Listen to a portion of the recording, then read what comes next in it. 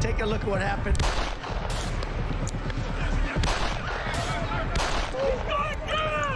I immediately knew it was very serious, that we were under attack.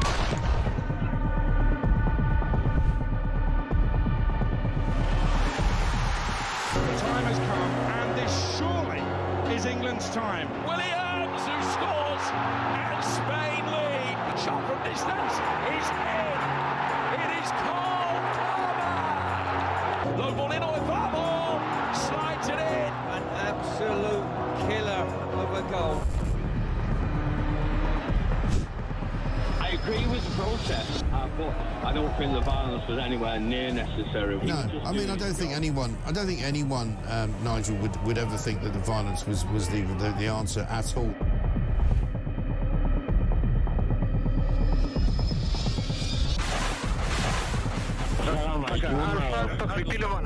אזרחי ישראל, אנחנו במלחמה.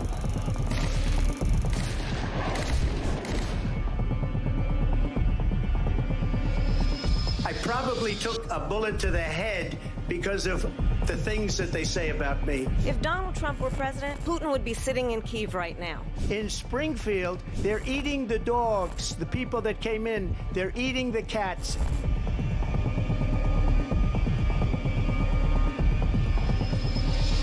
Liberal left couldn't understand that this man could be anything other than the great newsreader, a man of integrity. Is it possible in any way, shape or form that Keir Starmer didn't know about these facts about the suspect in Southport? I find it extraordinary that he wouldn't know. It seems that the public has not been told the truth. No, there's nothing like an American election, I have to say. North Dakota has gone red, South Dakota's red, Texas is red. Many people have told me that God spared my life for a reason.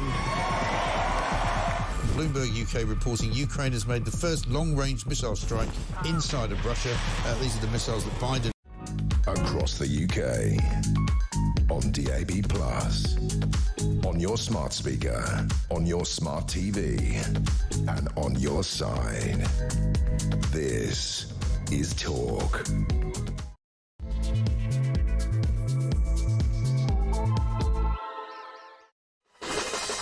Welcome to Morning Glory. It's coming up to 3 minutes past 6. It is Monday morning, ladies and gentlemen, and we have got an awful lot to do. I'm here with Tom Slater from Spiked Online. We're going to be running through the big stories in the papers and, of course, looking ahead to all of the big stories of the week, including Sir Keir Starmer hopping off to Washington, D.C. To see President Trump, the 47th President of the United States. Apparently, he and Emmanuel Macron are going to deliver a joint message which is going to help Donald Trump decide what to do in Ukraine. Of course, unfortunately for Keir Starmer, he's not the first European leader to see the president ever since he was inaugurated back in January. It turns out that not only is Emmanuel Macron going to get there before him sometime today, but he's also been seeing the Polish Prime Minister, who turned up at CPAC last week, and of course he's also seen Giorgia Meloni, the Italian Prime Minister, as well. So Starmer comes in at number 4 in importance on the Trump league. Now, you might not think that's important. I don't think it's particularly important, but Keir Starmer will be absolutely seething that he didn't get to be the first European leader to cosy up to him. And apparently he's going to offer him, by way of a bribe to come to Britain,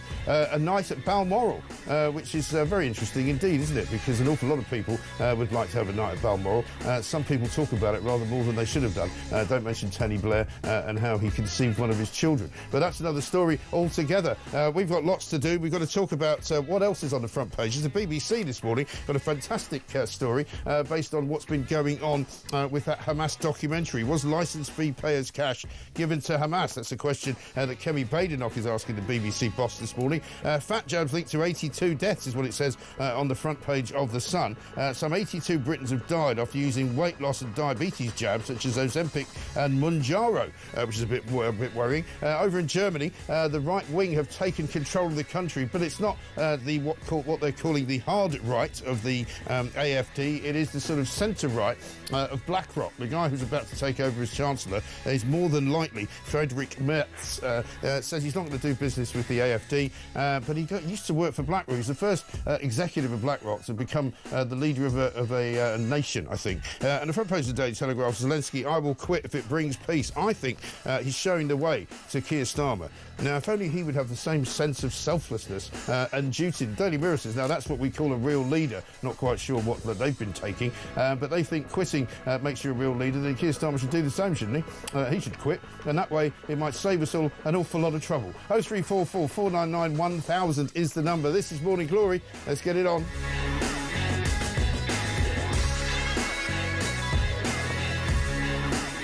Time to say very good morning, Tom Slater. Tom, how are you, man? Morning, Mike. Good to see you. We managed to get here in a boat this morning because it's rather wet out there. It's absolutely tipping it down. There's going to be something like 48 in the next 48 hours. There's going to be something like 1 month's worth of rain falling. Wonderful. So, it's always nice to look forward to, isn't it?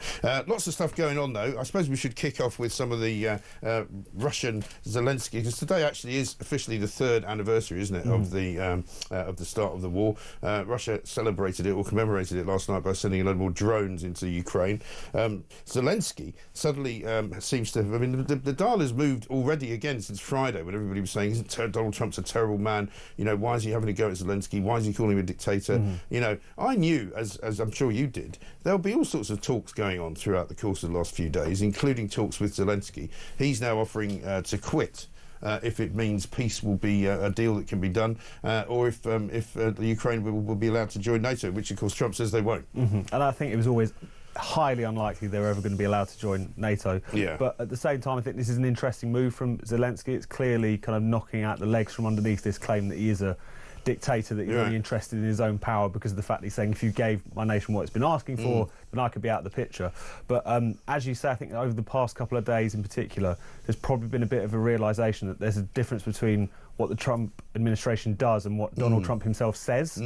Sometimes there are two different speeds at which this negotiation and I'm is sure taking that's place, part of the plan, isn't it? So there's there's a sort of slightly chaotic diplomatic plan. You say one thing over here, you say another thing over there, and at the end of the day, he's not just simply talking to Putin. So of course, all the rabid lefties have been going, he's selling everything out to Putin. You know, it may not quite well be that's how it turns out. I mean, there's the other interesting one is in the Guardian about the $500 billion mineral deal that he wants Zelensky to sign away. Zelensky says he's not going to do that either. Yeah, exactly. He's been, again, sort of trying to sound like he's sticking up for his country on this, understandably so. The idea that he would, hand over all the family silver in exchange for peace wouldn't make a lot of sense. But this has been a feature of a lot of the kind of back-channel discussions. And the idea being that if some kind of reasonable deal was made on these questions of natural resources, it could be a way of effectively becoming a security guarantee, because of the fact that the Americans would have a kind of financial interest as well as a presence in Ukraine sufficient that they would be more interested in securing Ukraine's security. So again, it's something where Zelensky doesn't want to just completely give away the family silver, but this seemingly has been part of the back-channel negotiations for some time to try and bind the Americans into a certain extent. And the Times have got Starmer and Macron reunite to send Trump a message on Ukraine. Apparently, they're both meeting him, obviously, this week, but Macron's going to get to him first. Basically, Starmer will meet Trump in Washington on Thursday, and the two would both try to persuade him not to pursue bilateral peace negotiations with Moscow in return for European commitments to Ukraine's future security. I read a piece at the weekend, I think, in the Times, where they was proposing, the way around this could be some kind of new, sort of cross-country scenario where you include Britain, the US and Ukraine, and then the US later gets sort of, it's something called, how would they say it would be done? FRUCUS, I think. So France, UK, and France, Ukraine, and the US. They love an acronym, don't they? They do love that, yeah. It was a sort of idea that came from a think tank, but it was like, there is going to have to be some kind of demarcation line, isn't there, between what happens in America, what happens in Ukraine, what happens in Europe. No, absolutely, and it's one thing that people are kind of shocked and surprised that Trump has been so forceful on the point of Europe having to take care of its own defence and therefore to give support to Ukraine. This is something that Trump has been saying for a very long time, but also even before this war kicked off, various American presidents. He was saying it in his first term, wasn't he? Absolutely, but even his predecessors, even Barack Obama was upset with European countries for not pulling their weight, as it's put, in terms of NATO spending. So it was always going to involve some kind of stepping up on the part of Europe. I do wonder whether Emmanuel Macron and Keir Starmer are the best sort of emissaries to go and try and impress this point. Well, the problem Trump, is Macron is they're very incredibly, chalk and cheese, aren't they? Incredibly unpopular in his own country. I mean, I suppose that's what they've got in common, because so is Keir Starmer, and they don't really speak for the people of Europe. They certainly don't speak for the people of their own country, really. No, absolutely. And as you say, like, Macron is basically a sort of lame duck. I mean, and Keir Starmer, despite being at the beginning of his tenure, almost is for all intents and purposes as well. He's got so little authority.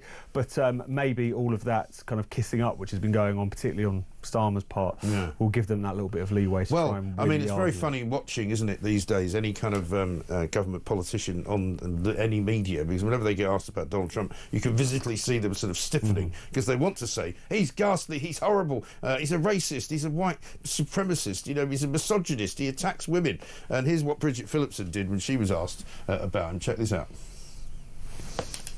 Will you be looking forward to a state visit by Mr. Trump and, you know, speech to both houses of Parliament? Will you be, you know, looking forward to that occasion? Well, of course, you're inviting me to comment on matters that are, of course, for the King and for the royal family. But I, of course, would always welcome the visit of the US President to this country, because the ties that endure between our two nations are so incredibly important. Yeah, very well rehearsed, Bridget.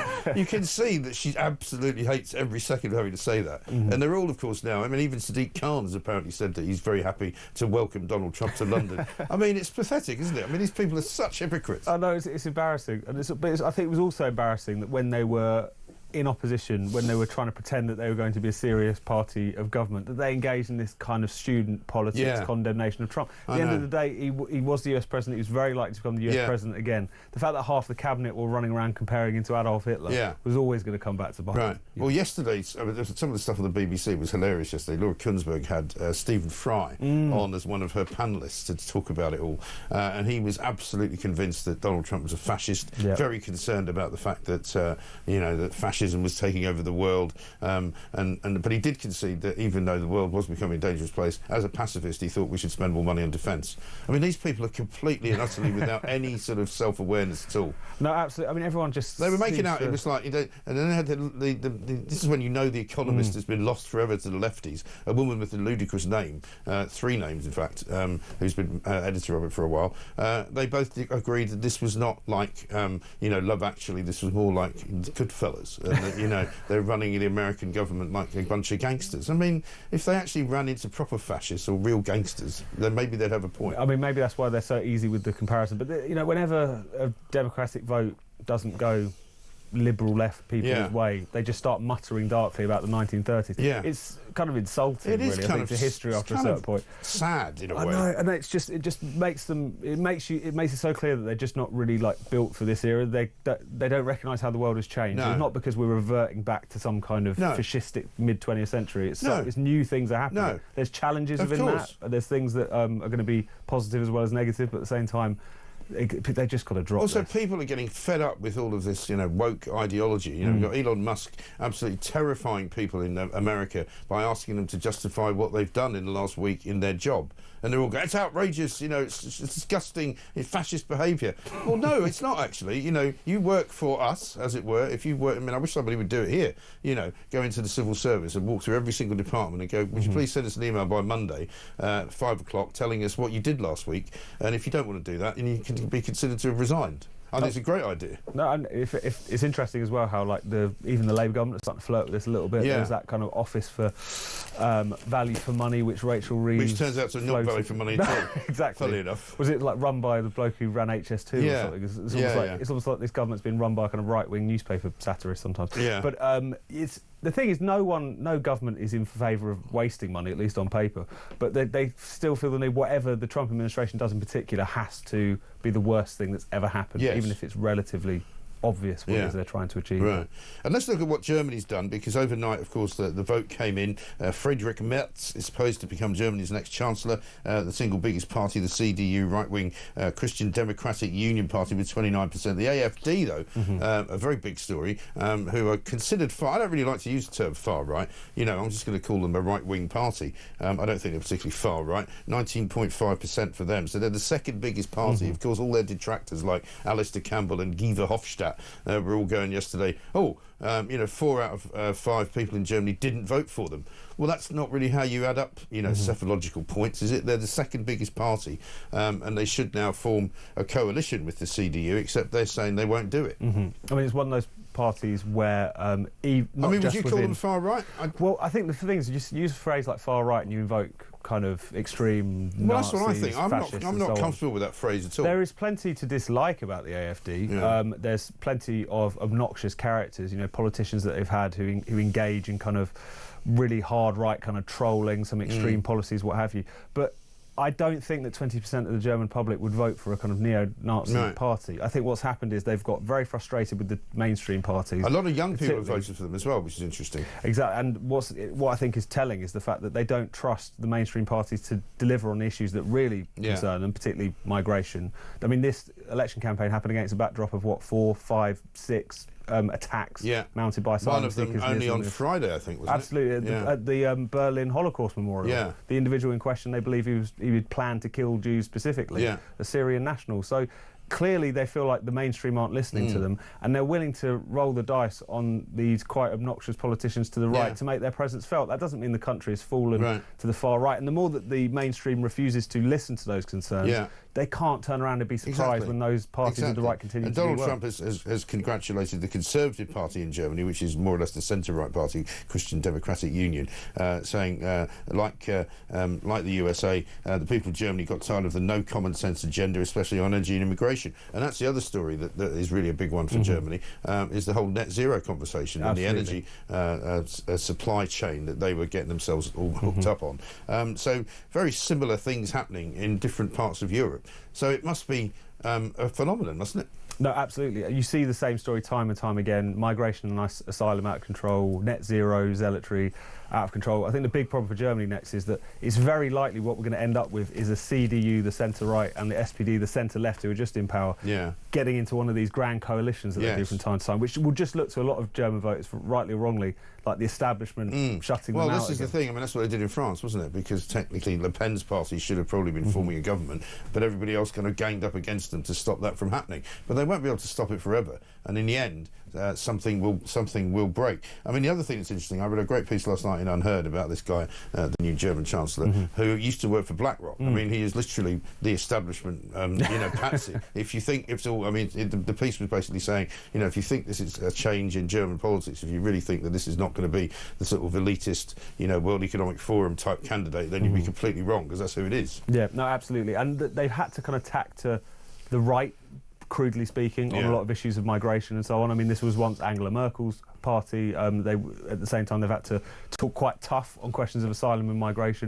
But again, that's just rhetoric at this point. Are people really convinced he's going to deliver on what voters want? Time will tell. We shall see. Let's finish up with a little clip of Keir Starmer, because this is not from this weekend. It's from a little while ago, because you'll see he's quite a lot younger.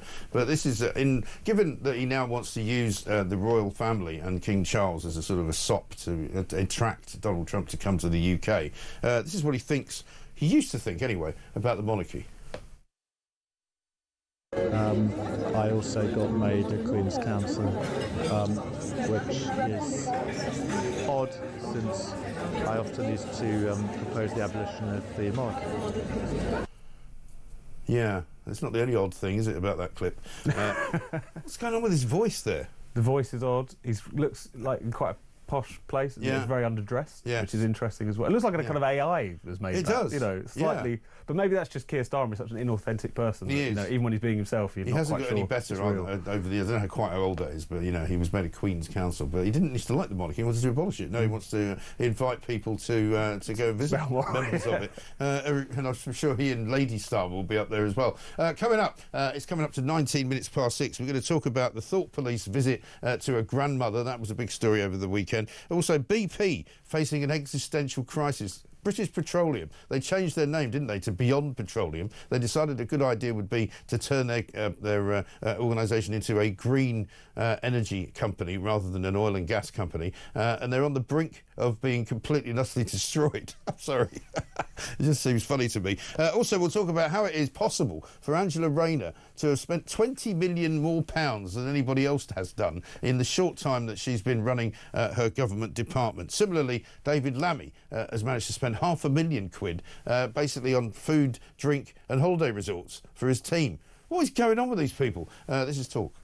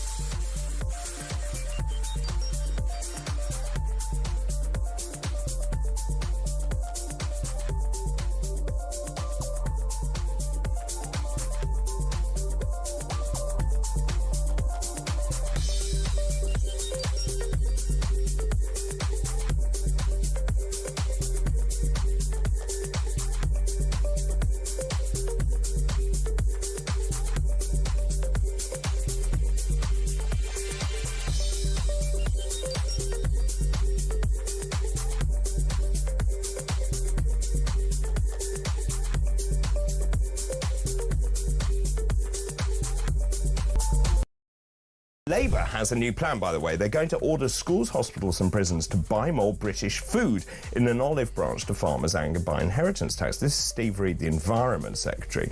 He apparently is overhauling the way in which the public contracts are awarded to prioritise domestic produce over cheaper imports. Essentially, this is going to be for hospitals, for schools, for a public sector catering. He says this means buying more British food where we can. It's going to help farmers compete for a fairer share of the £5 billion. All seems a bit desperate.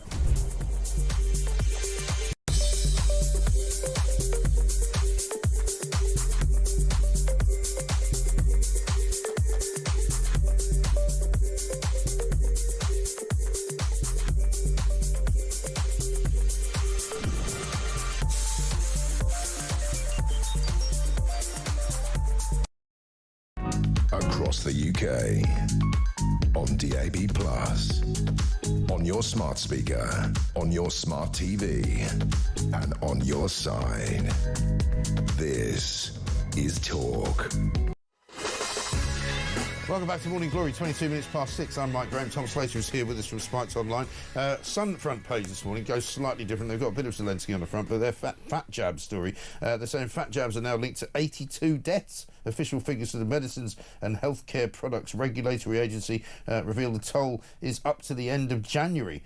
Disclosure comes as a Sun reporter paid £280 for 4 doses of Mounjaro without any checks. I was reading a story at the weekend, I think, Tom, in which it said that drug dealers now, who sort of will more or less happily supply with any kind of street drug, from cannabis to cocaine to whatever else they've got, they're now selling fat jabs as well, apparently. I don't know where they're getting them. No, absolutely. You've got to question your priorities as well if you're waiting in a car park at 2 a.m. trying to get some fat jabs. I think it would be surely one of the things you would say with pretty much surety that if you're buying fat jabs from an illegal drug dealer, you're really possibly putting your life in danger. Absolutely. It might maybe best not to do that. I know this, so there's a lot of layers to this story, isn't there? Because in terms of the question of the deaths, it seems a lot of this has to do with diabetics being kind of prescribed them needlessly or in a wrong-headed fashion. There's also the kind of ongoing question about whether or not if you've got the NHS who's done a huge order of Mounjaro in particular, whether or not that's kind of filtering through in some way in relation to the black market. I mean, this Sun report managed to go and buy them. Nicking boxes, loads of it or something. Yeah, they seem to have made such a huge order. Maybe it's not inconceivable that some of that might have taken place. I mean, the way the NHS is run, it wouldn't surprise you, would it, if you were putting a bit like that scene in Goodfellas where they're putting a load of boxes of stuff in a room and somebody's at the other end of it taking them out the other side, putting it in the back of a lorry.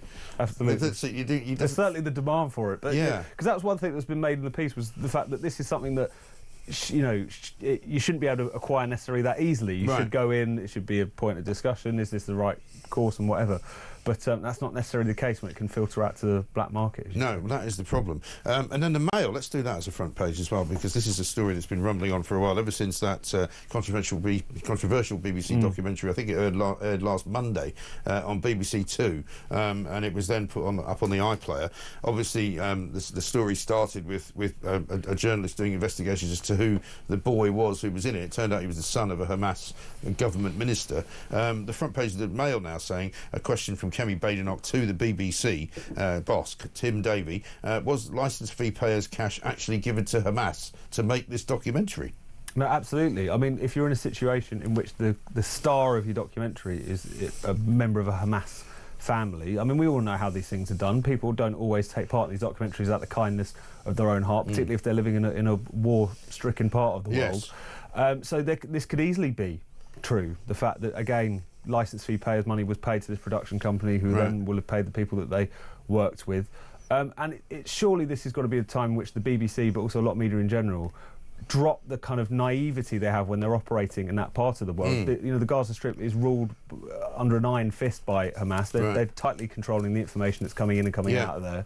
But the BBC isn't the only journalists who've been caught out by this. No. Companies who have been found to employ people who have been very sympathetic to Hamas in the past, if not outright members.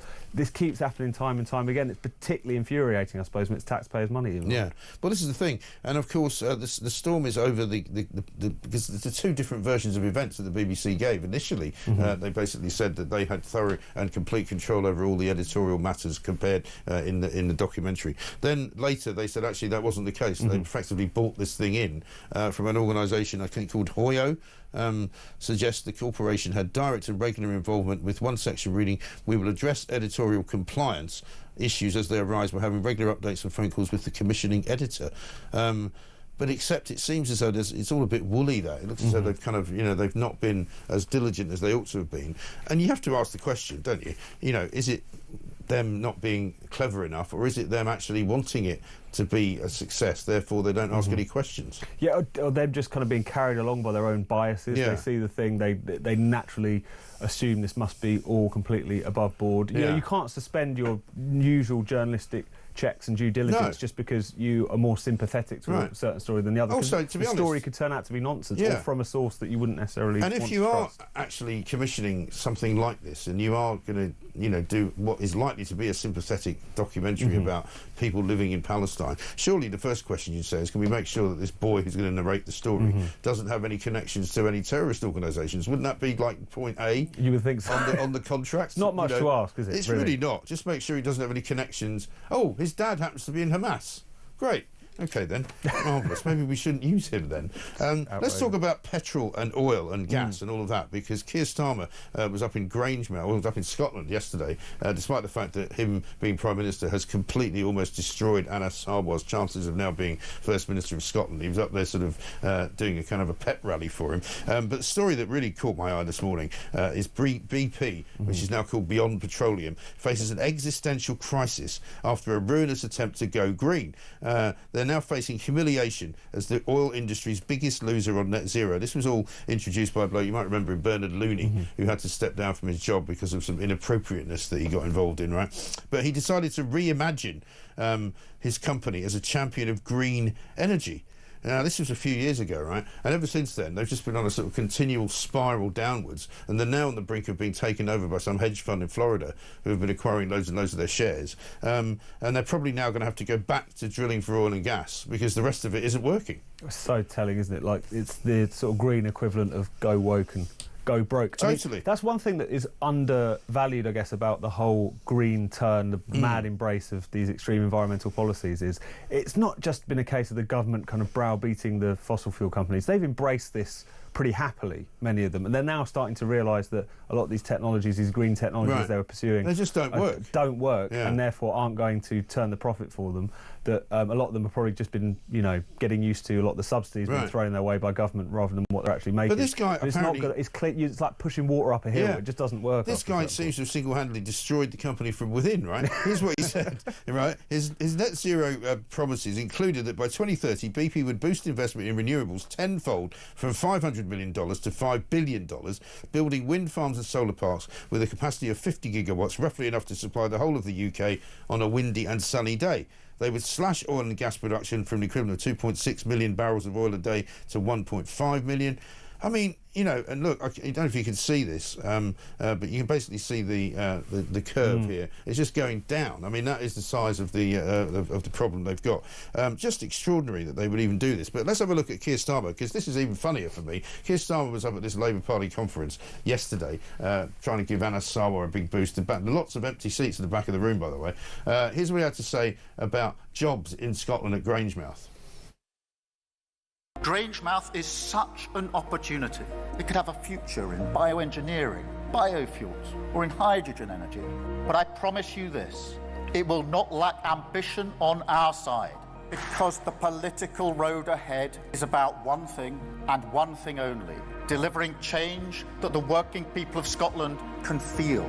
That is how we serve the people of Scotland. That is how we will win again in 2026 and make Anas Sarwar the First Minister of Scotland in a Britain that puts working people first. First, right? They're actually shutting Grangemouth. Yep. Right? So the idea that he introduces Grangemouth as a great opportunity, you're kind of going, sorry, at no point did you mention you're shutting it down. Slightly earlier, he talks about making people redundant, and looking after them and giving them 18 months' money, and telling other companies to rehire them. But nevertheless, the bottom line is, the headline is, they're shutting Grangemouth. No, absolutely, and they've got to fess up to this eventually. I mean, there was an opportunity. How can you talk such absolute and utter BS? It was funny. Extraordinary. Anas Sarwar, I know people listening won't have noticed this, but Anas Sarwar was just sat there very stony-faced during that. He didn't seem convinced by what Keir Starmer was saying. Well, you wouldn't be, would you? If you were a half-sensible Labour government, there would be a real opening in Scotland on this issue of net zero and whatnot, because of the fact that you had the SNP, who were of course in bed with the Greens. They were having to again kind of completely kind of wage war against their own domestic fossil fuel industry in order to keep that coalition on the ground. It would and also you had a lot of the unions, who of course still very important to the Labour Party, who were raising the alarm about how this was going to hit jobs, talking about this as like a kind of new moment of closing the coal mines and so on. Right. It would have been a sensible Labour Party that wasn't so in hock to kind of Ed Milibandism, would have been able to seize this and rode it to victory in Scotland. It's really the only decent-sized proper oil refinery in the UK, and they're shutting it down. And people have said, even if they kept it open to use it for creating, you know, whatever you call it, biofuel, that would be something. But they're not even doing that. They're just shutting it. And also this idea that it's like, oh, we're going to, destroy this part of our industry, we're going to destroy this part of our energy infrastructure, but, just because we're going to open a crazy golf course in the middle of it or whatever, that's fine. Of course it's going to cost jobs, of course it's going to cost the country. And when you've got a Labour Party that claims it cares about energy security and stepping up to the plate in an uncertain world, destroying your own energy resources and infrastructure is clearly not a good idea. Well, I mean, have a look at what happened to BP. And maybe that's a lesson in how not to actually ruin the country, because if it's ruined BP, you can sure as hell bet that it will ruin the country as well. I actually hit a new record at the weekend. I managed to fill my car with petrol and pay more than £100 to do so. That's a grim milestone. I know, it used to come in around about, I think 80 is about as much as I paid. But I think I found the most expensive petrol station in Sussex. I don't know how I ended up there, but I sort of pulled into it. It was £1.89. For the more, it's like the higher octane stuff, the 97 Plom or whatever it's called, 101 quid to fill the car. Absolutely ridiculous. Crazy. But anyway, there we are. That's my fault. I don't blame anybody else, but maybe you can find out if there's anything. How would it be 189? That seems ridiculously high. I know many of you out there can find me prices for petrol, so if you can find it any higher than that, do let me know. 6:32 coming up. We'll have more from Keir Starmer in Scotland, because he was attacking reform while he was up there. Also, Angela Rayner and the cost of her civil servants. Apparently, it's ballooned by 20 million in 5 months. I mean, that's pretty good going for Ange, isn't it? This is Talk.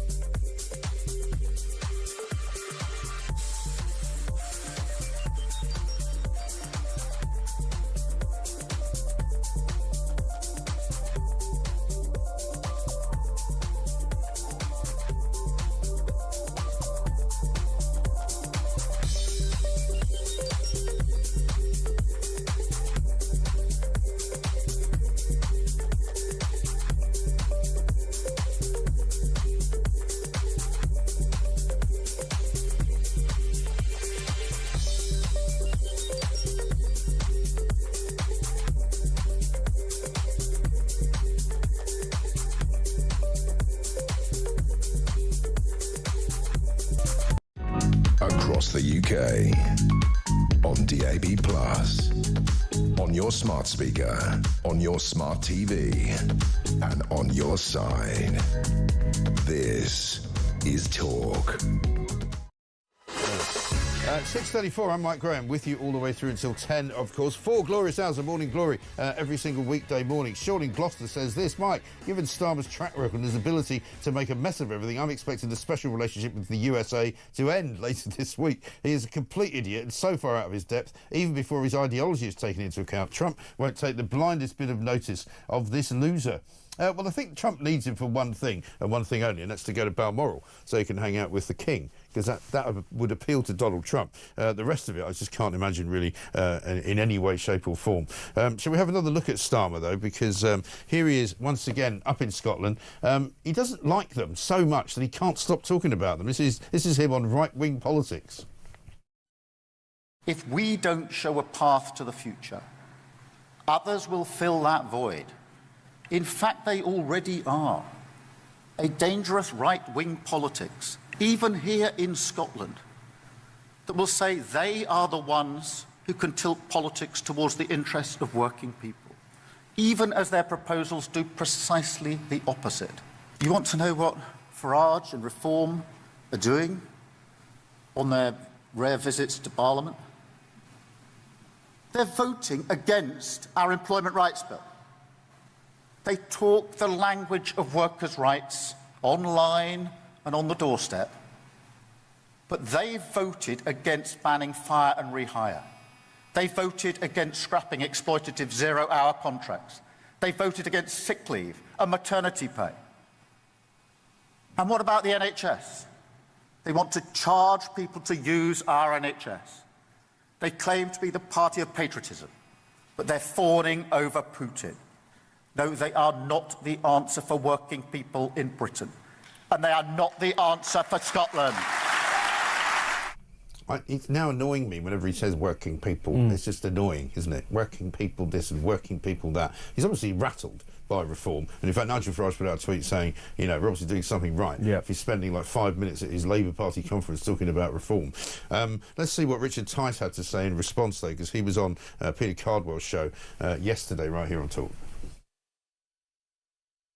What it shows is that he and the Labour Party are terrified and petrified of the progress of reform, not just across the whole of the UK, where we're now leading in many of the opinion polls, but also in Scotland, where we've been soaring in the polls as well. Labour in Scotland have been sinking in the polls.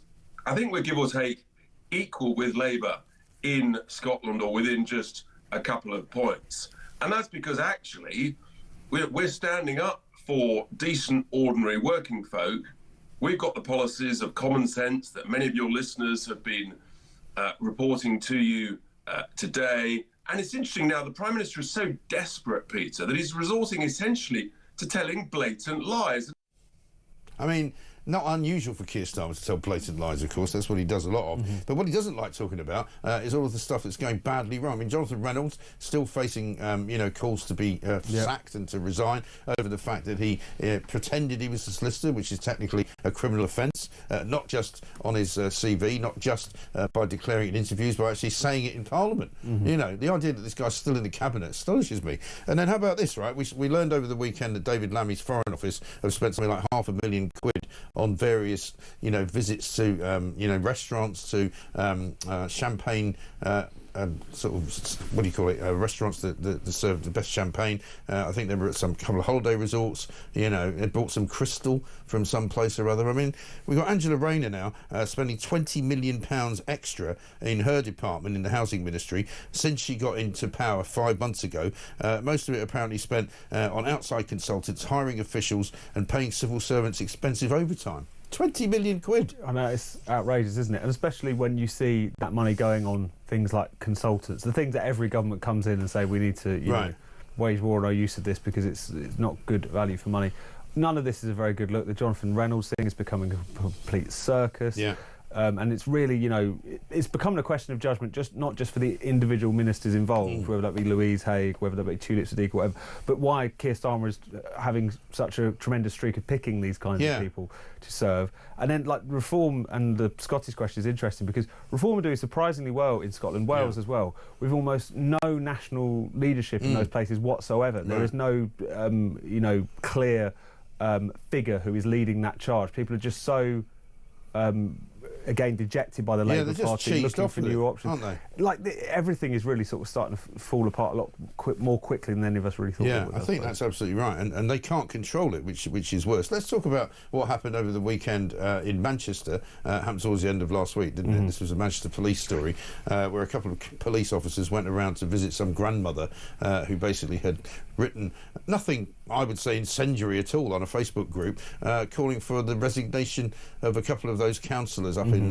Manchester who were connected to the Andrew Gwynn WhatsApp group. No, this is absolutely insane. So, as you say, Helen Jones, this woman, she was visited by the police. Her great crime, although it wasn't a crime as it turned out, was that, as you say, she'd called on a couple of Labour councillors to resign, criticised them for being part of that WhatsApp group with Andrew Gwynn, where they were making all those kind of off-colour jokes. The police conceded that she had committed no crime. They were just turning up to tell her that this complaint of harassment had been made. But this shows you how ludicrous the police have now become, right? Because how about, here's what they should have done. They should have told the person who complained, because I think she gave the impression that they'd more or less said it was the councillor himself that complained, or somebody very close to him. Why didn't they just say to the councillor, look, mate, this is not a police matter. You know, just get lost. Don't bother. Exactly. Instead of which they go, oh, well, we had to come and tell you about it because there's been a complaint made. Why? What a kind of bizarre precedent that sets, where if even a kind of vexatious complaint is made by an elected politician allegedly against one of his own constituents, that the police will happily go around and in effect intimidate that person.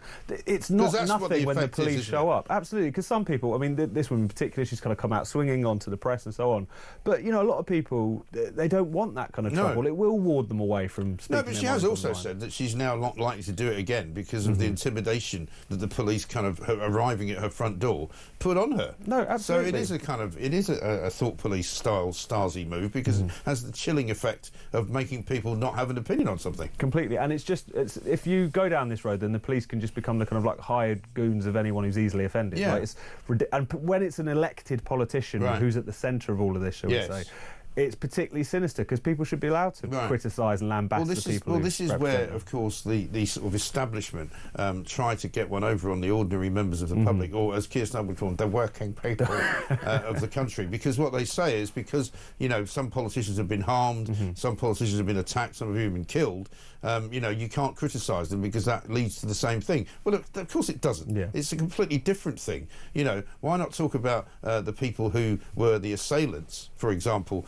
in the case of David Amis, in the case of Joe Cox. You know, people who complain about a councillor are not in the same bracket in any way, shape or form, so stop pretending that they are. Absolutely, and it's just embarrassing on behalf of politicians when they make that conflation. Like, people are allowed to criticise you. That comes with the job. The idea that someone saying you should resign or calling you names on the internet puts you on a kind of sliding scale towards public execution. And as people have pointed out, you know, the Labour Party spent many, many years asking for Tory ministers to resign. Don't think they had any visits from any police officers, did they? I mean, am I going to get one for saying that Jonathan Reynolds should resign? And I mean, Ed Davey, he was calling for everyone to resign every other week, so he'd be doing a long stretch right now if that was a serious He'd certainly have a lot of people knocking on his door. Absolutely right. Let's get a voice note from Andrew on Starmer.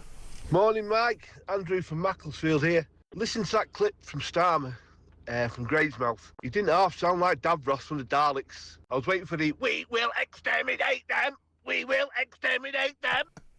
It's totally right. You know, we are here for the working people. This is what we do for Scotland. You're shutting down the place, mate. Why are you pretending that you're saving them and getting jobs for them when you're actually putting 400 people on the dole? I mean, that's what they're doing. It's unbelievable. It's like he's living in some kind of parallel universe.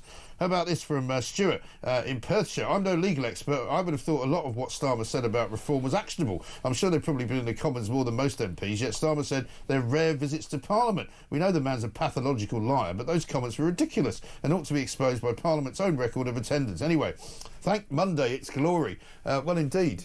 Good to see you. We're here for all the time of the morning until 10 o'clock, of course. It's 6:43. Back after this.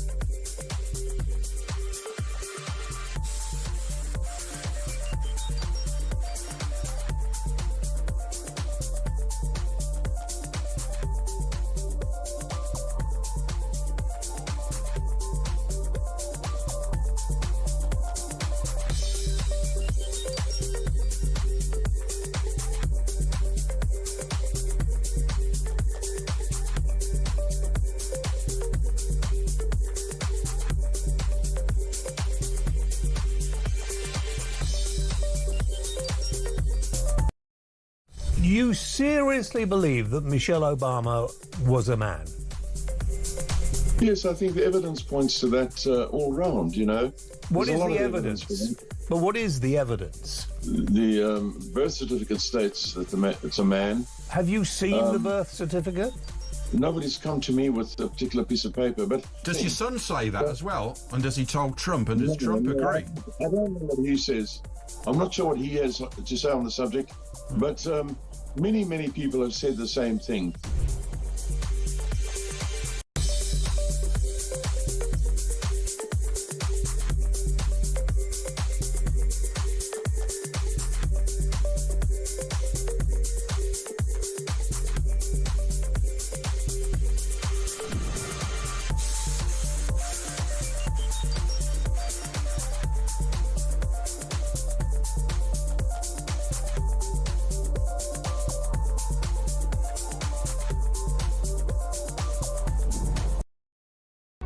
Across the UK, on DAB+, on your smart speaker, on your smart TV, and on your side. This is Talk. Welcome back to Morning Glory, 6:46. I'm Mike Graham with you all the way through until 10 o'clock. Tom Slater's here as well from Spiked Online. Got a couple of stories to do regarding the latest from the world of asylum. And that's not where crazy people are. Of course, it's where people are coming here to try and remain here. And the latest story today, Tom, is in the Telegraph, page 6. Albanian people smugglers are fighting extradition to Belgian jails because the cells apparently are so small and overcrowded, they breach their human rights. This is incredible. It's just one story after another at the moment, isn't it? And it was bad enough when you had sex offenders and members of terrorist groups fighting extradition to their home countries because the fact that, you know, those nations are not so liberal, and if they have run-ins with the police or with the authorities there, it might not end well for them. I don't think that's a reason to keep someone in the country. But at the same time, this is about Belgium. This is not as if we really think they're going to be... It's not the Congo, is it? No, like kind of subject to kind of extrajudicial killings and so on if they are sent back. They're not going to be hanged from a crane in Bruges, are they? No, exactly. And also the fact that he was involved, he was convicted in absentia for people smuggling. The fact that he's using asylum rules to stop his deportation. It's like they're kind of laughing at us now. And yet, because of the nature of our system and because of the way in which you've got these really quite credulous activist judges who are willing to go along with it, you just get one case like this in the news every day. But this is the sort of what I guess the Telegraph have found this rich vein of stories from, because all they're obviously doing is going to these immigration panels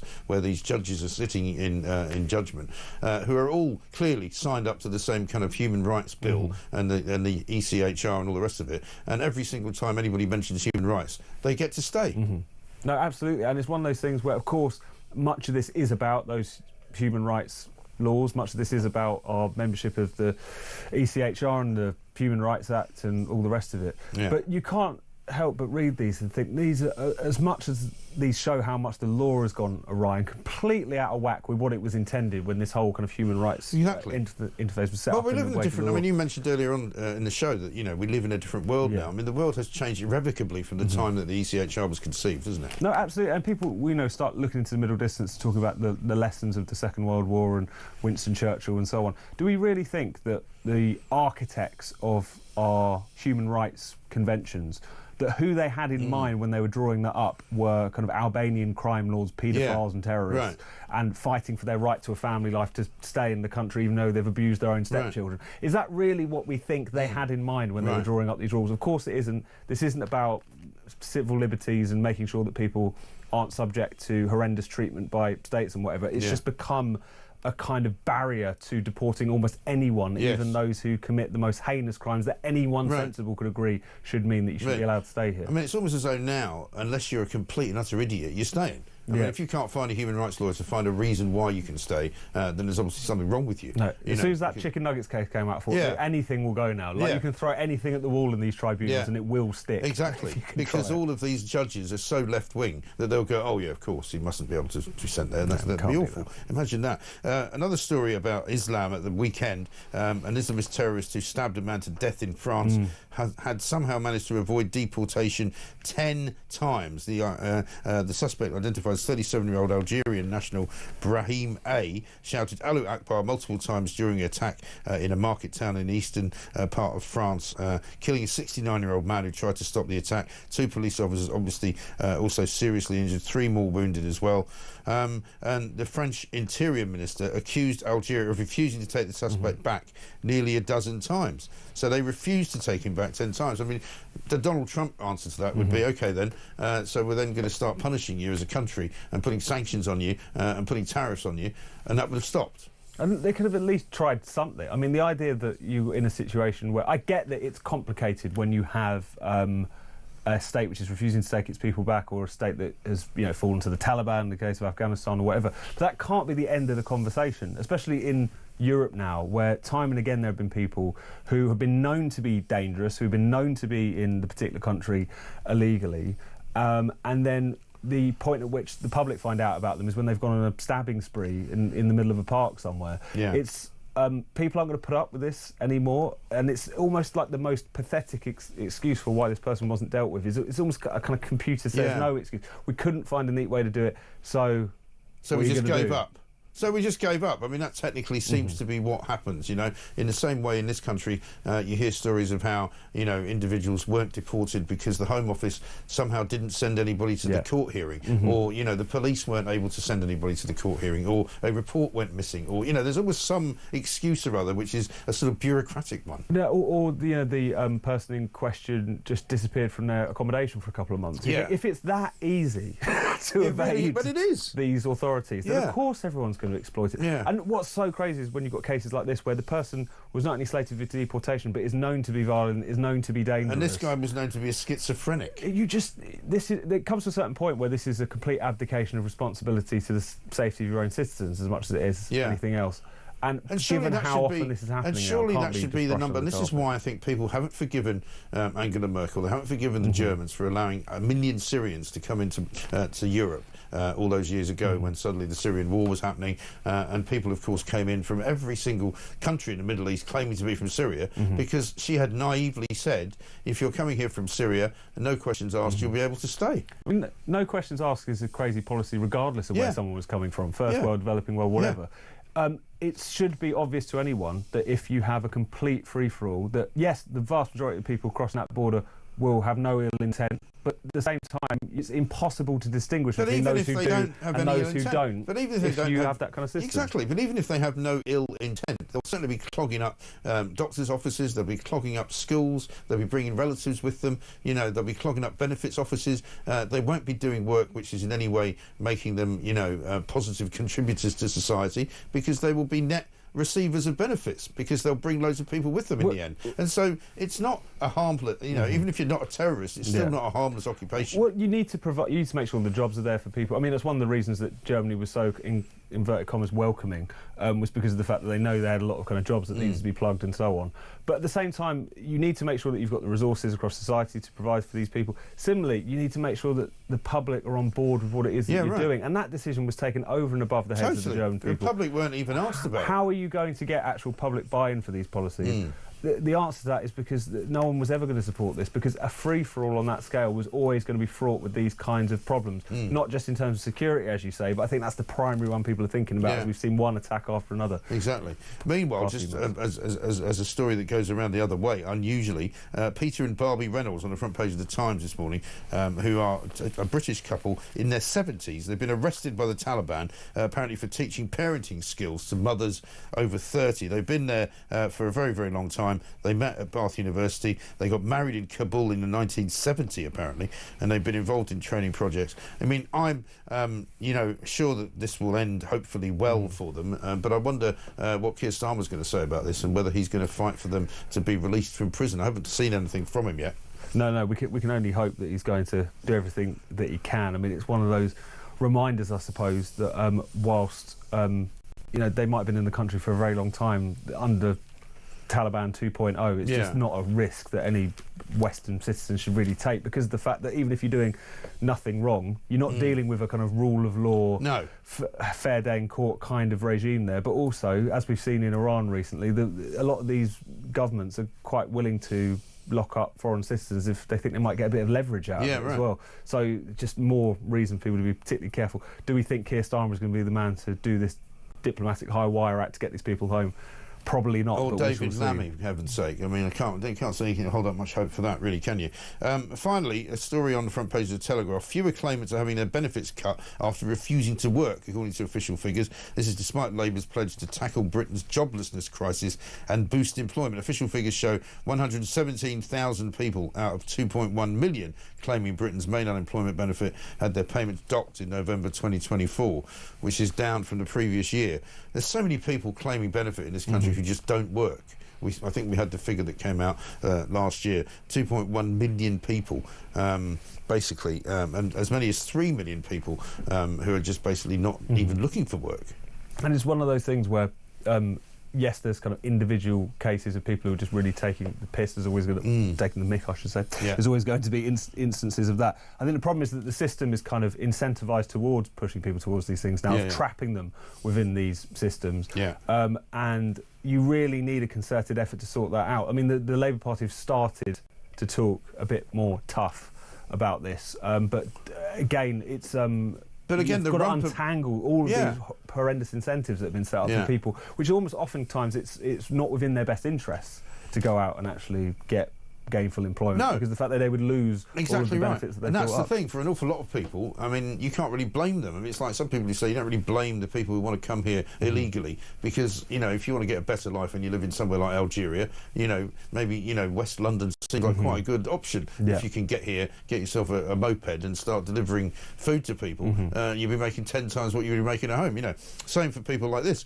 You know, if you actually lose money by going to work, why would you? You know, of course you're going to stay on benefits. So they've got to change the system. No, exactly. But how many governments have we heard saying that we're going to completely radicalise it, we're going to completely root and branch reform it, we're going to change it completely, we're going to incentivise people to go back to work?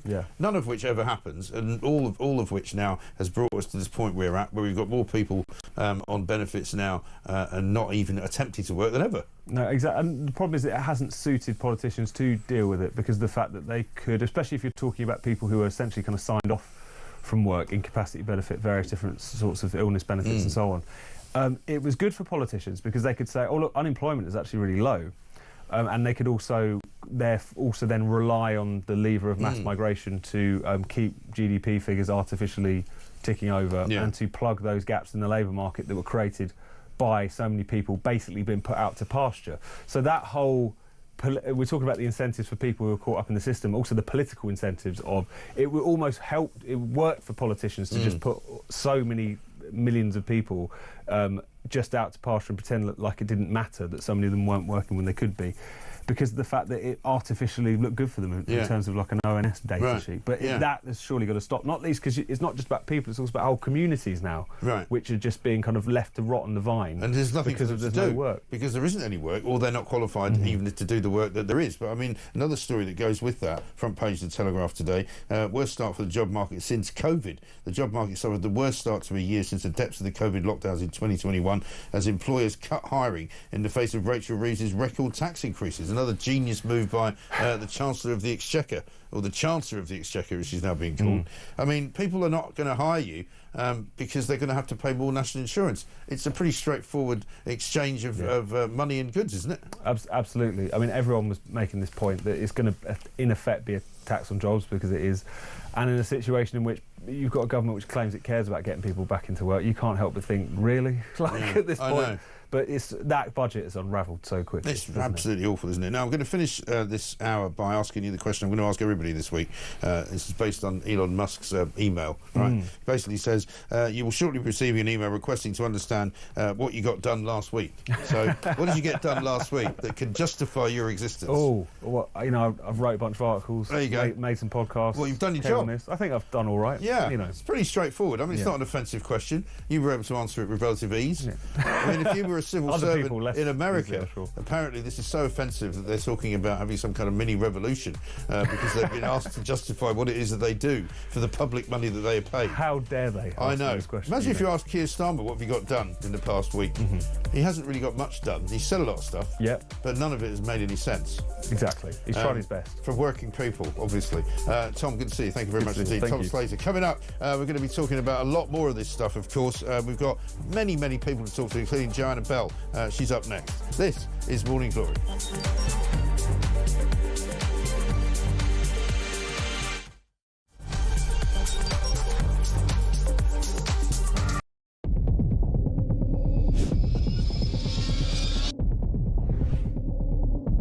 I spoke with His Majesty the King to request the dissolution of Parliament, and we will have a general election on the 4th of July.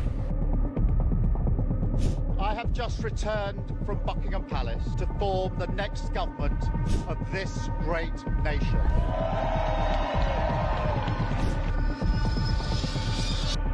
Take a look at what happened.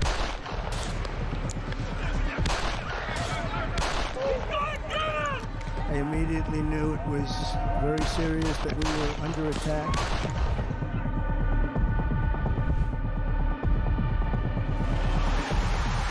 The time has come, and this surely is England's time. Williams, who scores, and Spain lead. The shot from distance is in. It is Cole Palmer. Low ball in on Farmer, slides it in. An absolute killer of a goal. I agree with the protest, but I don't think the violence was anywhere near necessary. No, I mean, I don't think anyone, Nigel, would ever think that the violence was the answer at all.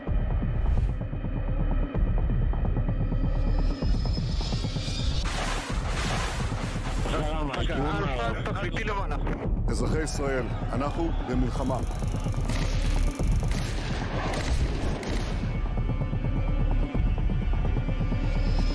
I probably took a bullet to the head because of the things that they say about me. If Donald Trump were president, Putin would be sitting in Kyiv right now. In Springfield, they're eating the dogs, the people that came in, they're eating the cats.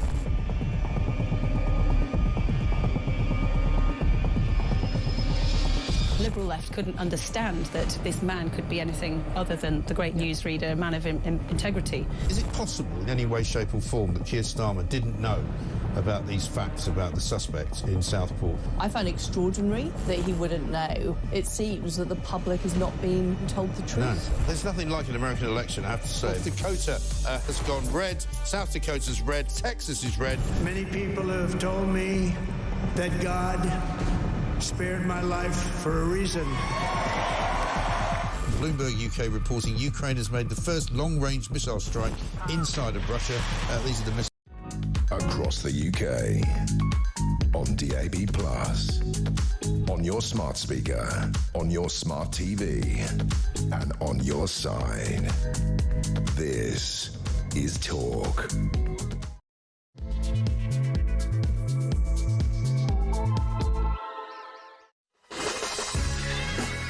Welcome back to Morning Glory. Coming up to very nearly 3 minutes past 7. I'm Mike Graham. It's not very nice out there. It's raining rather heavily in London. I'm not sure what it's doing in the rest of the country, but certainly in South Wales there's all kinds of warnings going out. It looks as though we're going to have something like a month's worth of rain in 48 hours. Brilliant. As we edge ever closer to the end of February and the beginning of March. A big week, though, coming up. Emmanuel Macron is taking off this week to go to see the President of the United States of America in the White House. He's managed to beat poor old Keir Starmer to the punch because Starmer's not going to be there until Thursday. And in fact, Starmer was not the first European leader to see Donald Trump. He's not even the second. He's not even the third. In fact, he's the fourth European leader. He's behind France and he's behind Poland as well. And, of course, he's behind Giorgia Meloni.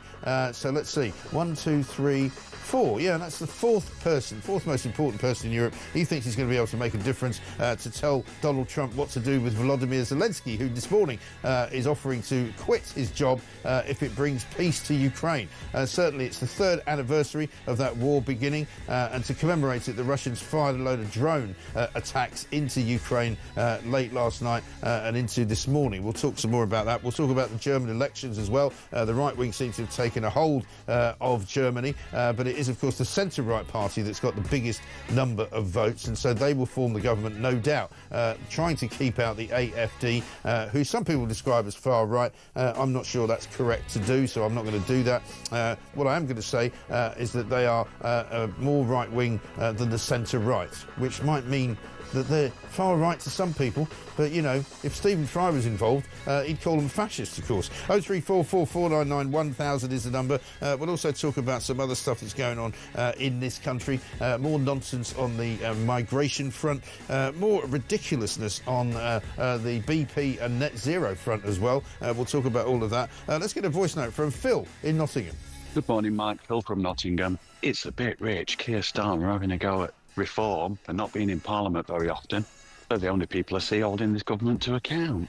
And not only that, there was a graph produced recently of the number of times that MPs have made questions of the Labour government of MPs in Nottinghamshire. Our friend Lee Anderson was number 1, and my constituency MP, Michelle Welsh, was at the very bottom, Labour.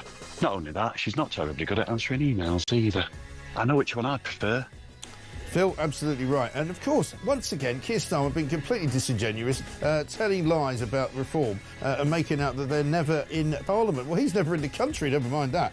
Robert in Hertfordshire says, great show. What a disgrace Starmer is, cheaply branding reform as dangerous again, as if that's going to resonate well with the public and Scotland. Absolutely right, Robert. This is Morning Glory. Let's get it on.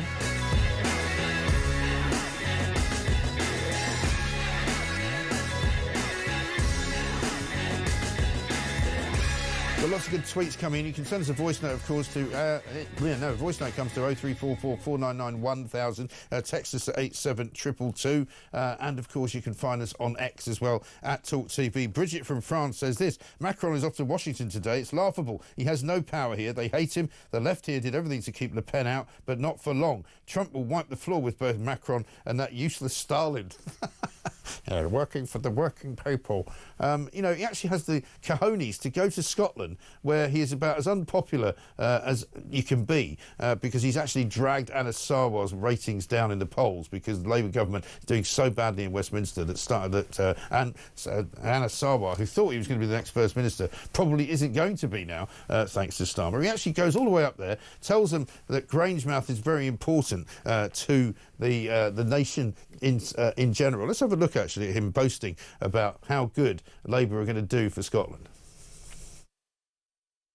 Grangemouth is such an opportunity. It could have a future in bioengineering, biofuels, or in hydrogen energy. But I promise you this, it will not lack ambition on our side, because the political road ahead is about one thing and one thing only: delivering change that the working people of Scotland can feel. That is how we serve the people of Scotland. That is how we will win again in 2026 and make Anna Sarwar the First Minister of Scotland in a Britain that puts working people first. Exterminate, exterminate, exterminate. Well, he's exterminating the economy in Scotland. That's what he's doing. Unbelievable, right? He's not doing anything to Grangemouth other than shutting it. The idea that he's going, Grangemouth is important to Scotland and the people of Scotland, the working people, well, it might well be. It's very important, especially to the ones who are going to lose their jobs. Unbelievable. Let's talk to political journalist Joanna Bell and get her view. Joanna, very good morning to you. Good morning, Mike. Your impression of Keir Starmer is just spot on, honestly. Well, I've had plenty of time to hone it because, I mean, I can't believe this man. He goes to Scotland, where he's already about as unpopular as he can be. He's dragging Anna Sarwar, who was the front runner for the First Minister's job, down with him. And he then tells them that the place that he's shutting down, the only decent oil refinery in Britain, mainland Britain, he's shutting it down, but he says it's very important. What's he talking about? I mean, you know, there's no rhyme or rhythm to anything that Keir Starmer does. He's, you know, destroyed the economy so far. And, you know, Zelensky said he would step down, maybe if, you know, for the good of the country, but maybe Keir Starmer should do the same, because so far he just doesn't have the respect of anybody. He really doesn't. And I mean, I said that earlier. Maybe Zelensky is leading by example, because the Daily Mirror, a newspaper that is now so bad, I don't even bother reading it most of the time. But they've got a front page that says, now that's a leader, with a picture of Zelensky putting Trump to shame by threatening to resign. Well, it's hardly leadership threatening to resign, is it? I mean, you know, I've seen many ridiculous front pages on that paper, but I mean, this one beats the lot, I think. Well, I think he's demonstrating that he's not a dictator, like Trump called him a dictator.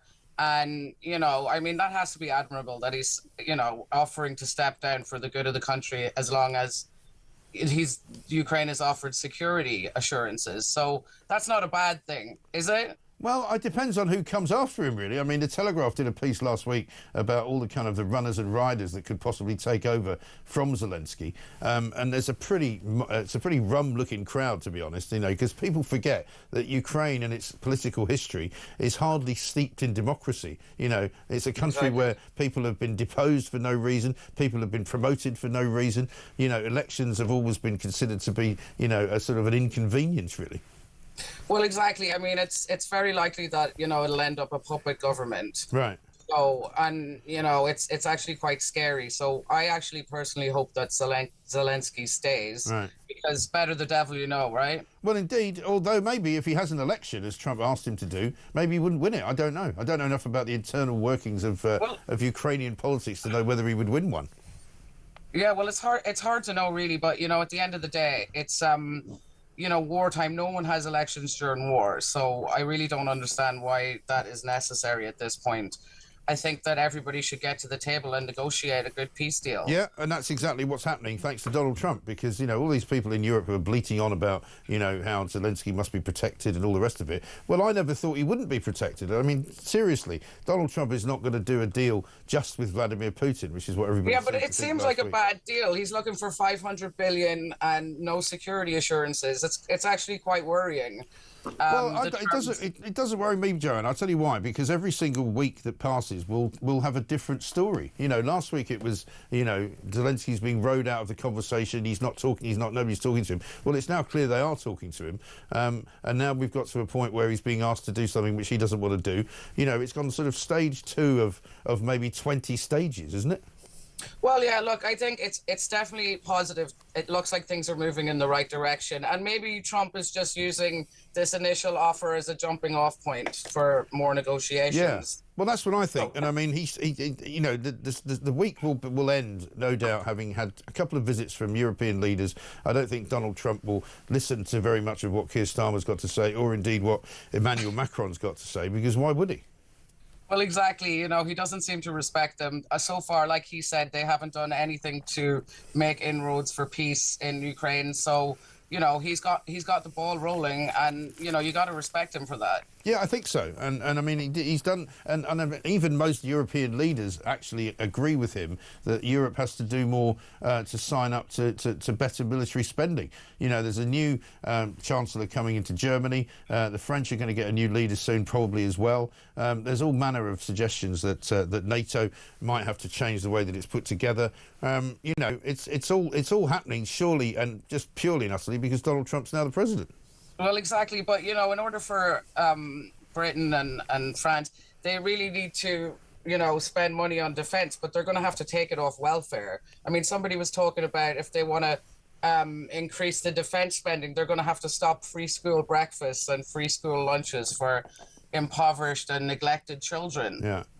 Well, so I don't know. Something's got to give. You know, we've got Angela Rayner's just her Department of Housing has spent 20 million extra pounds since she's been in 5 months, which seems to me to be completely out of control. What we need is an Elon Musk type figure to actually slash and burn our civil service, don't we? Well, indeed, that's it. And I think there was a few Sun covers last week about, you know, the government spending money on king prawns or something. Yeah, that's right. It's crazy. You know, at the end of the day, yeah, it would be good to analyse where exactly the money's been spent and, you know, where it's been misspent. Yeah, because absolutely. It's definitely been mismanaged. It definitely has. One of my favourite stories of the morning on the front of the Mail today was licence fee payers' cash given to Hamas. Kemi Badenoch's asking that question of Tim Davey. It's a pretty good question, given what's going on at the BBC. Listen, you know, the BBC refused to even call Hamas terrorists, so this doesn't surprise me in the slightest that they're actually on the payroll. You know, it's absolutely ridiculous that, you know, all of their coverage seems to be pro-Palestine.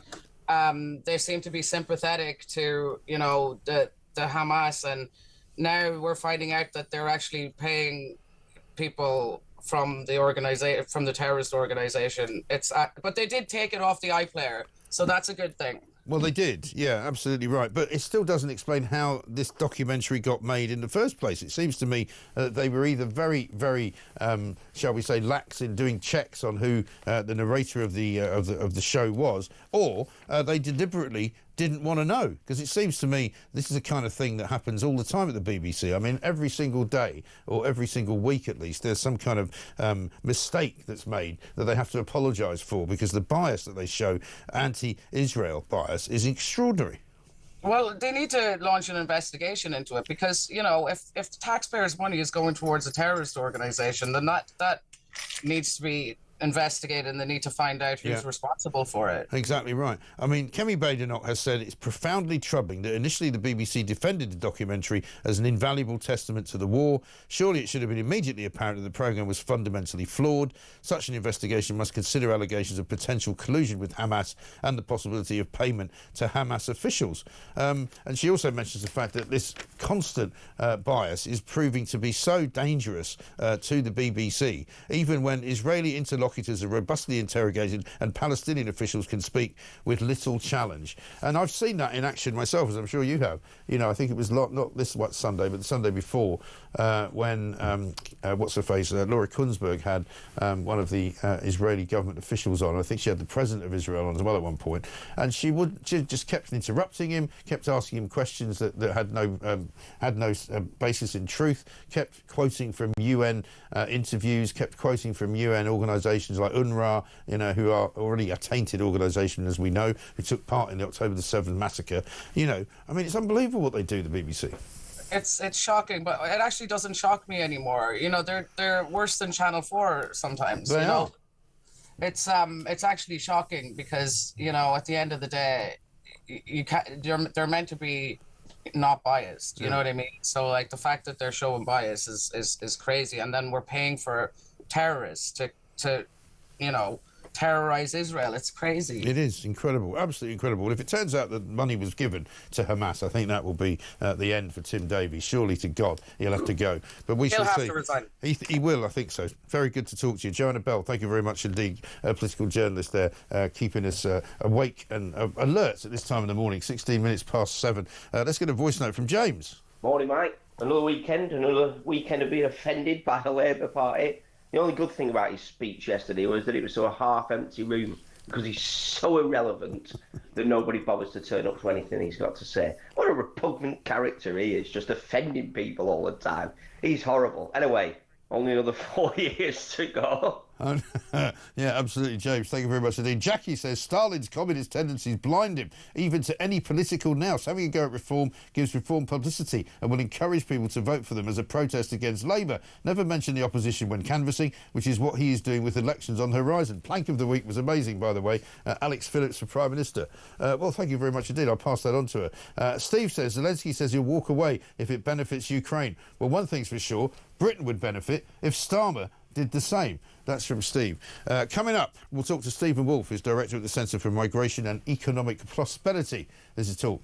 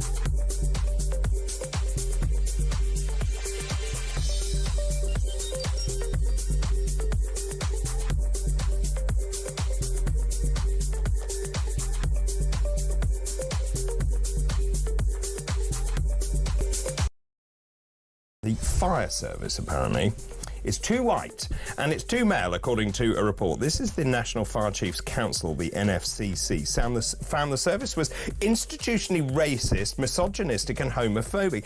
So apparently the diversity of the service needs to be much more reflective of the communities it serves.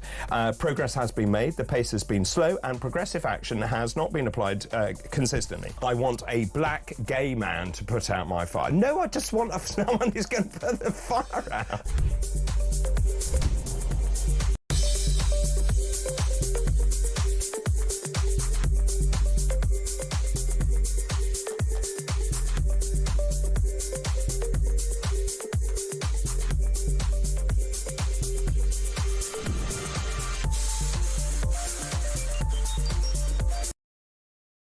Across the UK, on DAB+, on your smart speaker, on your smart TV, and on your side. This is Talk. Welcome back to Morning Glory, 20 minutes past 7. I'm Mike Graham with you all the way through until 10 o'clock, of course. I was talking earlier about Grangemouth because, of course, up in Scotland, Keir Starmer has been busy trying to convince everybody that Grangemouth's very important to Labour, in which case you have to ask the question, well, why are you actually shutting it then? Which is what they're doing. But I also managed to find some very expensive petrol over the weekend. I was just going to ask whether I have found the most expensive petrol in Britain. 189 was what it was, and 189.9, I think, very possibly. It cost me over 100 quid to fill the car up, which is a first. It's never cost me that much money. So why is it so expensive now? I went and had a look at some other petrol stations after I'd done it and realised that I might have just been in a very, very expensive place because a lot of other places seem to be cheaper. But do let me know. 0344 499 1000. One from Graham in Sunderland. He says, looks like Zelensky's planning his exit strategy to resign and leg it with a few billion. Great show as always. Oh, that did cross my mind when he was offering to resign. I thought to myself, does he just want to get out of the way before anybody finds out what he's been doing? I don't know the answer to that. But let's talk to Stephen Wolfe, Director at the Centre for Migration and Economic Prosperity, because we've got a couple of decent stories to talk to him about. The immigration election, of course, as it's being called over in Germany, has resulted in the lefties getting kicked out and the centre-right being given the largest majority of the vote. Now, the AfD, which is the more right-wing party, has also done very well. They've got the second highest count with 19.5% of the vote. The CDU, which is, of course, the Christian Democratic Union Party, which is not quite as, shall we say, hard on immigration as the AfD is, has got into power, and it'll probably be forming the main party with some kind of coalition, possibly with the left. Friedrich Merz is poised to become Germany's next Chancellor. Stephen, very good morning to you. Very good morning, Mike. How are you? Yeah, very well indeed. I mean, once again, we see another European country very much dominated in an election by the immigration issue. People in Germany obviously is fed up with what's been going on in Western Europe, as the people in this country are. Well, absolutely, Mike. When you look at the fact that we've been complaining about getting about 50,000 coming in across the channel, they're looking at numbers of a region 1 to 1.5 million for the last few years. Now, of course, when they come in from the Western, the Eastern or the Central Mediterranean routes, these are people who are arriving from across the globe into Europe, are causing massive issues for them. And we don't have to look at Germany. Look at them. 5 terrorist attacks in just the past few months. Yeah. So are they fed up? Absolutely. Are they voting for the parties that they believe can finally do what they want them to do, which is stop illegal migration and mass migration? We hope so. Yeah, well, definitely. I mean, it seems as though also Europe is looking at kind of breaking up into different individual countries again. I mean, the European Union, I don't think, has looked so irrelevant for a long time. Oh, I couldn't accept that any more than this fact is very clear to us that we know. Right, we've seen that the European Union's economy is declining. We've seen their elite entrenching. They won't even engage with Marie Le Pen in France. Right. We've heard the Germans saying they will not engage with the AfD in Germany. They didn't want to engage with Meloni in Italy. And they've certainly not been engaging positively with Donald Trump. Look at all the insults that they've given him over the past 4 years. Well, this is it, and they're now sort of trying to make good on that. But in the end, you know, we've got Keir Starmer and Emmanuel Macron going over to see Donald Trump this week. Macron first, followed by Starmer on Thursday. I can't see him taking any notice of either of them. Macron's a busted flush. Nobody wanted him in charge. He lost most of his base basically to Le Pen, as you say, in the last election. And Keir Starmer, a man who has said so many things, or has many members of his cabinet who have said even worse things about Donald Trump. That, you know, why would you listen to him? I'd love to be a fly on the wall as Donald Trump meets both of them for the first time. I'm going to look at this and imagine it's some sort of like childish view that he's going to take at these two. And what will he turn around to Keir and say, are you going to apologise to me now for the insults you gave me? I mean, I'd love to just to see that. But I wonder if he'll just sit there and make him feel incredibly uncomfortable, because he'll be waiting for him to say it. He just doesn't have to say it, you know. Well, you remember what he did to Merkel? Yeah. He sat there across with Merkel, and Merkel wrote in her book how embarrassed and small he made her feel. Yeah. The reason for that is that this type of person that's now been running our country for the last 20 odd years, the elite, are so used to the sycophancy from university to their time as trainee MPs in their own country when they're working for NGOs and working for other MPs, that they never receive criticism, because whatever they do is uncritical for them. Yeah, right. That's the thing. I mean, and looking at all the trouble, as you mentioned, in Germany with the stabbings and the car ram raids and all the rest of it. I mean, the French had one of their own, a stabbing incident on Saturday in eastern France, and it turns out the guy who has been identified as a 37-year-old Algerian national is now being declared to be an Islamist. He shouted "Allahu Akbar" as he stabbed a 65-year-old man to death. He was placed on a terror prevention watch list, known to police for having psychological problems, under an order to leave France after arriving illegally in 2014. You know, 11 years later, he's now murdered somebody. And, you know, you can imagine Trump saying, well, you know, they're blaming Algeria for not taking him back. Well, just send him, you know? Well, what I think will happen with Trump, and what will happen with J.D. Vance if they get to speak to him, is that why aren't you kicking out the terrorists? But instead you go to close down a TV channel because it opposes your views. Yeah. Aren't you being anti-democratic? You're destroying your own history, culture, and democracy and freedom of speech just to allow terrorists to stay in because you're too frightened to deport them because it's bad news at a dinner party. Yes. That's really what this is all about. It really is. And that's why we see all these immigration panel judges, one after the other, now making these ludicrous settlements and allowing people to stay because of chicken nuggets, or allowing, you know, paedophiles to stay because they need a family relationship with their own children. Or, you know, in today's instalment in the Telegraph, we've got Albanian people smugglers saying they don't want to be extradited to Belgian jails because the cells are too small. I mean, it's a joke, isn't it? It's a joke in terms of our politics, but it's not a joke for the people of this country. It's not a joke for those who have to suffer the impact of crime.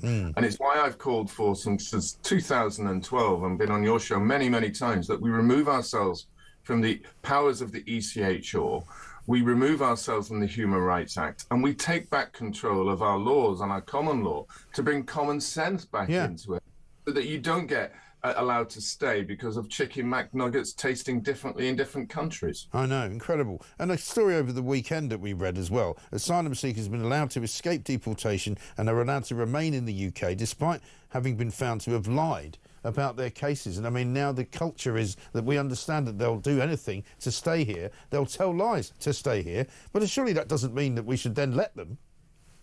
It shouldn't allow them to stay. It's very clear. We know that they're lying. We've been lying when we look at children, those who say they're children, when we know that they're adults.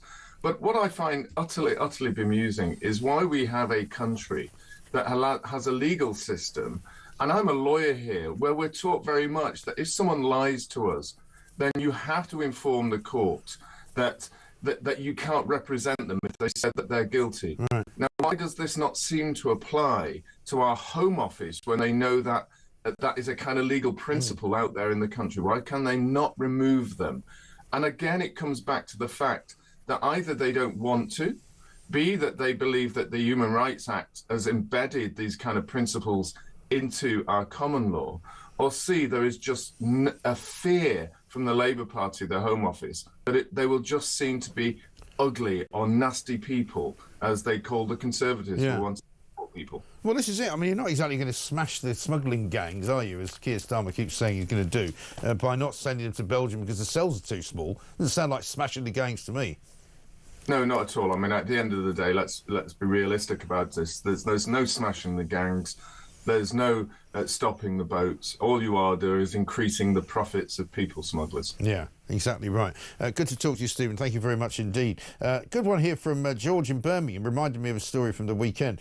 Morning, Mike. He says, curious why the media aren't making more of an issue that thanks to Labour, BMW have paused the £600 million investment in Oxford for the next Mini. Vauxhall closes its Luton plant for good soon, simply because of the cost of doing business. It's too high, thanks to Starmer and his clueless clowns, says George in Birmingham. Yeah, we'll have a look at that story about Minis, because it's also another sort of dagger in the eye for Ed Miliband and his net zero nonsense, because clearly that was going to be an electric car that they were going to make there as well. Let's get a voice note from Sean on Starmer. Morning, Mike. Sean from Grimsby here. All keys in full-on panic mode again. Oh, dangerous far-right politics, far-right this. Well, look, let me say, it's not the far-right who are taxing all people. It's not the far-right who are taxing farmers. It's not the far-right who want to send soldiers to Ukraine. It's not the far-right who are sending the police to pensioners and journalists' houses because somebody upset somebody on Facebook. You know why? Because we're not far-right, we're just right. Great show, Mike. Keep it up, mate.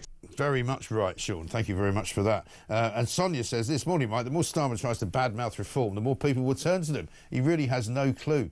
He really is quite the most clueless individual. I don't think anybody has ever seen anything worse, right? It's not only that he's a clueless politician, he must have been a clueless barrister. He must have been a clueless prosecutor. Oh, yeah, he was. He forgot to prosecute Jimmy Savile, and he forgot to prosecute Mohammed Al-Fayed when he was leader of the CPS, the Crown Prosecution Service. But he did find plenty of reason to defend terrorists when he wanted to. Interesting, that, isn't it? 7:30.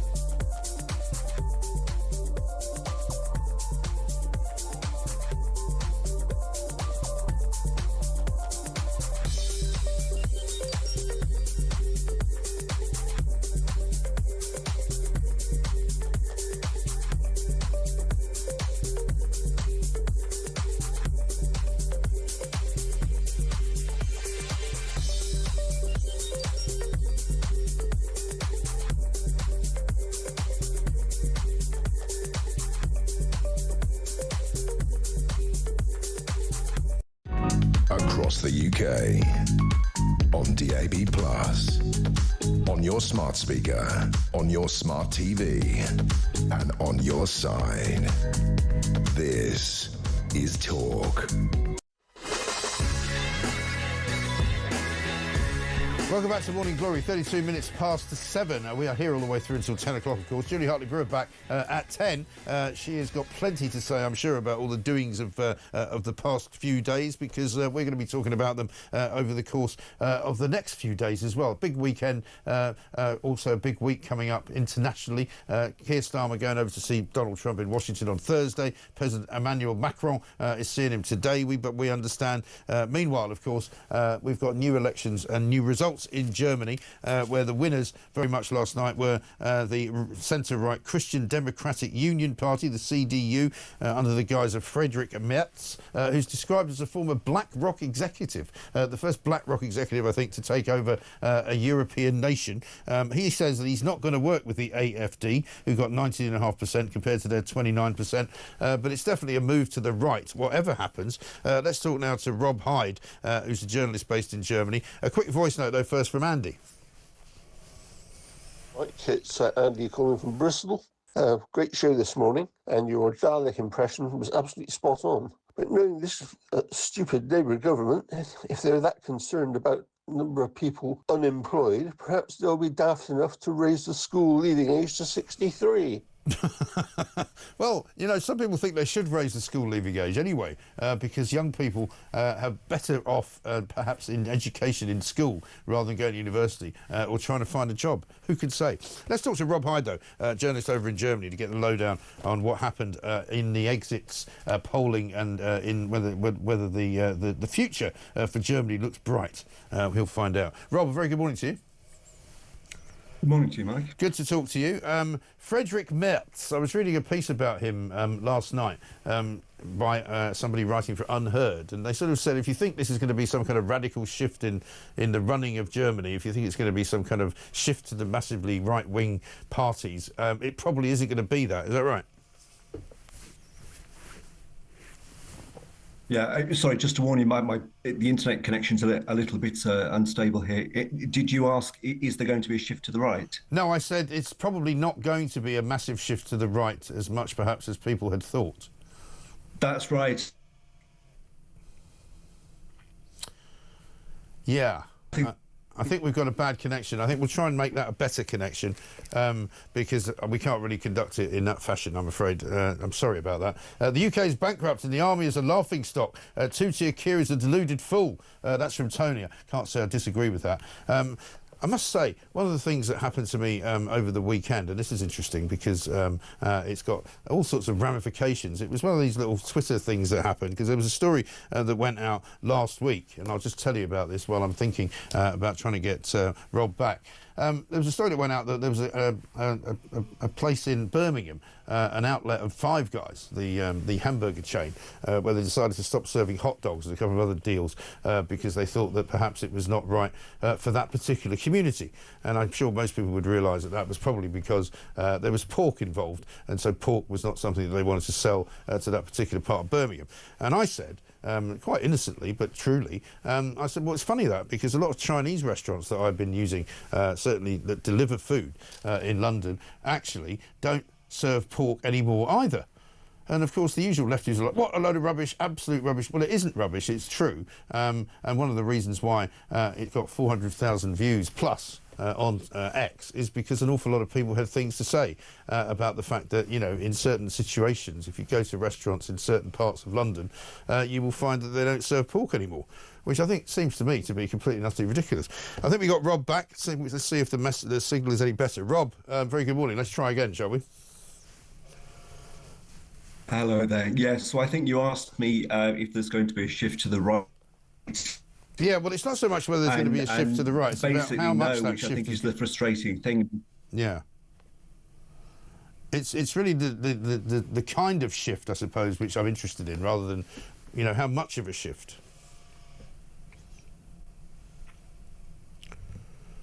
No, I think we're still not doing terribly well here, are we? You can't really hear me. We'll have to come back to Rob another time, I'm afraid. The exit poll, basically, which came out last night, was pretty accurate. It said that Mr. Merz's CDU had won 29% of the vote, while AfD, which is, of course, Alternative for Germany, secured 19.5%. They're calling it a far-right party in the Telegraph, saying it's the main opposition for the first time since the Nazis.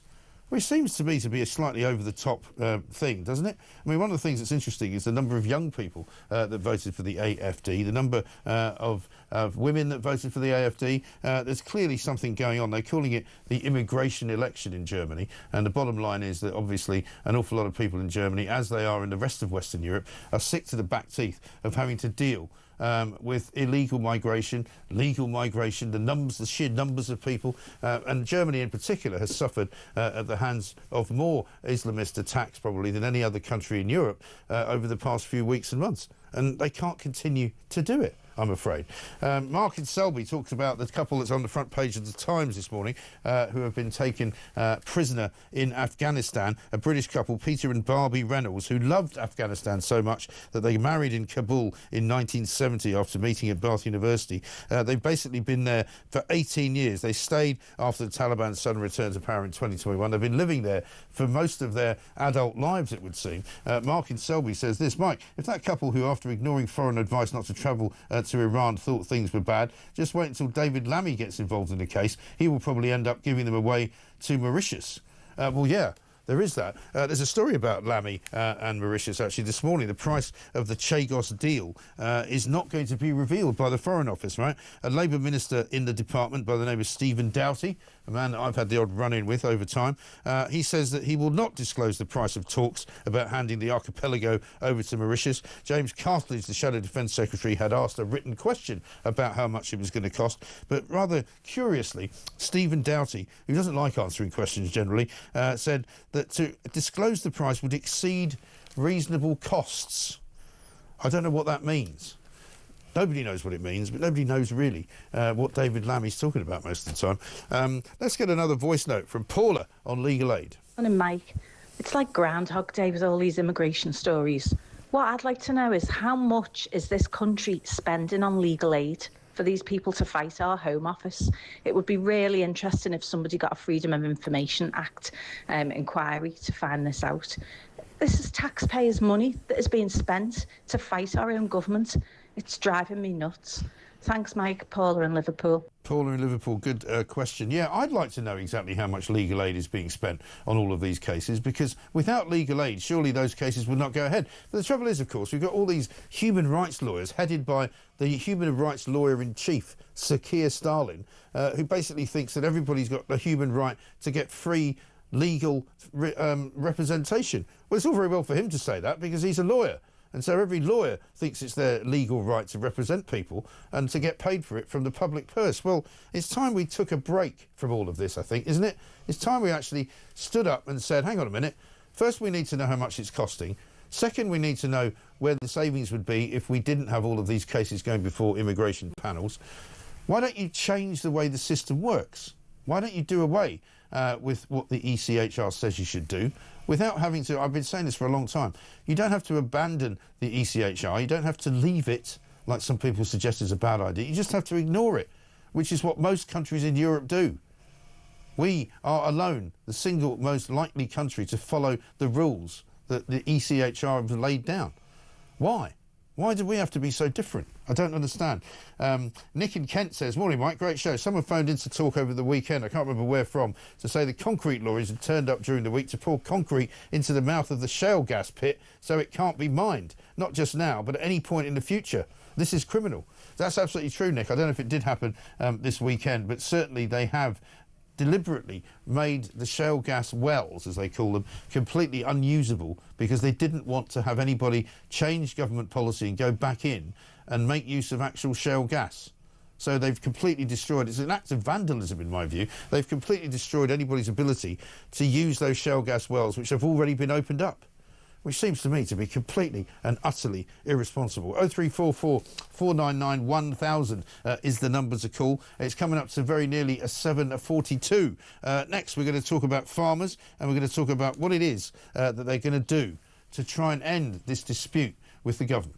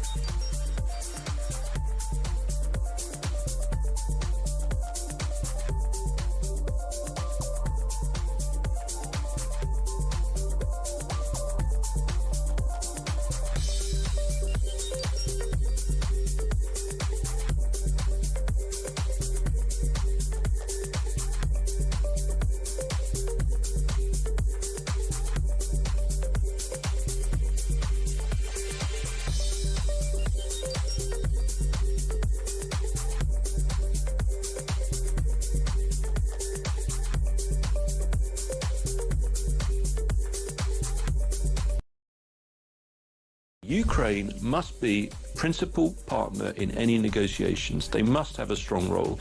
They are the country that was invaded. It's their people who've been brutalized with no justification whatsoever. It was an unprovoked invasion by an aggressive dictator of a free and sovereign democracy. And I hope that when the Prime Minister goes to the White House soon, he makes the following point to President Trump, which is that if Russia were in any way seen to win, inverted commas, from any settlement should there be one, It would send the most terrible signal to all of our adversaries, including the likes of China.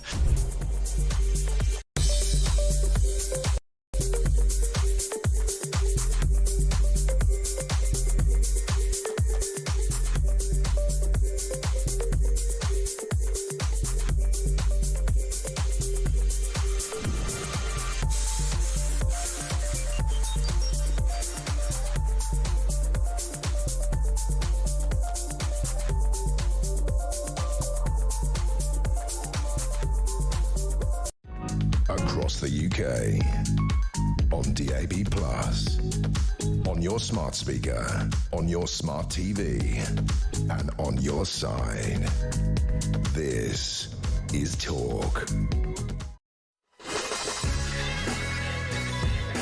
Welcome back to Morning Glory, 7:44. I got this from Andy in Cleethorpes. Morning, Mike. When you filled up your car, it wasn't a BP garage, was it?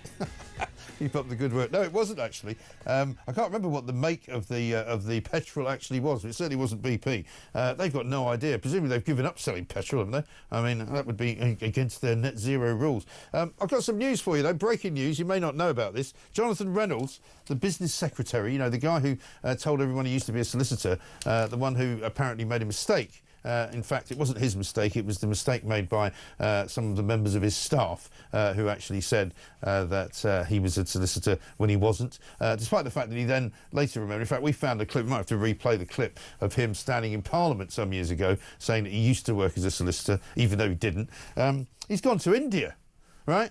I mean, this is in the wake of Keir Starmer having to go at Reform MPs for never being in Parliament. Well, Jonathan Reynolds, who's under a bit of fire because he is due to actually be put under pressure and probably be asked an awful lot of questions in Parliament about why he pretended to be a solicitor, which is a criminal offence. He's decided to disappear off to India. Did you say we've got the clip of him? Let's have a look. Here he is. Before the last election, I worked as a solicitor in Manchester city centre, and I would travel in to Manchester every day for what is now my constituency. I mean, you don't even have to tell that lie. Why would you? That's like me saying, you know, before I got this job, I used to be the manager of Chelsea. And I used to travel to Stamford Bridge every day, which actually was a bit more difficult than getting here to London Bridge because it's not as close to where I live. It's just not true. Why would you even say it? Well, he's gone to India and he's just put out a tweet saying thank you to a guy by the name of Piyush Goyal, who it turns out is the Union Minister of Commerce and Industry in India, MP for North Mumbai. He is, and he says, delighted to meet and welcome Jonathan Reynolds, UK Secretary of State for Business and Trade, to incredible India. Looking forward to an action-packed day of discussions. And Jonathan Reynolds says, thank you for the warm welcome. Look forward to getting down to business and working towards a trade deal that delivers for both of our economies. I've just sent him a little tweet asking him if have you told him he used to be a solicitor? I mean, you know, call me old-fashioned. Roger says, Mike, I wonder if the voters back on July the 4th realised they were voting in a human rights lawyer as Prime Minister and a totally incompetent front bench of MPs. Well, and a bunch of liars, it would turn out. Rachel Reeves, who apparently wants to pretend that she was an economist in every single job that she did. And Jonathan Reynolds, who pretended to be a solicitor. Marvellous, isn't it? Let's get a voice note from Daniel on the BBC. Hi, Mike. This is Daniel calling from Tel Aviv. I am a former BBC employee, so I'm astonished by how the BBC is handling the issue with the Gaza documentary and its connection to terrorists. I actually fully support and understand how they've handled in the past major issues like Jimmy Savile, Martin Bashir, even Hugh Edwards. But, I mean, this is a UK proscribed terrorist organisation, so I think it's crazy that it's a hill they are willing to die on. It really is extraordinary, isn't it? But the thing is, you will know, Daniel, if you work there, that they have a very, very different view of the world than an awful lot of other people do. And in fact, so much so that the BBC, I think, alone in, as we would call them, mainstream media organisations, refuse to call Hamas a terrorist organisation, which is frankly and utterly not just irresponsible, but ludicrous. Because the kind of the machinations they get through to try and avoid calling them a terrorist organisation makes them sound ridiculous. Laura Kunsberg, for example, will say things like Hamas, a proscribed terrorist organisation in many countries, including Britain. Why don't you just call them terrorists? Be a lot easier. Let's talk to James Wright, who's a farmer, because there's a story we need to ask him about. Labour apparently are going to order schools, hospitals and prisons to buy more British food by way of an olive branch to farmers angered by the inheritance tax raid. Well, it doesn't really matter much if people are buying British food if you can't afford to make it or grow it. James, very good morning to you. Good morning, Mike. Good I am actually a farmer. Yeah, well, that's what I said you were. So I managed to get that right. You're not pretending to be a farmer. You didn't. Exactly. Were you Not ever? pretending to be one. Were you ever an economist or a solicitor, though? No, unfortunately not. Or fortunately. Well, you can't sit in government then. How's it going? What's the thinking behind this plan that Labour have got to try and increase your kind of demand for your food, if you like? Well, it was in their manifesto, so we were expecting this, so it's not new news. And it's nice that they actually followed through on a commitment. But, I mean, the simple thing I'd say back to Steve Reed and Keir Starmer is that it's great you're going to get the hospitals to buy more British food, but who's going to make it? Yeah. Because if you carry on with your plans, there won't be a lot of us left. Well, that's the problem, isn't it? You can't really create demand out of nothing if you've got no supply. I mean, basic economics would tell you that. But Rachel Reeves is meant to be an economist. You think she would know that? Yeah, exactly. I mean, the family farm tax, amongst many of their other changes, is massively going to negatively affect farming. Simple matter of the fact is the return on the capital, the value of the farm is so low that even if the price were to increase a little bit from this public procurement event, it's not going to offset the family farm tax. And last week we found out that Labour are taking away the Farming Resilience Fund, which is a fund that supports farmers' transition. And we're in a period of transition. You'd think keeping that money supporting farmers' mental health would be top of their priority, but clearly not. No. And so, I mean, according to the piece I'm reading in the Telegraph, it says that the move will be seen as a major peace offering to farmers. Are you seeing it as a major peace offering to farmers? Well, they want to talk about the new deal for farming. It's what Steve Reed mentioned at the beginning of January. But there is no new deal until they've sorted out the old one. You've seen yourself the strength of feeling from farmers up in London. We like our countryside. We don't want to have to come to London. And this new deal is no deal until they've sorted out the old one. I mean, Rachel Reeves' team met with the National Farmers Union last week. They presented a plan that would actually generate more money for the Treasury, would protect family farms.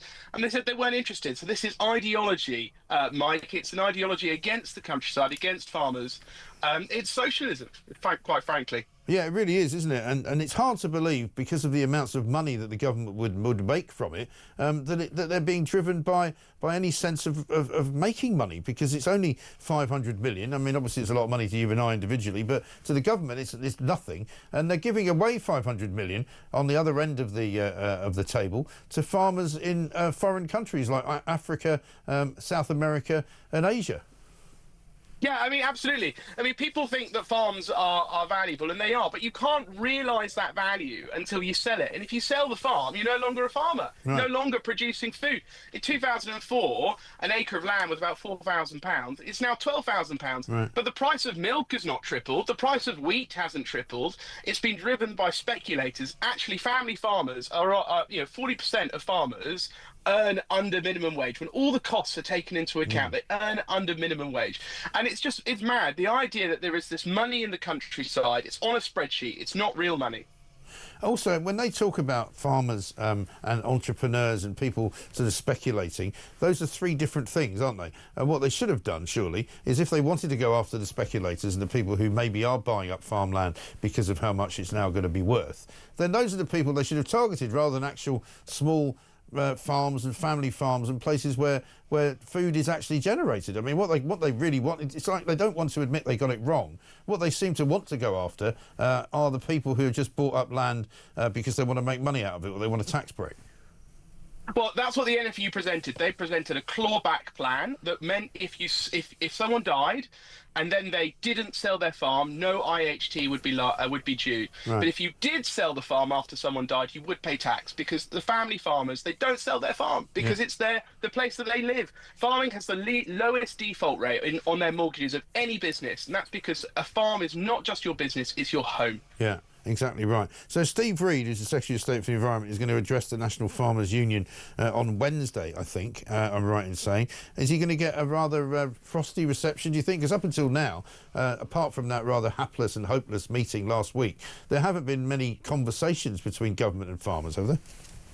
Oh, no, Steve Reed's visited one farm since he was elected in July. Yeah. I don't know if the boots that he was wearing he bought himself or Lord Ali bought them for him. I think we know the answer to that. Well, I think we do. And, you know, it's important that whatever happens tomorrow, whatever happens going forward, it's peaceful. But Labour ministers are not welcome in the countryside. Countryside Alliance has made it clear until they sort out the family farm tax, they are not welcome. And I'm sure he will get a frosty reception at the event tomorrow. Yeah. I mean, what is it going to take, though, for them to actually see sense on this? Because we've now been going for, what, 8 months? You know, perhaps it wasn't a surprise. It maybe should have been a surprise that Keir Starmer lied to the National Farmers Union in December of the year before last, when he went to their conference and actually promised that they would not impose an inheritance tax, and then did it anyway. I mean, what chance is there of them reversing this, do you think? Well, I mean, Keir Starmer doubled down, didn't he, a few weeks ago, to say that farmers were to blame for the country's woes. But the reality is that there are farmers who will be thinking about their future. Because this tax is a cliff edge, you pay no inheritance tax before April next year, right, and then you pay 20% thereafter. That was going to give a difficult choice. If you're an elderly farmer in not great health, you might decide to do something disastrous. So we hope that doesn't happen, but that's going to send a strong message to Keir Starmer if it does. Yeah. There's then also the fact that once food production starts to drop, we might see food price start to increase. We might see empty shelves. That's going to send another message to Keir Starmer. But the people who have the power to change this are the 100 or so Labour MPs elected in rural seats for the first times.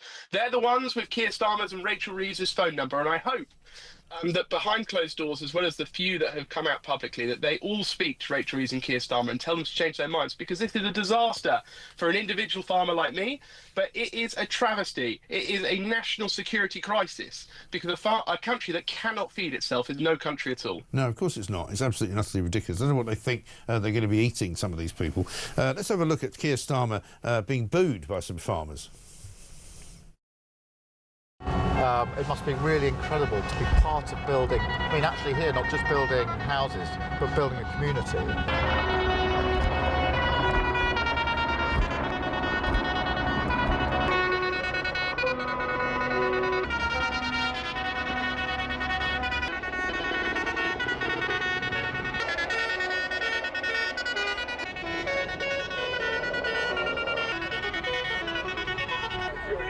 Just talk to us! Talk to us! Just talk to us! There he is, running away, as he always does. I mean, his planning team can't be up to much, can they? Because, I mean, everywhere he goes, there's somebody to demonstrate against him. And they're, with some rather, what you might call, creative horn-blowing there, the tractors and the farmers. Also just saying, just talk to us. He jumps in his Range Rover and drives away. Doesn't want to talk to you.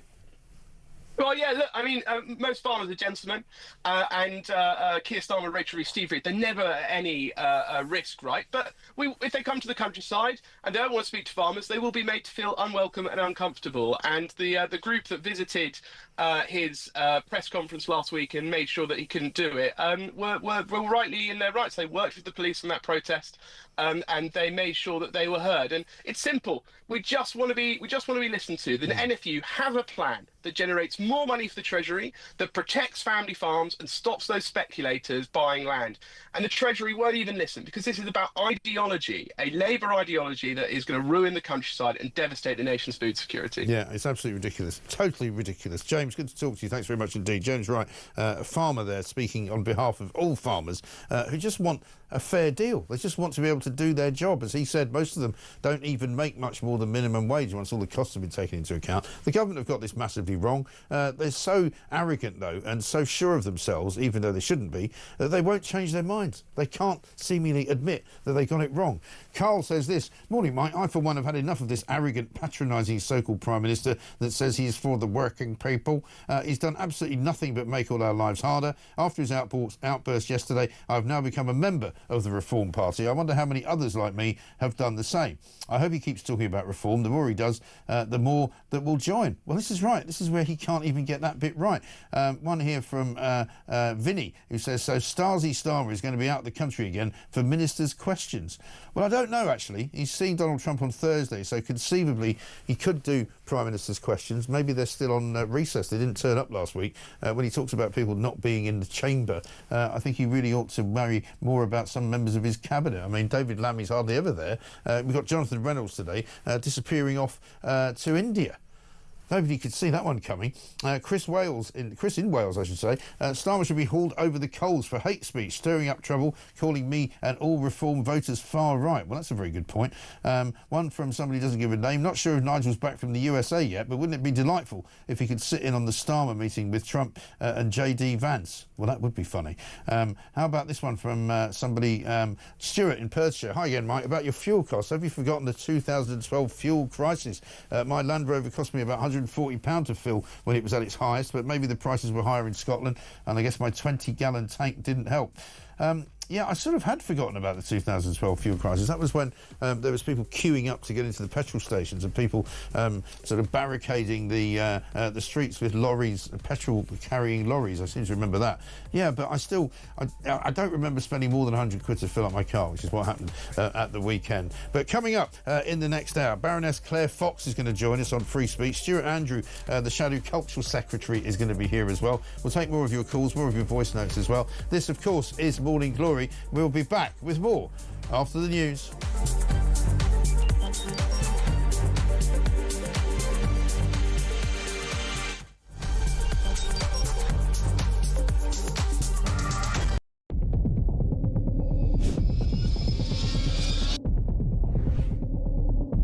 I spoke with His Majesty the King to request the dissolution of Parliament, and we will have a general election on the 4th of July.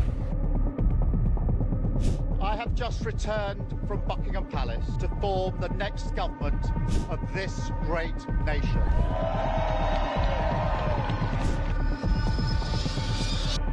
Take a look at what happened.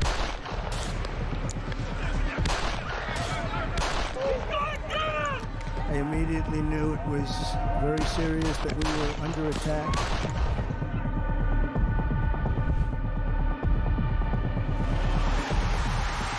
Time has come, and this surely is England's time. Williams, who scores, and Spain lead. The shot from distance is in. It is Cole Palmer. Low ball in, or far ball, slides it in. An absolute killer of a goal. I agree with the protest, but I don't think the violence was anywhere near necessary. No, I mean, I don't think anyone, Nigel, would ever think that the violence was the answer at all.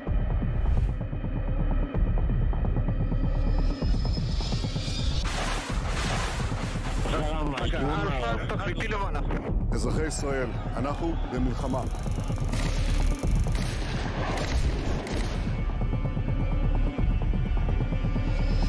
I probably took a bullet to the head because of the things that they say about me. If Donald Trump were president, Putin would be sitting in Kyiv right now. In Springfield, they're eating the dogs, the people that came in, they're eating the cats.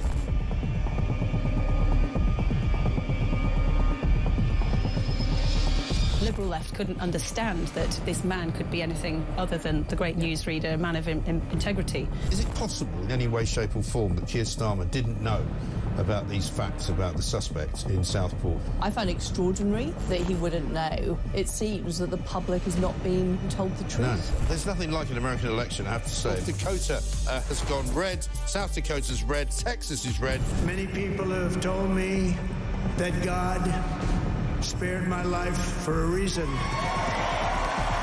Bloomberg UK reporting Ukraine has made the first long-range missile strike inside of Russia. Across across the UK. On DAB+, on your smart speaker, on your smart TV, and on your side. This is Talk.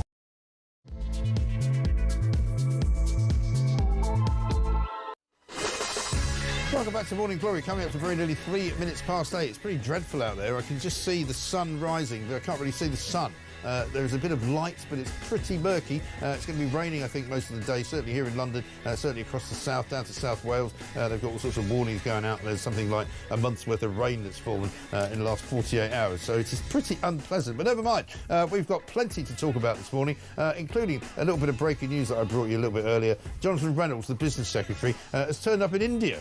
I don't know whether he's on the run. I don't know whether he's trying to escape from being asked the difficult questions about why he pretended to be a solicitor for so many years when in fact he wasn't. But he still appears to be in the cabinet. Keir Starmer's going off to see Donald Trump this week after Emmanuel Macron's already seen him, after the Prime Minister of Poland's already seen him, and after Giorgia Meloni has already seen him. So he's going to be fourth in line as the fourth European leader to sit down with Donald Trump. He's obviously going to try and make him understand that he needs to do what we think he should do over Ukraine. Not sure he's going to listen. Not sure Donald Trump cares. Meanwhile, we've got a new right-wing government in Germany. Centre right-wing is what we're calling it, not the AfD, who also did very, very well. They're the second biggest party now in Germany. So a fifth of people in Germany voted basically for what is being called a far-right party. I don't like calling them far-right. You may take a different view. Baroness Claire Fox is going to be with us very shortly. We can ask her. But there's no question it was the immigration election. And after all of the Islamist attacks that have happened in Germany, an awful lot of people, particularly young people, have decided to vote against the left-wing government that was all pro-immigration and all pro-net zero. Those are the two hills that they have died on, I'm afraid, and it now looks as though Germany is shifting quite substantially to the right. So we'll talk about that coming up in this hour. Also, we'll be talking to Shadow Culture Secretary Stuart Andrew and Sun political editor Harry Cole, who says it will be less like Love Actually when Keir Starmer goes to the White House and more like something very, very different indeed. 0344 499 1000 is the number. You can send us a voice note. If you've forgotten how to do it, here's how. Morning, Mike. I'm just listening in despair. Steve from Barnsley. Oh, that was a short montage. Sorry, I wasn't ready for that. Anyway, here we are. I don't know if you can call it a montage, only two. Anyway, never mind. It's 8:05. This is Morning Glory. Let's get it on.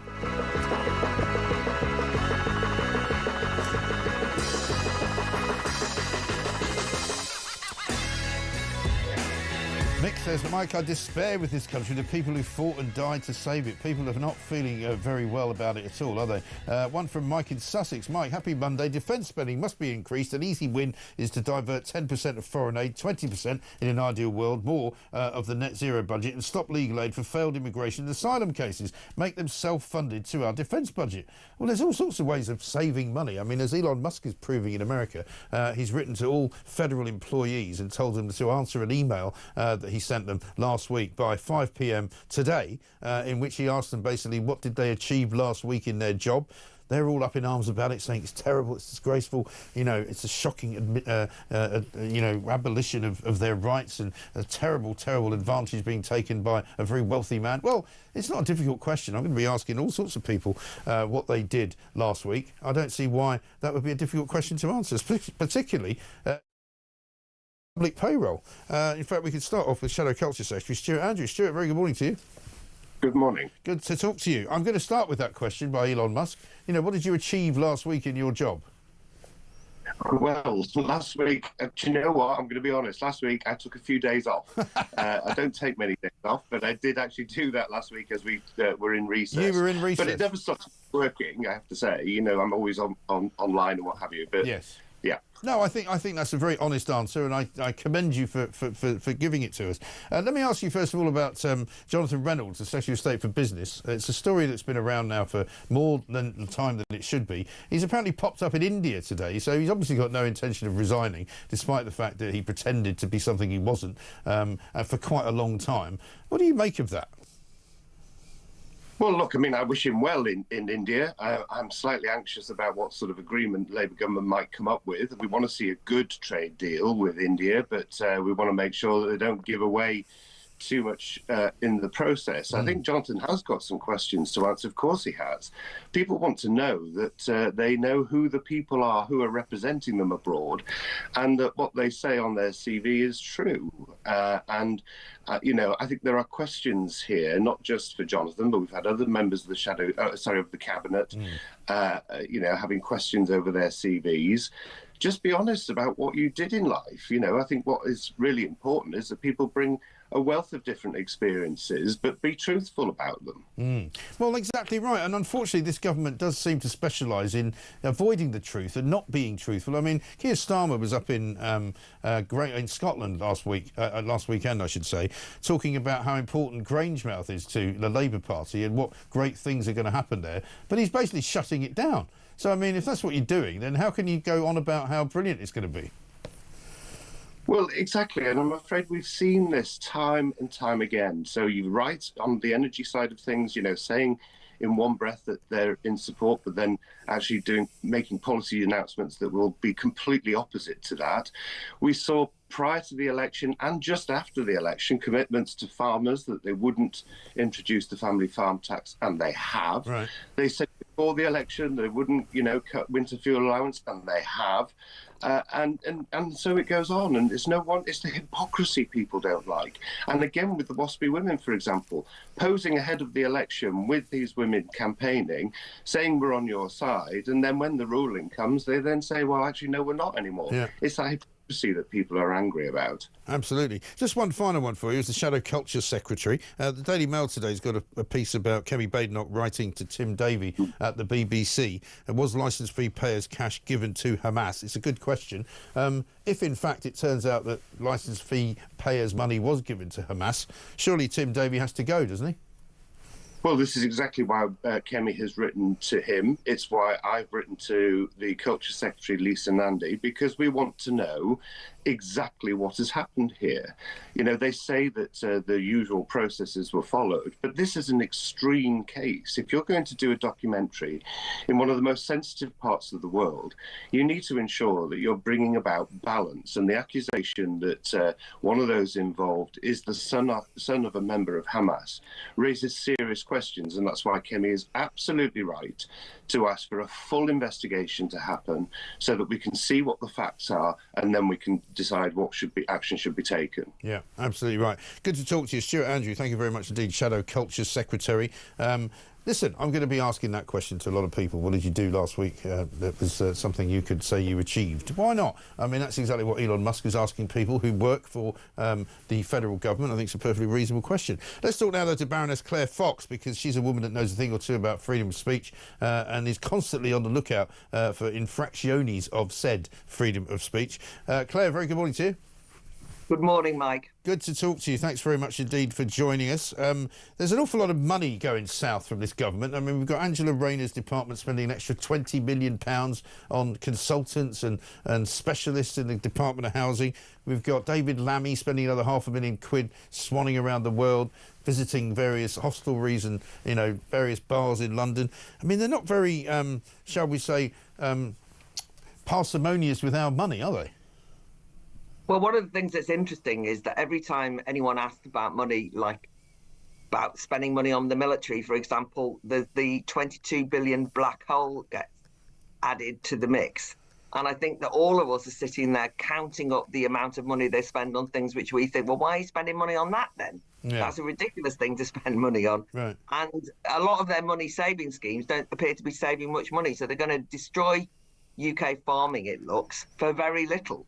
Well, you know, the winter fuel allowance, they're not even going to get much money out of it. So I think that we don't really believe that they're quite on top of their finances in the way that they make out. And we know it's difficult economically, but I'm not convinced that the choices and priorities they're making are ones that the nation would make. That's the thing. And all of the monies that they're trying to raise from these various endeavours, like the inheritance tax from farmers, isn't much. It's going to be matched by £500 million that they're going to give away to foreign farmers for net zero compliance. They've also got a similar problem with VAT on private schools because they're not really making any money out of that, and the actual additional cost to the state school system is actually worse. So that's kind of a net loss, really. So all of these attempts to sort of empty people's pockets and put national insurance up and all the rest of it, I mean, it's all having a negative effect rather than a positive one.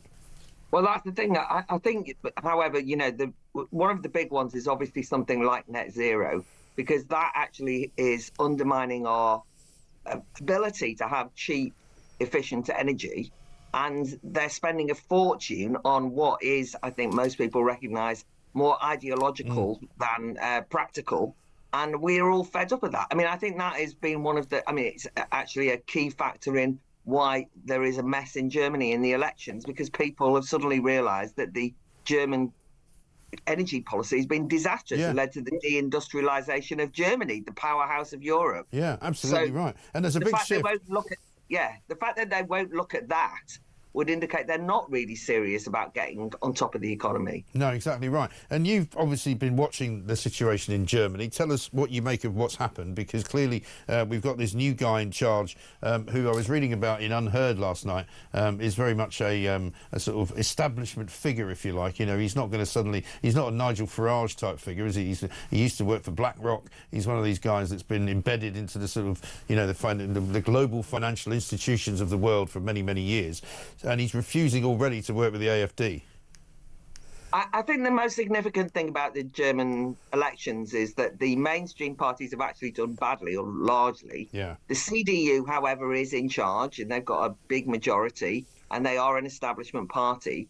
But of course, the will of the people is slightly thwarted by the fact that you've already said it on the programme. A fifth of the electorate voted for the AfD, which is an enormous, massive leap from where they were a new party. It would be like Reform coming in second, or, you know, it's a big deal. And the mainstream party just said they won't work with them. Right. And they've put around this firewall around them and said, you know, it doesn't matter how many votes they've got, we're not having anything to do with them, which effectively disenfranchises a huge number of voters in Germany. And an awful lot of younger voters as well who voted for them, right? Yeah, I mean, it's across the board, but it is notable support amongst the young for AfD. Yeah. I mean, AfD, let me just clarify, AfD is a bit of a mixed bag, to say the least. And if you were to examine the party, there are some very dodgy elements in there, no doubt about it. However, the reason why people voted for AfD is the same as that in many populist uprisings everywhere, which is concern about unvetted migrants, the rise of Islamism, the problems of migration, and in fact the net zero question, and people feeling that they want a new kind of politics. And so for them to just reject that out of hand means that there's going to be instability in Germany no matter what.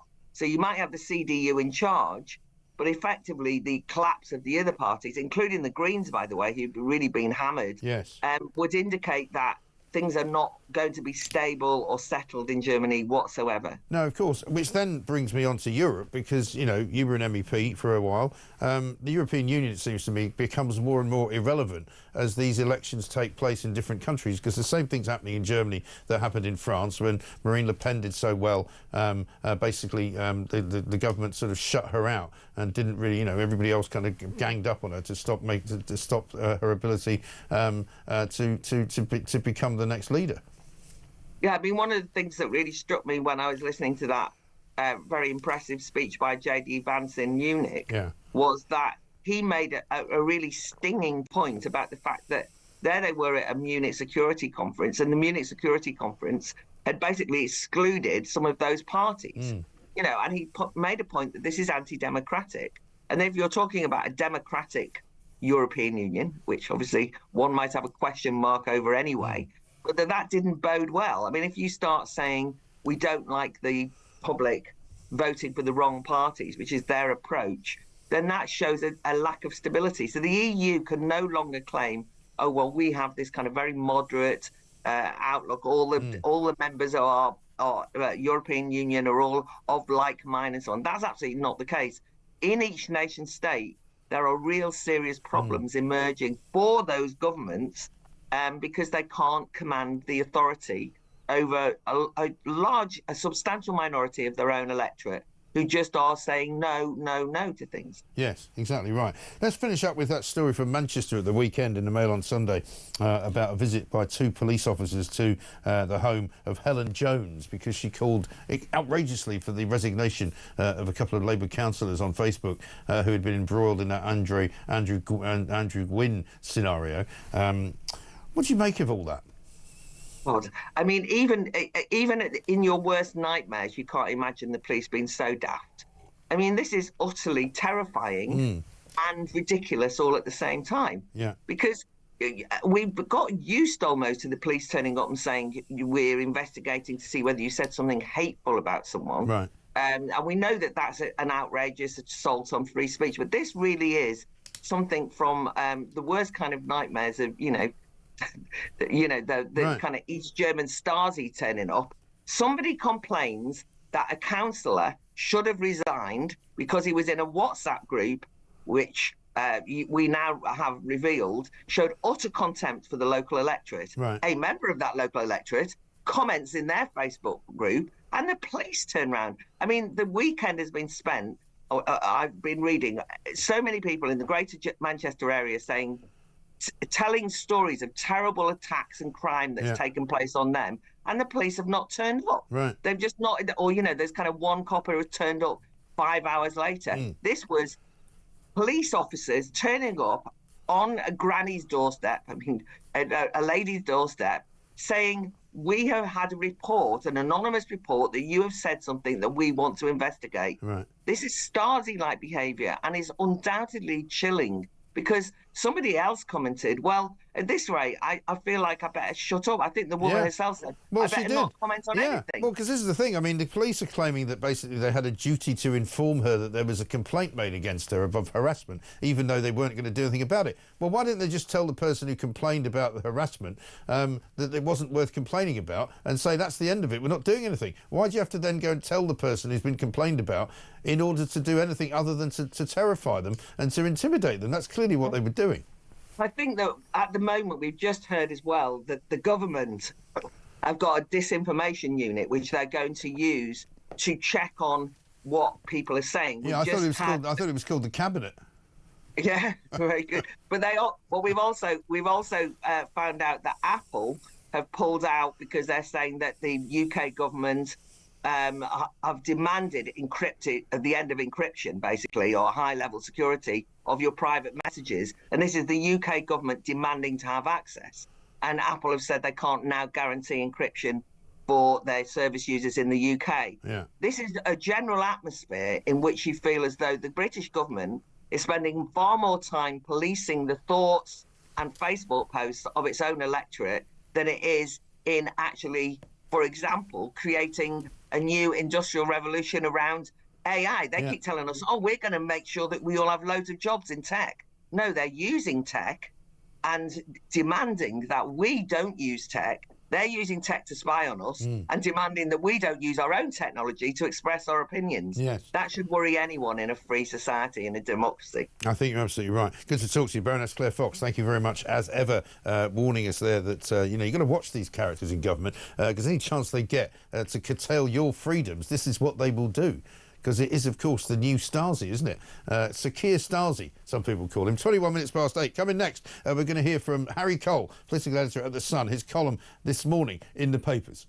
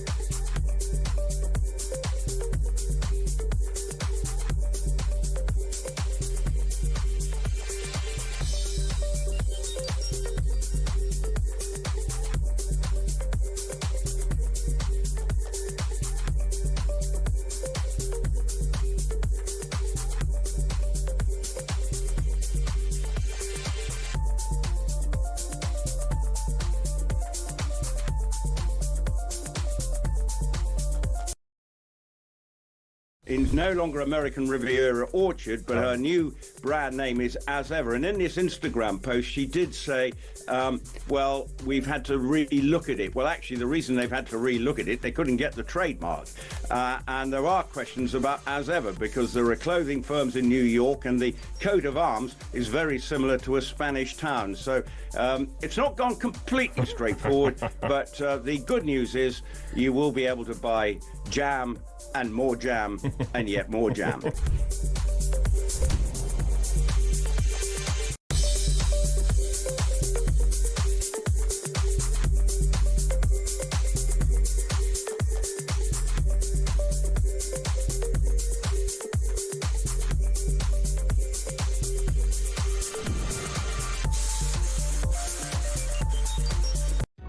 Across the UK, on DAB+, on your smart speaker, on your smart TV, and on your side.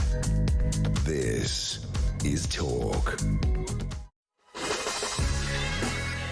Welcome back to Morning Glory, 23 minutes past 8. Morning, Mike. Great show as usual. Don't know if you remember Mr. Ben, which was a brilliant children's 70s TV show where Mr. Ben magically assumed different occupations. Today's episode stars Jonathan Reynolds MP as Mr. Ben, who will be pretending to be a solicitor. Tomorrow, Keith Starmer MP will star as Mr. Ben pretending to be a Prime Minister. Next week, Mr. Ben will tick the DEI box and become a woman. He will be known as Rachel and be pretending to be an economist. Good old Mr. Ben, says Mandy from Worcester. Well, Mandy, your joke is actually rather more serious than you think, because Jonathan Reynolds is in fact in India.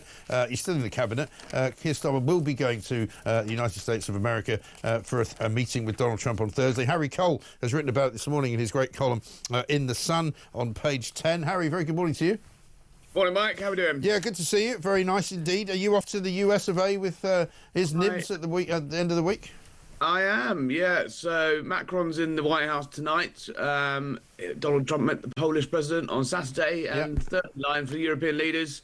Keir Starmer will be there on Thursday, and look, I mean, the stakes couldn't really be higher for him. This is sort of what we bandy around phrases like make or break meeting, crunch summit, and the like, probably more than their fair share. But you know, this one's serious. I mean, it is 3 years to the day, isn't it? Today that the Russia invaded Ukraine. There's still an awful lot we don't know about what the negotiation process is at the moment. But it seems as though we've moved from Zelensky's not involved to at least Zelensky now being spoken to by somebody. You know, he's offered to resign if it means a peace deal can be made. He wants Ukraine to be allowed into NATO. I mean, what line do you think Starmer's going to be going for here? Well, it's going to be a tightrope for him because obviously, look, we've seen the notoriously thin-skinned president, when he is criticised, sort of hits back. Doubles down and goes even further, as Zelensky found out last week when he ended up being called a dictator completely incorrectly for suggesting that, you know, Trump lives in a disinformation warp or whatever the exact phrase was. So I don't think we're going to be seeing Starmer trying to antagonise the president, but, you know, Britain's position is very clear that, you know, Ukraine needs to negotiate, yes, for peace. Everyone wants peace, but peace has to come through strength. And so, look, there is still aid flowing to Ukraine. They've got enough, I think, resources and funds and weapons to keep fighting to the summer. The problem is does anyone really think this negotiation is going to be done by the summer? So I think it's basically keeping Trump in a position to not completely pull the plug before, you know, it will take years for Europe to be able to step up in terms of defence spending, in terms to fill that gap. What happens at the end of the end of this year? And the weapons the missiles and aid and military support that the Ukrainians are getting does dry up. That was to be the moment of maximum danger there. But at the same time, can Putin really sustain his economy on the footing it is now for another year's worth of fighting? Russian watchers say not. So I think it's basically keeping the situation alive without immediately rolling over, and it's appearing, as Donald Trump has in the last 10 days, to be more willing to sort of treat Ukraine and Russia as equal partners in this than one who was invaded and one who was the aggressor. Yeah. And I mean, I guess, as I say, it looks as though things have moved on from where they were last week. Now, the Germans are going to have a new chancellor as well. It's going to be more right-leaning. I was reading this morning that it's likely that he will want to increase spending on defence as well, which has always been a bit of an interesting conversation in Germany. But, you know, is that going to change the dynamic, do you think? Well, some of the first comments that the potential new German chancellor made was basically declaring Germany free of independence from America and saying that we need to perhaps even replace NATO with a European defence force. I mean, this stuff is pie in the sky, given that NATO has been the bulwark of European defence for 70 years. Trying to create a sort of bureaucratic, mythical EU defence force in a matter of months is just gibberish. Yeah. So some slightly worrying comments from the Germans there. Perhaps some sort of election night bluster, but if that's really where the powerhouse, well, once powerhouse, declining powerhouse now of the EU, is. It is very worrying. President Macron appears to be slightly more trying to play through the old systems of keeping NATO together. There's a big old summit this morning that Zelensky's hosting online with lots of world leaders in a couple of, well, any minute now, actually.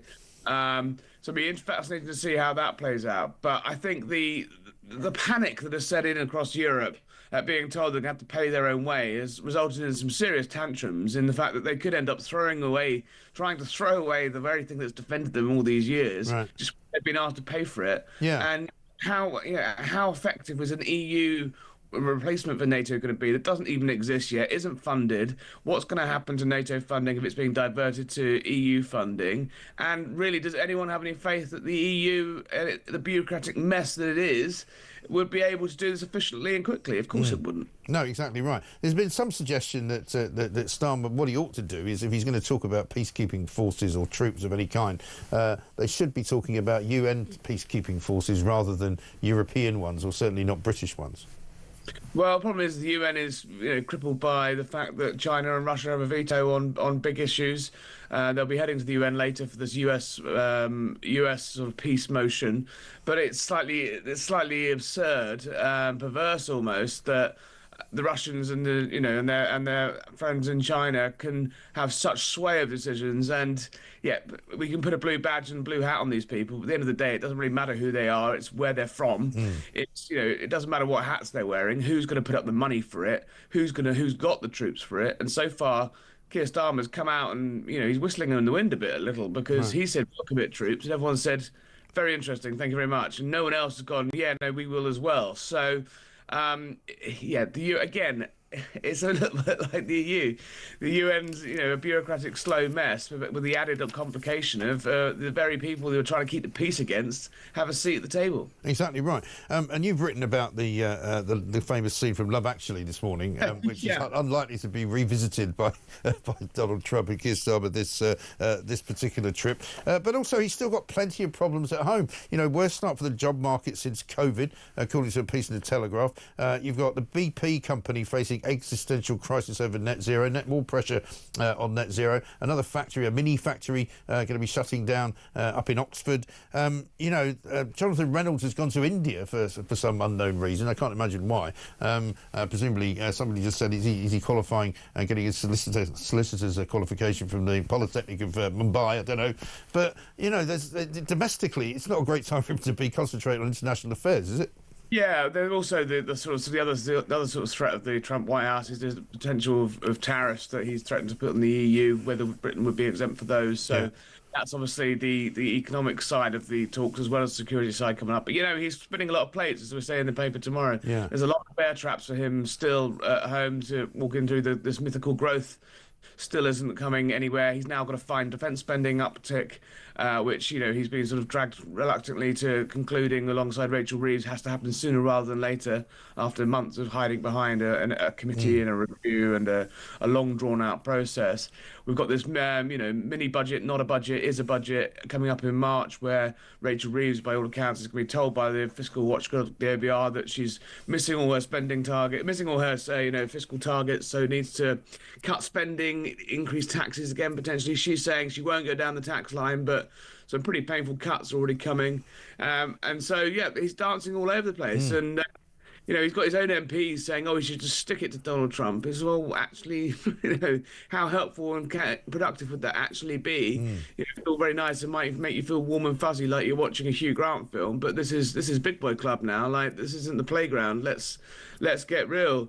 And then also having a look tomorrow at this sort of ongoing row that he's having already annoyed the farmers, the pensioners, business people, employers, it looks like Starmer's picking a very, very dangerous fight, actually, with the lovies. Yeah. Now, I don't necessarily always agree with actors and actresses and film directors and novelists and the like when they start to bang their drums, because it normally means they want to ban something, or we should be nicer to Hamas, something like that. But actually, they've got a point on this one, and it's the fact that Keir Starmer appears to be willing to change British copyright law to help big tech. You know, these firms, these AI firms that are basically scraping 10,000 years of human knowledge to create this, these sort of chat GPTs, these Groks, these platforms that, artificial intelligence platforms that rely on the fact they need to basically rip off everyone else's work in order to function. And so lots of people are finally now saying, well, hold on, you grifting billionaires in Silicon Valley, how come you're making billions out of all of these AI tools that rely on hard work that we're not being paid? And so for once, I think the Lovey's got a point, and it's a dangerous enemy for Keir Starmer to make, because they're meant to be his people. Well, they certainly are. I mean, interesting that you mentioned that, because a story around this morning saying actually demand for software developers who created these AI bots has slumped ever since they were created, because basically the AI bots are doing the jobs that they made them do. So something like 45,000 software engineering jobs have disappeared completely in Britain because they're all being done by AI.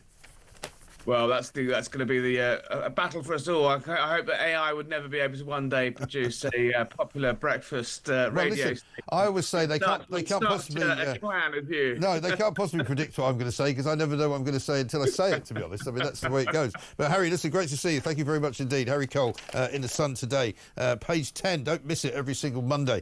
He's writing about what is going on at the centre of Downing Street, because he absolutely knows what it is. We'll be coming back to you with Mark Francois. He, of course, is the Shadow Defence Minister. He'll have plenty to say about how much money we should be spending on our defence budget right now. Let's get a voice note from Anne in Surrey. Morning, Mike. Anna, Surrey. I suggest that, well, I'm going to, in a minute, put a post on Facebook. It basically says, you don't need to check my messages. Here it is for you and all to see. If you don't like it, send the police. I really don't care. Everyone really needs to double down on this now. Get your posts up there. Get your posts out there.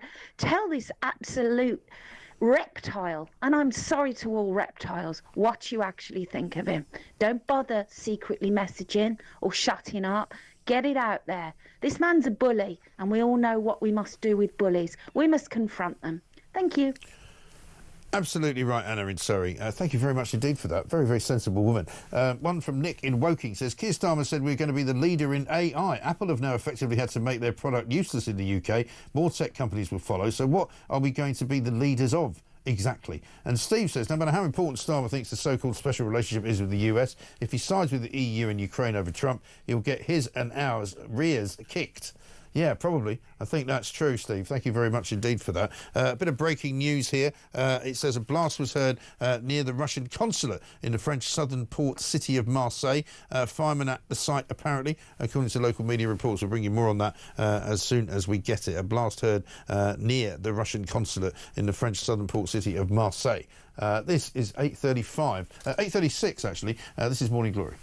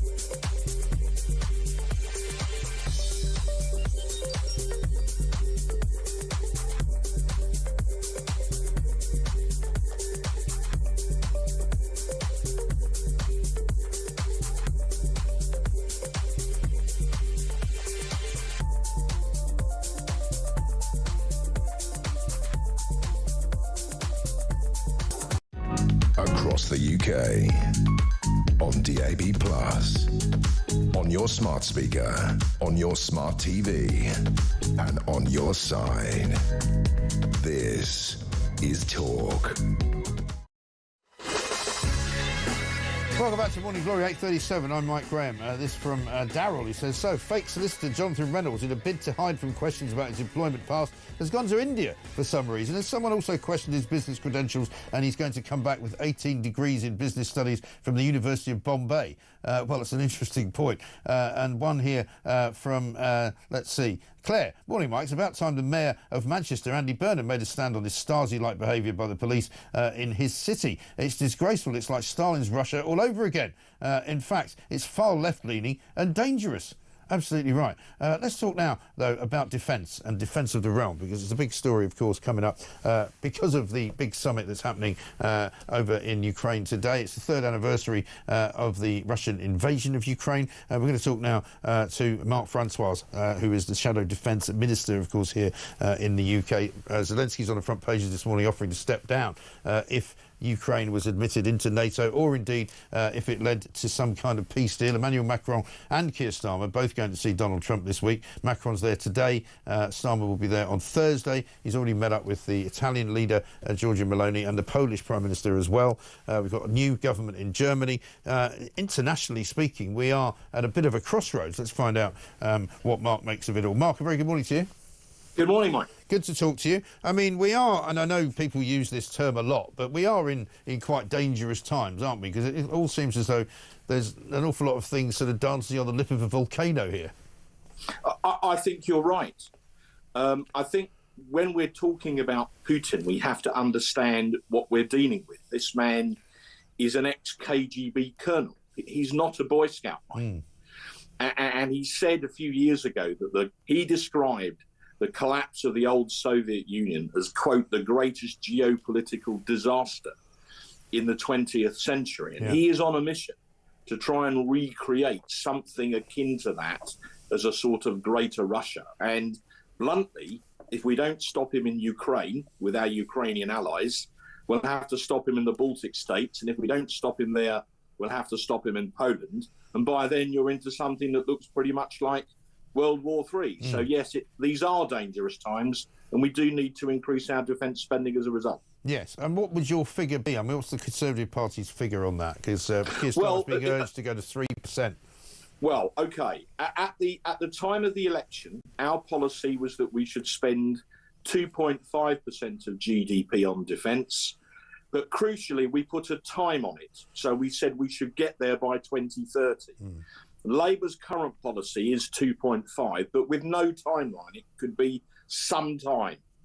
And until you put a timing on it, you can't draw the line, you can't do a graph, you don't actually know how much money you've got to spend. So that's why we've been pressing Labour so hard to publish the Strategic Defence Review, which they've been doing for months now, and to put a timeline. Just so your viewers and listeners know, the review team, led by Lord Robertson, former Secretary of NATO, highly respected, they put their review conclusions into Number 10 before Christmas. So they've been sitting on them for months. It's gone through 4 different drafts, apparently, because Starmer wouldn't pay for what they recommended. And we're now urging them, in advance of Starmer going to see President Trump on Thursday, to publish that review and to tell us when they're going to spend that money. Yes, because clearly one of the big questions that emerges then from that is, what do you spend that money on?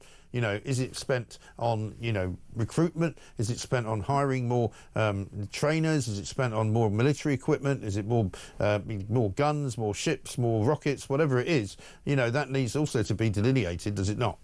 It does. Well, one of the first things we have to do, and that's why we announced this increase in defence spending, and the difference between 2.3 and 2.5, it's about $6 billion a year more. But that means each year on year, if you're with me. Yeah.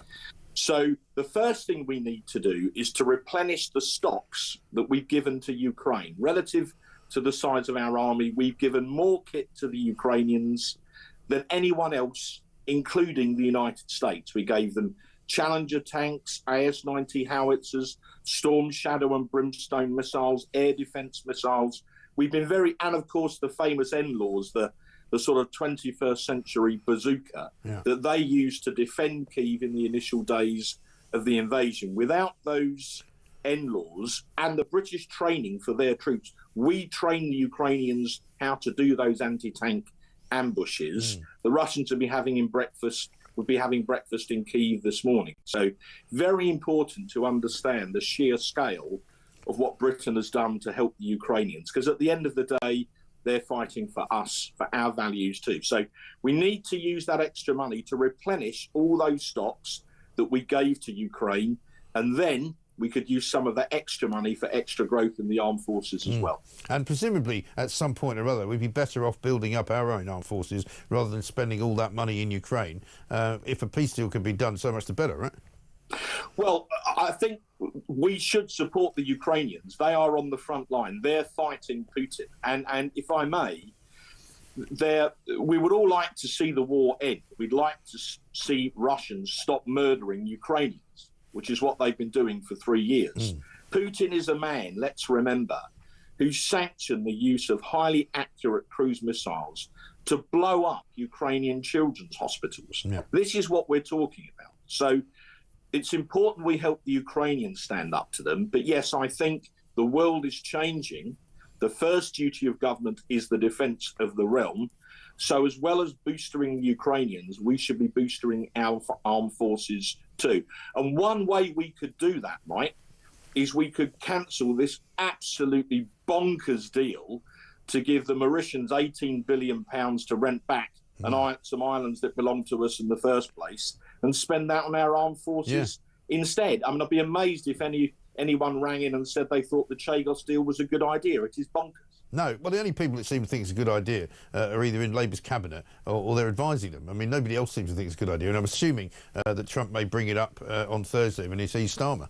Well, we're hoping that Trump will put him out of his misery. I mean, if you think about it, it's a bit like paying Argentina £18 billion to rent back the Falkland Islands. You know, in principle, it's much the same. That is bonkers, and this is bonkers too. So we are hoping that one thing that will come out of the Love Actually moment is that actually Trump will do a reverse Love Actually, and he'll tell the Prime Minister to drop the Chagos deal. And then we could spend that money on our armed forces instead.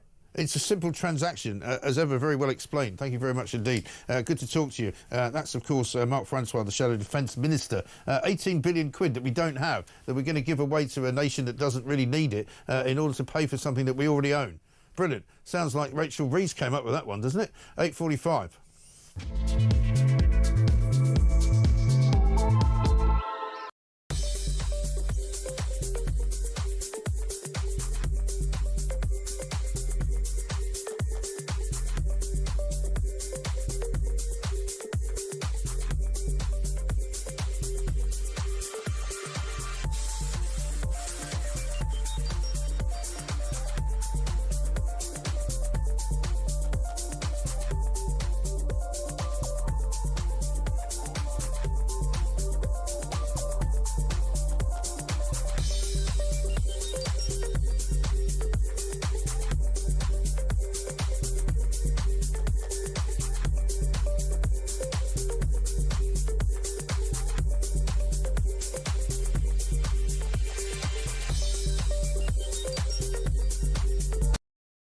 It's no longer American Riviera Orchard, but her new brand name is As Ever. And in this Instagram post, she did say, well, we've had to really look at it. Well, actually, the reason they've had to re-look at it, they couldn't get the trademark. And there are questions about As Ever, because there are clothing firms in New York, and the coat of arms is very similar to a Spanish town. So it's not gone completely straightforward, but the good news is you will be able to buy jam and more jam and yet more jam.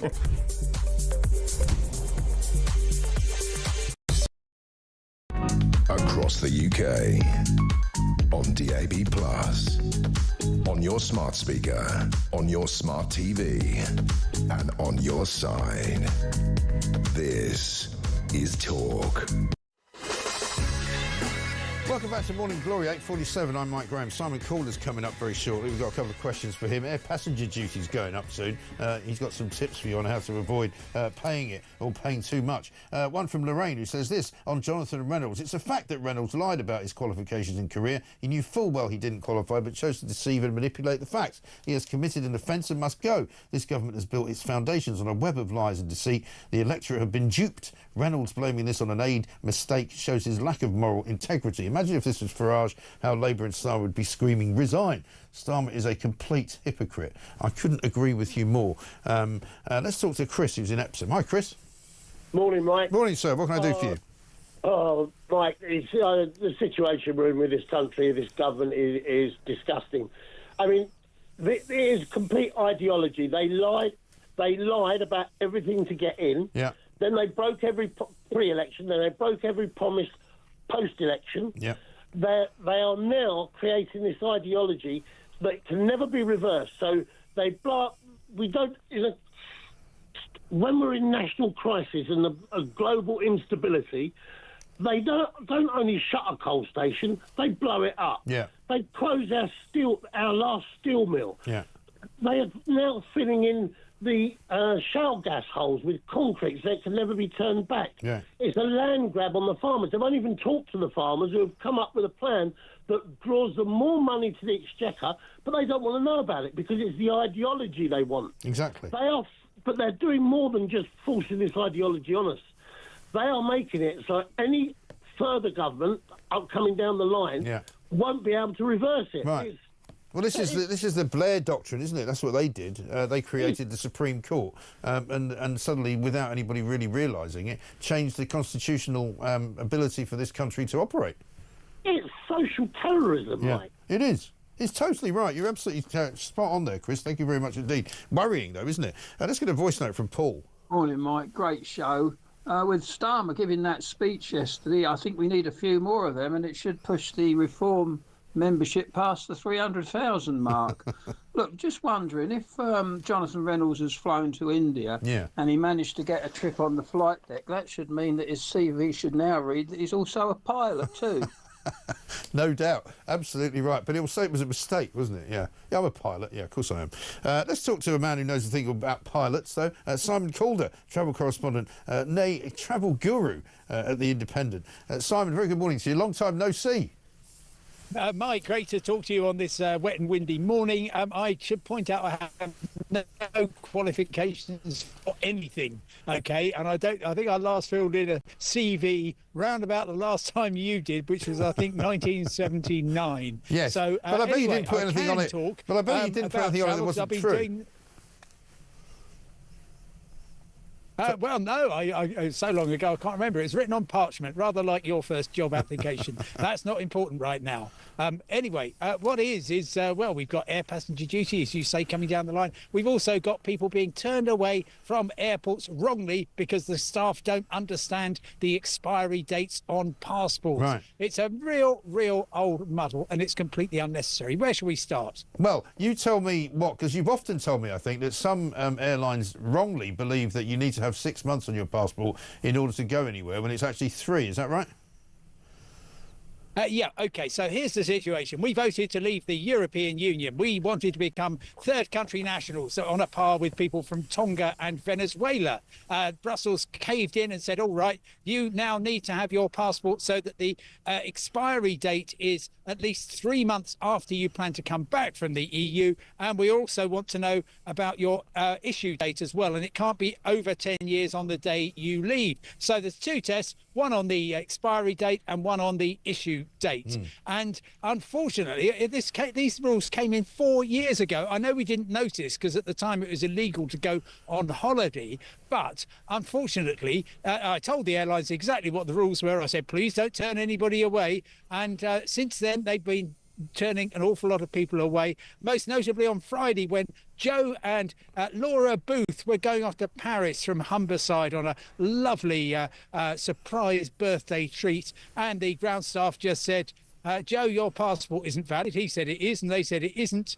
And that was that, even though it was perfectly valid. I've seen it. And then also on the same day, Caroline Wright and her husband were off to a surprise birthday weekend in Copenhagen from Gatwick, and the Norwegian ground staff representative said, your passport isn't valid and you're not getting on the flight. And by the way, I'm turning away 6 people a day because of this. And again, she had the rules wrong. It's an absolute scandal.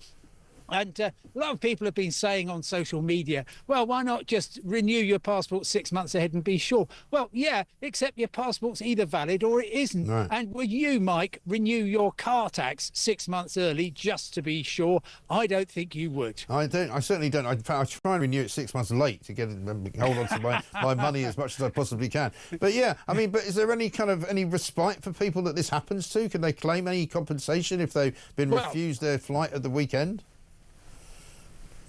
Oh, yeah. So you get standard denied boarding compensation. But on top of that, you also should be able to claim back the extra costs. In the case of Joe and Laura Booth, it's getting close to £3,000. However, the main problem is that people, this is happening to people who are contacting me, and I can obviously sort it out for them.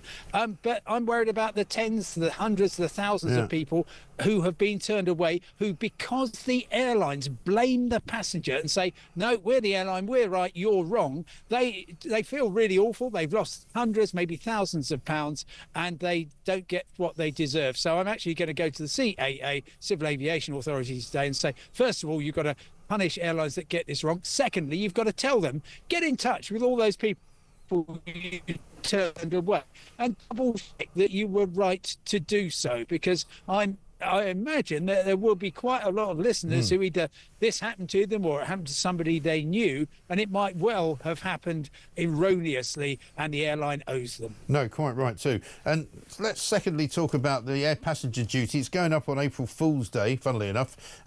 What does that mean for people's airfares, and what does it mean for those of us who want to try and avoid paying it? OK, so this is actually increases that were put in by Jeremy Hunt when he was Chancellor. Rachel Reeves, of course, could have reversed them, but chose not to. And indeed, April Fool's Day next year, she's putting on increases of her own, which will be even higher. The basic £13 for people going to Europe, which is what actually most of us pay, isn't changing. But if you are going long haul, particularly in anything other than basic economy class, then you are going to be paying, well, typically for a family of 4, getting on for £1,000 in APD. Fortunately, there's ways round this.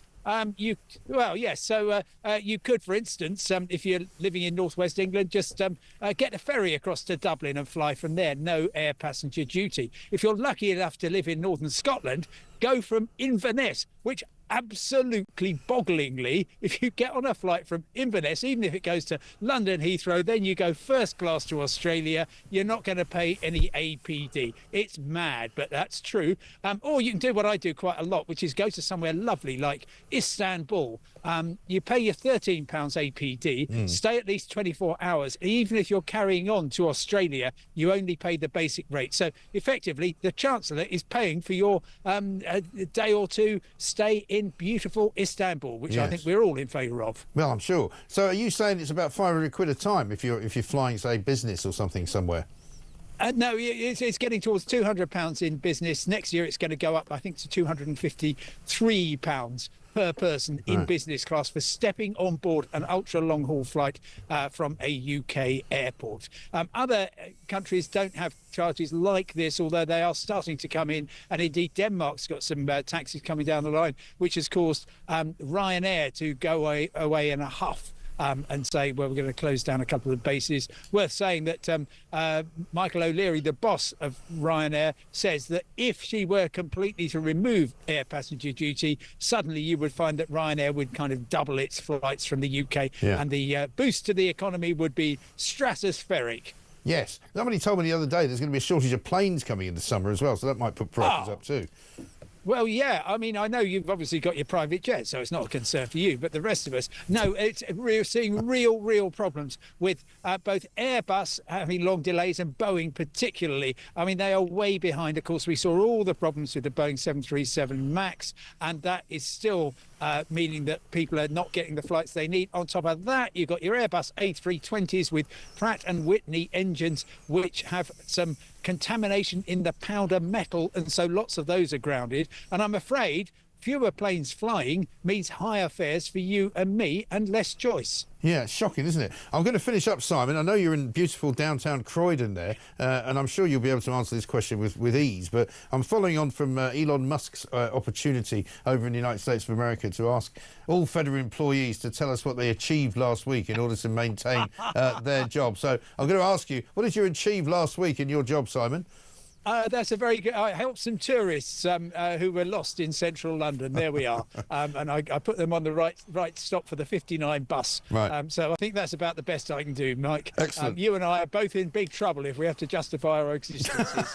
No, I know. I hope you told them to look after their phones as well while they're at it. But that's another story. Simon, great to see you. Thank you very much indeed. We'll see you again soon. Simon Calder there with some good tips on travelling around the world as we start to come out of the doldrums. Well, when I say start to come out of it, doesn't look like we're coming out of them, looking out the window. But as we start to come out of the doldrums and ease our way, hopefully, somehow, into spring. Absolutely right. That will be. Coming up in the next hour, Rupert Lowe joins us from the Reform Party. He'll have a thing or two to say about the new recruitment sergeant for Reform. That would be one Sir Keir Starmer, who keeps going on and on and on about how dangerous Reform are, so that more and more people will join them. Nick says, good morning. Love the show, love talk. I'm a new listener. Two things. My wife has early onset Alzheimer's and I pay for her private residential care. The home is putting up the monthly fee to cover the national insurance increase imposed by the Chancellor of the Exchequer. I would not mind if it went to the hard-working and loving carers, but it is going into a socialist budget to pay for who knows what. So much for looking after hard-working people. Well, exactly right, Nick. And, of course, what they'll tell you is that they're going to redistribute that money, because that's what socialists like to do, to more deserving people. And, I mean, I can't imagine more deserving people than the people who look after people in care homes, like your wife. It is absolutely extraordinary. Tracy in Worcester says, morning, Mike. Great informative show as always. I would like to point out that Keir is leading the world in AI. Absolute incompetence. What a stunning job he's doing. Keep your chin up, Mike. There are those of you who would say, probably make fun of that and say, which one of those chins are you talking about? But there we are. Tracy, thanks very much indeed for that. Coming up, as we say, Rupert Lowe's going to join us. We'll talk more about the thought police who visited that grandmother because she wanted to put down some thoughts about the resignation of a Labour councillor for doing something wrong. Absolutely terrifying stuff. Caroline Farrow is going to be here for that. This is Morning Glory. We'll be back after the news.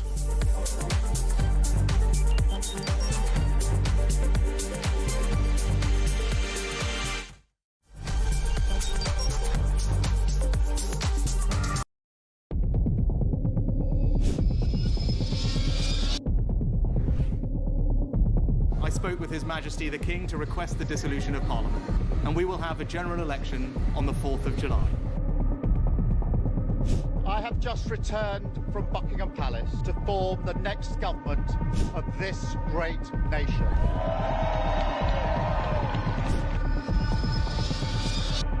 Take a look at what happened.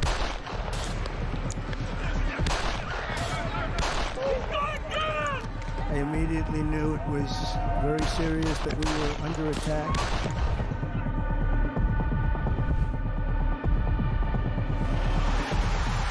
The time has come, and this surely is England's time. Williams, who scores, and Spain lead. Shot from distance is in.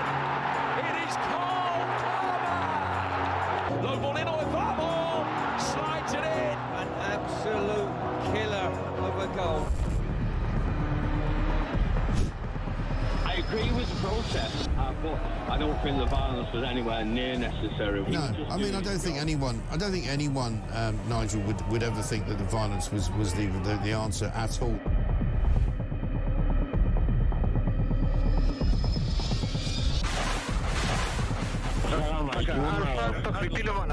אזרחי ישראל, אנחנו במלחמה.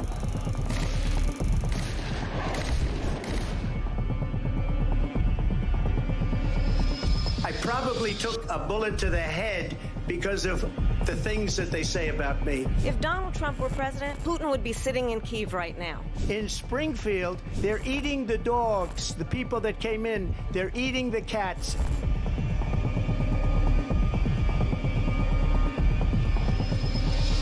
Liberal left couldn't understand that this man could be anything other than the great newsreader, a man of integrity. Is it possible in any way, shape or form that Keir Starmer didn't know about these facts about the suspect in Southport? I find it extraordinary that he wouldn't know. It seems that the public has not been told the truth. No, there's nothing like an American election, I have to say. North Dakota has gone red, South Dakota's red, Texas is red. Many people have told me that God spared my life for a reason.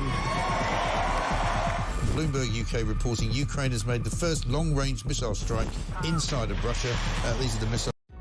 Across the UK, on DAB+, on your smart speaker, on your smart TV, and on your side. This is Talk.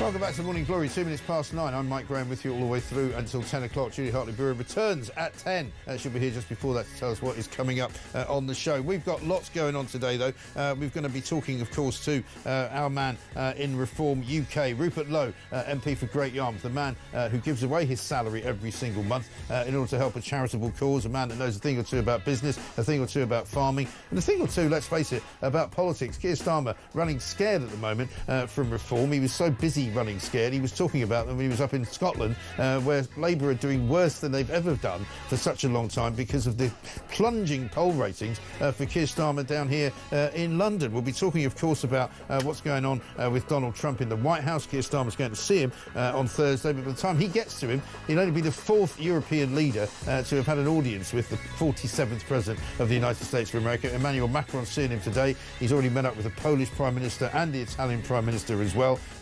Volodymyr Zelensky's offering to quit his job as Prime Minister of Ukraine if, in fact, Ukraine get into NATO, which won't happen, or indeed if there is a peace deal, which might happen. We shall see.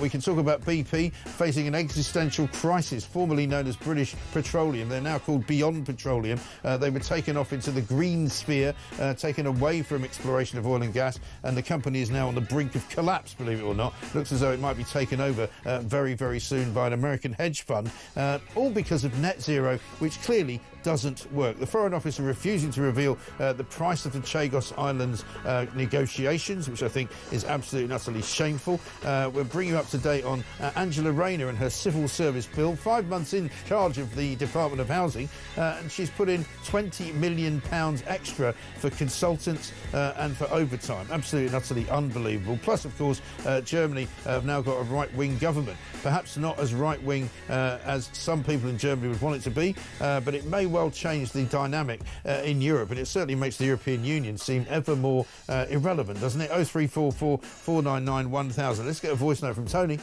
Hi, Mike. Fantastic show as usual. Tony from Bradford speaking. You know, my blood is boiling with this horrible, disgusting socialist government who nobody wanted the policies that they're pushing out now. Nobody voted for this. What are they doing? They're corrupting the country. They hate the British people. They hate the British life. They think their way is the right way. They're giving the island away for what? Follow the money. It's corrupt to the core. You've got socialist Miliband, you know, like Zero Miliband, pushing this green agenda that's going to kill the economy, kill the country. This government's like a rotten barn door. One kick, it'll all come crashing down. Absolutely right. Could not agree with you more, Tony. Great words. Thank you very much indeed. Two more stories for you. Was licence fee payers' cash given to Hamas? That's the question Kimmy Badenoch's asking the BBC. And the Sun's got an investigation on the front. Fat jabs linked to 82 deaths. Incredible stuff. This is Morning Glory. Let's get it on. Couple of ones here from Alan, who says this. Morning, Mike. It's the reason the Labour Party refusing to disclose how much is being paid for Chagos is because Pac-Man Larry has already eaten half of it. Alan in Middlesbrough, thank you very much. And Swok says this. Mike, is Reynolds in India to collect his solicitor's qualification from the correspondence course section of the Polytechnic of Mumbai? Also a very good question. Yeah, Jonathan Reynolds has disappeared off to India. I'm sure he's not running scared of being asked questions about why he pretends to be a solicitor. That would be entirely unusual, wouldn't it? Let's talk to Rupert Lowe, Reform UK MP, of course, one of the 5 great men who are consistently holding this government to account. MP for Great Yarmouth. Rupert, very good morning to you.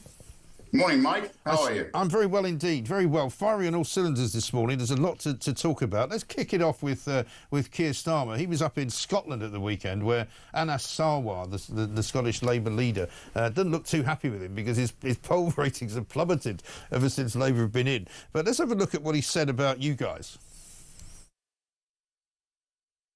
If we don't show a path to the future, others will fill that void. In fact, they already are. A dangerous right-wing politics, even here in Scotland, that will say they are the ones who can tilt politics towards the interests of working people, even as their proposals do precisely the opposite. You want to know what Farage and Reform are doing on their rare visits to Parliament? They're voting against our employment rights bill. They talk the language of workers' rights online and on the doorstep, but they voted against banning fire and rehire. They voted against scrapping exploitative zero-hour contracts. They voted against sick leave and maternity pay. And what about the NHS? They want to charge people to use our NHS. They claim to be the party of patriotism, but they're fawning over Putin. No, they are not the answer for working people in Britain. And they are not the answer for Scotland. Yeah, well, I mean, I think the people might have a difference of opinion on that one, Rupert. What do you make of it?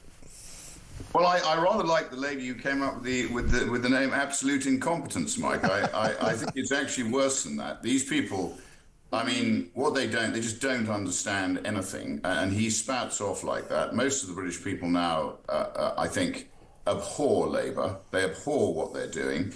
It's not about, workers' rights and everything. This country's got the most incredible workers' rights protections. In fact, employment law is now almost stopping people employing people simply because it's so complicated. It's far too weighted in favour of the employee, not the employer. And now Angela Rayner's just added another $5 billion onto British business with her Employers' Rights Act. Right. Equally, Rachel Reeves has just loaded up the private sector with huge tax increases, largely on employment. As you know, she's put up national insurance, but she's also reduced the threshold, which I don't think a lot of businesses yet understand fully, which is a straight tax on employment. So not surprisingly, you're seeing companies prepare for the tax rise, which happens in April, by cutting the number of people they employ. So I don't think these people understand anything. As you know, the 26 front-bench ministers, I think only 3 of them have got what I would describe as sketchy business experience at best. So they spout off about all these employment rights and everything else. They haven't got a clue about what's going on. Starmer then starts talking about British troops on the ground in Ukraine. The fact of the matter is, Mike, that he just doesn't understand that in the end, it's an economy that wins wars. It's an economy that keeps the country safe. And if you don't get long-term investment into your economy, and Labour are doing absolutely everything they can to stop long-term investment, to stop employment, to stop people taking risks, ultimately the economy is going to turn down, sterling is going to weaken, and we're going to be in a terrible position. So I think what people are doing is increasingly turning to reform. What we've got to do is make sure that when we win the election, which I've said consistently we will, we have to be ready. What we can't do is win the election and then let the British public down.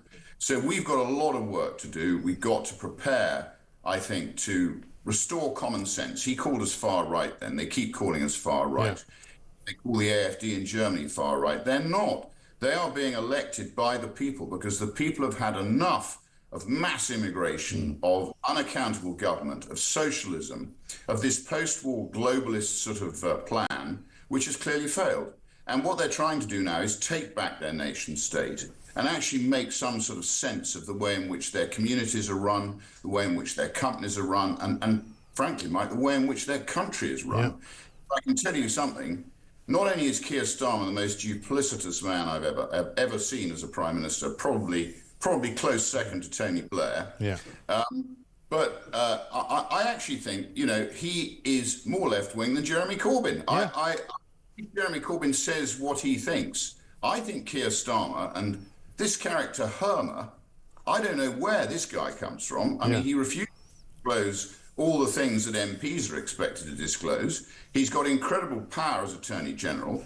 And clearly he and Starmer, two human rights lawyers, are joined at the hip. Right. And they're barreling their way into fortunes on the back of the British taxpayer. Well, they're best mates, of course. That's where he comes from, and that's what he knows. You know, they worked together years and years ago before either one of them was in politics, and they both seem to share a rather curious fascination with representing people who are enemies of Britain, who would like to see Britain destroyed, like Gerry Adams, like Shamima Begum, like a whole series of different terrorists that Herman seems to have represented, along with Starmer. Suppose how much money he's made on the back of the British taxpayer, you know, in the Mau Mau investigation where the people ended up with a very small settlement. But guess what? The human rights lawyer ended up with a very large cheque. Yeah. You know, as they say, follow the money, Mike. You know, it's not good, and it's not in the interests of Britain. So again, you know, we've got to start to see some common sense. Let's get some common sense. Let's get rid of DEI. Let's start hiring people on merit. Let's start, you know, looking after the interests of the honest, decent, tax-paying British people who ultimately are being abused. Yeah. This is what's happening. Absolutely right. Well, I mean, have a look at this if you want duplicity, right? This is Starmer again in Scotland talking about how important Grangemouth is, right? Which he's actually about to shut down. Check this out. Grangemouth is such an opportunity. It could have a future in bioengineering, biofuels, or in hydrogen energy.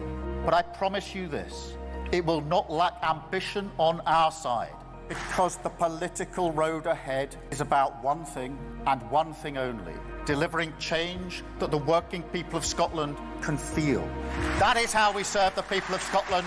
That is how we will win again in 2026 and make Anas Sarwar the First Minister of Scotland in a Britain that puts working people first. Well, I'm not sure how putting working people first involves making them out of work, because that's what he's doing. 400 people are getting sacked at Grangemouth because this government is refusing to keep it going as the only decent oil refinery that we've got. Well, Mike, Abraham Lincoln had it right, but when he said you don't make the poor richer by making the rich poorer, and that is a truism which, frankly, has been the case throughout history. And these people don't get it, but they're a danger. They're a danger to Britain, and they're not what really Britain voted for. But it had very little opportunity to vote for anybody else because, as you know, the Blues and the Reds are a uniparty, and they're both in this together. Yeah. So you've got the civil service, which is behind it, and none of them are capable of holding this malign civil service to account now. So there is a huge job to do to restore the interests of the British people to the top of the agenda. We have to restore the sovereignty of Parliament. We have to respect the fact that people elect Parliament every 5 years, and it should be Parliament that calls the shots, not unelected bureaucrats, not quangos, not the civil service. The civil service, by its name, should be serving, and the ministers should be basically deciding, having been elected by the public. So it's quite straightforward, but it's all been undermined by this Blairite legislation with Derry Irvine. You know, Gordon Brown is a big part of it. At the end of the day, they undermined our constitution and they've taken power away from Parliament. Yes. They've ignored the vote of the people in 2016. I suspect what we're seeing in Germany is to me fascinating. Yeah. You know, I've been debating with people this morning. They say, oh, the AFD haven't done very well. Well, hang on a second. The AFD have just doubled their vote in a country where, let's face it, you know, with their history, the right wing has probably a lot of fetters on it, and a lot of voters are going to think and swallow hard before they vote far right. But the fact of the matter is, they've ruled out, the CDU have ruled out now a sort of an alliance with the AFD. So they're going to do a pig deal with one of the other parties, probably the far left. And that's going to mean more of the same. And I'll tell you what, Mike, next time the AFD will win. Well, of course. Because people have had enough of mass immigration. They've had enough of net zero. They've had enough of their interests being put at the bottom of the agenda by this globalist post-war socialist plan. And now they want their countries back, they want their borders back, and they want some sort of logic back. That's what's going on here. Exactly. And I think it's the refreshing. I love it. Crucially as well, similar to your own situation here in the UK with reform, an awful lot of young people are being drawn to the AfD party, and that is very, very damaging, I would say, to the centre-right party. And Friedrich Merz, who I'm told is the first former executive of BlackRock to run a European country. So I don't think if we expect it to be in any way un-globalist, I don't think that's going to be the case. It'll be more of the same, Mike. I'm afraid it'll be a pig deal, and in the end, the AfD will win. But I think the European Union has been badly wrong-footed by what's happening in Ukraine. They haven't got a clue. Obviously, the history of Ukraine is very complex. It doesn't lend itself to a sort of soundbite on the radio, or TV. But at the end of the day, I think, Donald Trump's trying to stop war, which must be sensible. I think he was wrong to call Zelensky a dictator, although I have to point out that in Roman times, when the Senate handed over control to Sulla or Caesar, they were called a dictator until they handed power back to the Senate. Right. So maybe it is time for elections. And if Jeremy Bowen, who, as you know, trumpets Hamas every week, and now he's trumpeting all sorts of warmongering about Ukraine. Ultimately, if he's right that Zelensky has huge support, then why would he fear an election, frankly? Well, quite. Well, maybe we should leave Jeremy Bowen to explain whether or not Hamas had been taking any money from the BBC for the odd documentary here and there, but that's another story. Rupert, good to talk to you. You know my views on the BBC, Mike. Inform, educate and entertain, they don't. They're a national monopoly that needs to be defunded. Yes, I couldn't agree with you more on that one as well. Rupert, great to see you. Thank you very much indeed. Rupert Lowe there from Reform UK. Very interested in what's going on in Germany, but quite rightly saying that you absolutely ignore AfD at your peril. The fact that the new German government, which is called centre-right, wants to try and keep them out of properly being in part of a proper conservative alignment and a proper democracy and a proper, joining together of the two biggest parties in the country, then if you think that's going to make them go away, you've got, I'm afraid, another thing coming. Morning, Mike. The trouble is when they're as far left as this government, everyone else is far right. It's all a matter of perspective, says Brad in Cambridge. I couldn't agree more with that either. Coming up, Caroline Farrow's going to join us to talk about the Thought Police up in Manchester. But first, how do you fancy winning some money? It's competition time, and we're giving you a chance to win a whopping £25,000. So what do you need to do to get involved?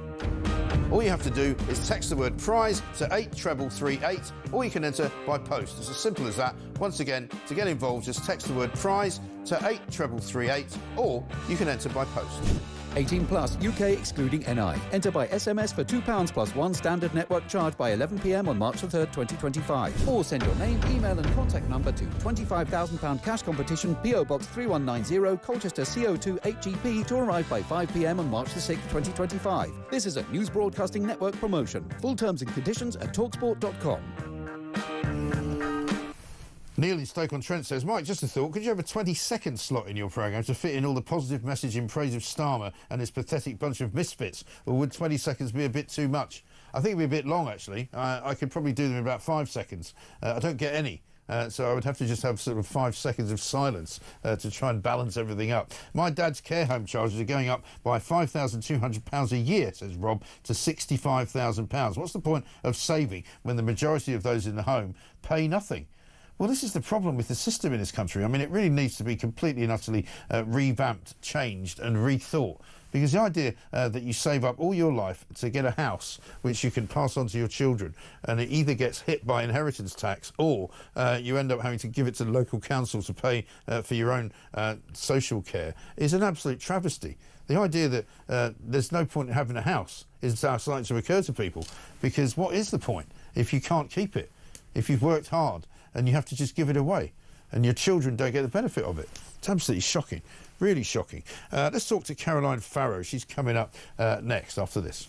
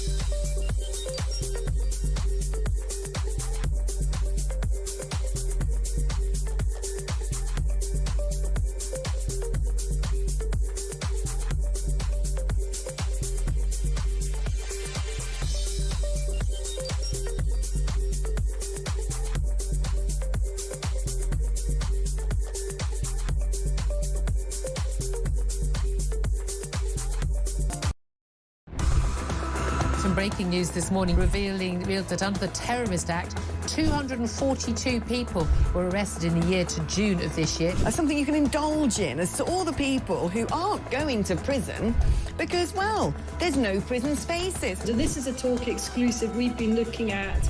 I said, you take these cuffs off me and speak to me like a human being rather than a common criminal. You're just left wondering, do these people who lead us actually hate Britain? Yeah. Do they not love our country and everything that we've stood for? Across the UK, on DAB+, on your smart speaker, on your smart TV, and on your side. This is Talk. Welcome back to Morning Glory, 22 minutes past 9. I'm Mike Graham with you all the way through until 10, of course. Julie Hartley-Brewer's back, and we will be talking to her just before the top of the hour. The rise of right-wing parties, says Rob, is wholly due to governments refusing to listen to their concerns. What has happened to democracy? Governments say they are democratic, yet refuse to be inclusive of those who disagree with them, and yet blame them when they react. Well, I think this is part of the problem. Absolutely right.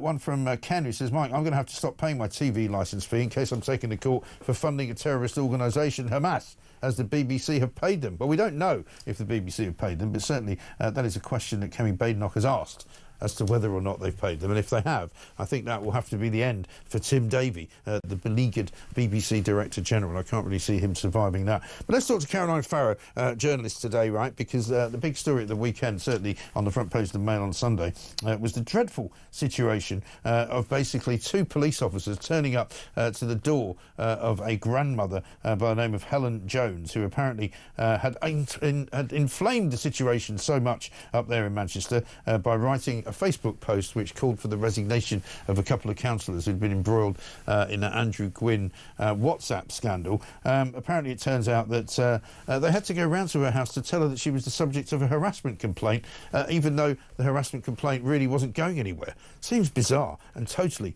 utterly mysterious and a bit sinister. Caroline, very good morning to you.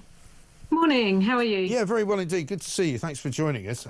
This is an extraordinary story, it seems to me, because some people are trying to justify it on the grounds that, well, you know, the police are duty-bound to tell you if you're the subject of a harassment complaint. Well, except surely in this case, they should have said to the person making the complaint, who it would appear is not unadjacent to the subject of the complaint, the councillor or a friend of his, surely they just say to him, well, sorry, this is not a complaint that we're going to pursue, and that's the end. Yes, quite. I mean, there's been a lot of cases of police overreach. And I think for me, this is one of the most chilling, because all the woman did was to post some political posts on Facebook, something that we all do, asking a Labour councillor to resign and saying something like, oh, he's not fit to look after a cat, something like, you know, something fairly, it was rude, but do you know what I mean? It was just pretty innocuous, yeah. Trenchant criticism, and as a result she gets these two plainclothes coppers turn up at her house and want to talk to her. Now, there is no, as you say, Mike, if you are reported to the police for allegedly harassing or stalking, they don't have to tell you about it, right? They can just look at the complaint, as they should have done in this case, and said, okay, this is a woman expressing her political opinions on Facebook. She's not harassing him, you know, she wasn't writing directly to him, she was just posting her opinion. She wasn't, do you know what I mean? She wasn't sort of tagging him in or bombarding him in. And she wasn't encouraging anybody to do anything to him or anything like that. No. And in fact, actually, I would go a bit further than that. I would say that politicians should have a higher bar than most of us, because actually they are our democratic elected representatives, and we do want to use our words to harm them in inverted commas. And what I mean by that is political harm. Yeah. You know, if you think a politician is useless, ineffective, and not doing a good job, you want to tell other people, you want to convince them, you want to change hearts and minds. And so this guy is obviously feeling quite threatened by the fact that, you know, he's got a local resident saying things about him that he doesn't like. So he goes to the police. Now, the only reason for the police to go around her house and speak to her is actually to get her to dial it back a bit, to say, well, you've had this this complaint, here's some advice, or perhaps you might want to consider not. And the thing is, if she'd have carried on posting, they could have said, well, we already told you he'd complained, so you knew that you were causing him alarm and distress. Yes. You know, they could use that as a basis for a course of conduct. We have to be able to politically or to criticise, verbally criticise our politicians. Absolutely right, because it seems to me that they're trying to draw a sort of, comparison between, politicians who have suffered in some way physically or have, in extreme cases, actually been killed by people who didn't agree with them, and trying to make out that, every single criticism could lead to that. It's this kind of ridiculous, cotton wooling, I call it, of society, where you're kind of saying, oh, well, you better not say that because it might lead to this. There's no reason why one thing leads to the other. It's absolutely nonsensical, and they should surely have a rule inside the police. I mean, we keep hearing that they're not supposed to be recording non-crime hate incidents. They didn't even record this as a non-crime hate incident, so why they're even doing anything about it is beyond me. Well, I think it's clear that what happened. No, it is clear. Sorry, I obviously don't want to be. This councillor sounds vexatious, so I'm trying to be careful. But I think it seems clear that the police have been given earache. Basically, they've been given earache by the councillor, and they thought the easiest thing to do was to go around this woman's house and shut her down and say this is how it's perceived. But it did not. I mean, I posted on my X feed this morning. Over the years, I have been subject to the most egregious and disgusting stalking and harassment. People have said horrible things. People have threatened to get my children taken away. People have told lies. They've said, oh, we've put in complaints to social services about Caroline. She should have her children removed. And I've taken those complaints straight to the police and said, I'm really worried about this. Obviously, this is designed to upset me, saying I'm going to try and get your children taken away because I don't agree with you. And the police haven't told the person involved. They've just filed it and said no further action, when you can see that what's being said is a damn sight worse, excuse my language. So it really is this kind of two-tier policing. But we have to, I think this is something everybody needs to push back on. We need to be able to criticise politicians. And when we look at the terrible cases of, say, Joe Cox and David Amess, well, David Amess was killed by a terrorist.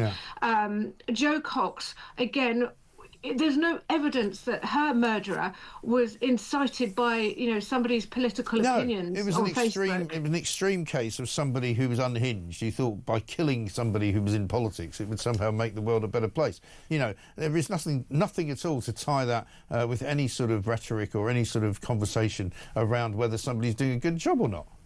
Yeah, I mean, I often, I say rude things about Keir Starmer, I say rude things about Rachel Reeves, and I say particularly rude things about Bridget Phillipson, who I think is a dreadful Secretary of State for Education. This isn't harassment. She's an elected politician making decisions that are affecting children's lives and families' lives. And whatever you think of her policies, we ought to be able to say, actually, I think, you're doing a bad job. I don't think you understand. I think you're ignoring me. I think you should resign. This is part and parcel of political discourse. I can say, Keir Starmer couldn't run a booze up in a brewery.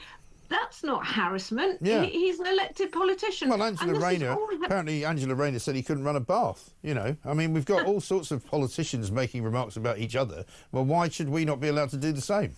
And a final thing is, as well, we see politicians laughing about the fact that Nigel Farage, whatever you think of Nigel Farage, but no politician should have a milkshake poured over them. No. So we have people laughing over the fact that Farage was assaulted by a woman with a milkshake, and I've seen lots of prominent commentators saying, oh yeah, in the UK this is how we deal with politicians, we milkshake them, which again is very dangerous, because you don't know what's in that milkshake when it gets thrown over you. So it seems to be fine to sort of encourage people to egg politicians and milkshake them, particularly if they're of the right, like Farage is. Well, actually only if they're of the right, to be honest. Well, yeah, this is it. And yet you get an innocent citizen voicing her political opinion on Facebook, and she has 2 police officers come round. And of course it was sinister. Of course it was. And of course she's going to be worried, because that was the whole aim of it. That was the whole aim, to give you advice. You know, actually the advice that they should have been given was to the councillor who'd complained, to say, look, you know, grow a thicker skin, mate. Yeah. Stop putting in vexatious complaints. This is a waste of time. Exactly, a waste of police time, which used to be an offence as far as I remember it, but there we are. Caroline, good to talk to you. Thanks very much indeed. Caroline Farrow there, a journalist and a defender of free speech, quite frankly, because we all have to be. Now, I'll tell you what, before we play you a little voice note from Elle, let me show you something which happened at the weekend, and this is, I'm afraid, what we used to call lawless Britain. This is outside Carnaby, a shop in Carnaby Street in London. You can see a man, or a youth, if you want to call him that, they've opened the doors of a police car, which is parked there, right, which apparently was left open. They've taken things out of the police car, including a police jacket, including a police hat. They've started dancing on the top of the police car. This was all part of apparently a marketing prank, which kind of went wrong. Something to do with all these young kids turning up to get a free pair of trainers. But basically, they took over Carnaby Street. God help anybody who was trying to do a bit of shopping with their families. They were shouting, "F the feds." There was hundreds of them, it seems. Dozens of them certainly involved in the activity, and finally the police turned up and issued some kind of dispersal order to get rid of them all. But it just shows you how people in general in this country, particularly young people, they're teenagers, they don't fear the police at all. They've got no worries about them at all. They've got no worries about opening the doors of a police car, stealing things from inside of it, jumping on the roof and shouting F the feds. Quite extraordinary. This is where we are in this country. But don't worry, we'll send a couple of cops round to your granny's house because she wants to get rid of 1 or 2 councillors who have misbehaved, after an MP who was involved has also already resigned. Incredible stuff. And let's get a voice note from Elle. My mum and dad bought our house 51 years ago, and they worked and scrimped and saved to pay off the mortgage while everyone else was enjoying stuff from the ice cream van and having nice treats while we were on the poverty line. When my dad died, my mum went into a care home, so all of the money from the house was taken. She was allowed to keep £12,500, but I've bought the house back and I'm now back in it. The annoying thing is now, as I'm not married, when I die, I can have my 325 grand inheritance tax and a further 175,000 if I'm passing the house on to the children, which sounds like a lot, but a 3-bedroom ex-council house here probably will be about that. And now the government is on about making it that the recipient of the inheritance tax is the one that pays the tax. So the 500,000 that I would be able to pass over, it would now be each of my children, my 2 children, will be able to claim 125,000, meaning for them to keep this house, either of them, they'd have to be taxed on the other £250,000. It's not fair. It really isn't fair. And inheritance tax, I think, is a shocking tax in any event. It should be done away with altogether, surely to heavens, because most times people are charged an inheritance tax on money that they've already paid tax on. You know, why are you getting taxed more than once? It's absolutely wrong. Simon from Essex says, every single country that takes up the net zero scam has destroyed their economy. You cannot grow an economy with expensive energy. It goes hand in hand with growth. He says, keep up the good work. And talking about consultants, and Angela Rayner spent 20 million quid in 5 months on consultants and overtime in the Department of Housing. Mike, having been a consultant, people usually buy consultants because they don't know how to do the job. So they buy in the expertise. This is a very bad sign for the government, as once in, the big consulting firms will leech cash from them. You can say that again, Ian. Every time I've ever been involved with consultants, that's all they do. And they're very good at getting their hooks into organisations, particularly government organisations, who don't know what they're doing.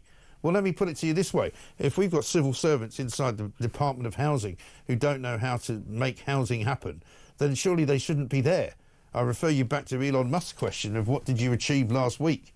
And if you achieved the square root of absolutely nothing, then I'm afraid you're out of a job. Don't bother coming back. It's as simple as that. We know already that there's a shortage. It's on the front page of the I newspaper. There's a shortage of people to work on building new houses, so the targets are already never going to be hit.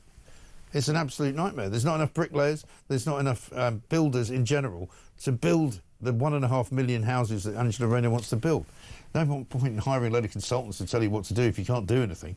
It's 9:35. We're going to speak to LaDonna Harvey coming up.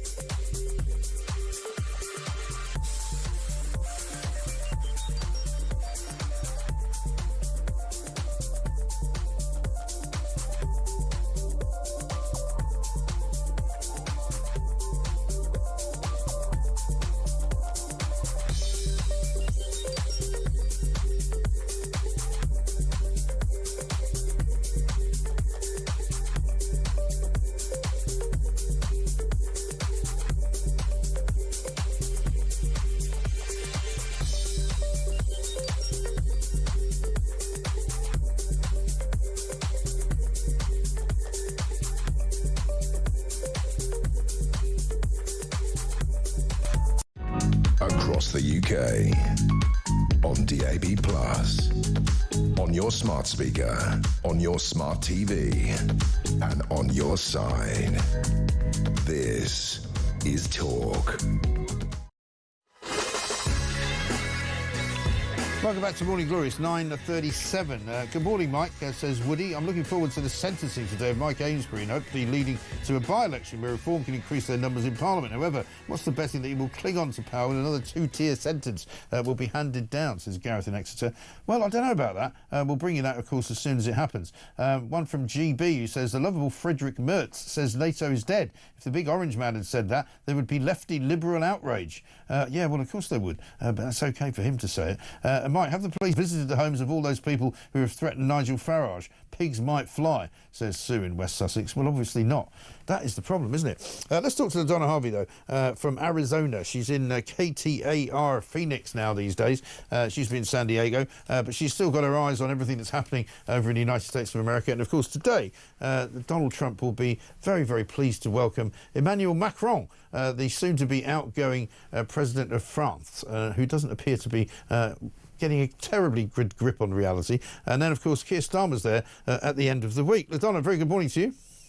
And good morning to you. Well, I mean, it's been barely a month since Donald Trump has been the 47th President of the United States of America, and it's been one hell of a ride so far. I mean, it's hard to imagine what he's going to do this week, really, isn't it? It is. You know, when you consider all of the things that have been going on, I mean, first of all, the guy is a first-class troll. He is absolutely great at sending people into the stratosphere, which sort of distracts them from what it is that he actually is doing. And it was something, and, you know, this is the thing that I don't understand. How did people not know this was coming? He did it last time to great effect, you know, sending people into just absolute tizzies while he sort of behind the scenes was working on things, some of which actually worked. I know. Throw your hands up in despair and clutch your pearls.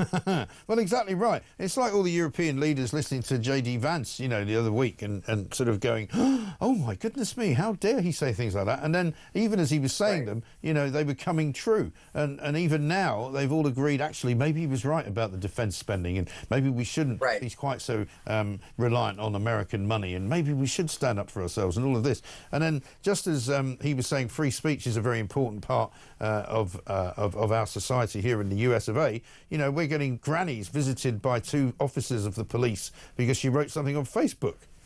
Right. It's, you know, it's a really weird time. It's a weird time to be alive. You know, we have all of this great technology available to us, and yet we have all of these people screaming that, you know, we shouldn't be using that technology to the fullest, which, you know, I think that as an American, free speech is, and a radio person, free speech is primary to my existence. Exactly. It is... It's just a weird dichotomy, isn't it? It really that you have all of these weird draconian things coming in, and yet we have all of the technology in the world available to us to say whatever we want.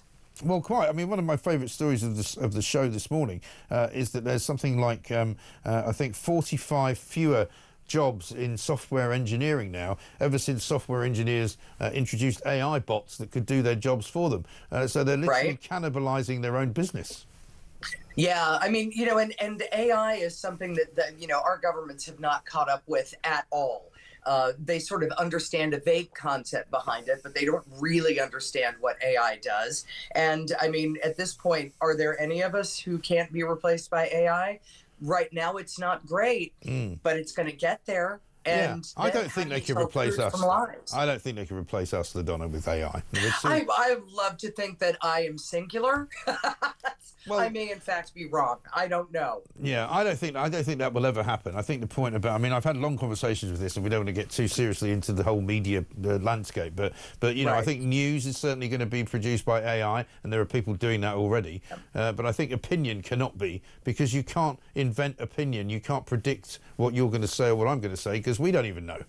Right, exactly. And my mouth is moving, my brain is still lagging somewhere behind. Right, or something like that. But let's talk as well about Elon Musk. I mean, the pearl clutching, as we call it here, of the federal government employees who have been told to justify their existence by sending an email response by 5 p.m. today, I think it is, I don't know if that's Eastern time, to Elon Musk to say what they achieved last week. I've actually been putting it to various people, and I put it to an MP. I asked him what he achieved last week, and he said, "Oh, actually, I had a few days off." Oh, so, well, you know, lovely. It's like, well, hang on a minute. You're supposed to be, working for the people here. I know it's half term, and you might have kids, but that was the best he could come up with.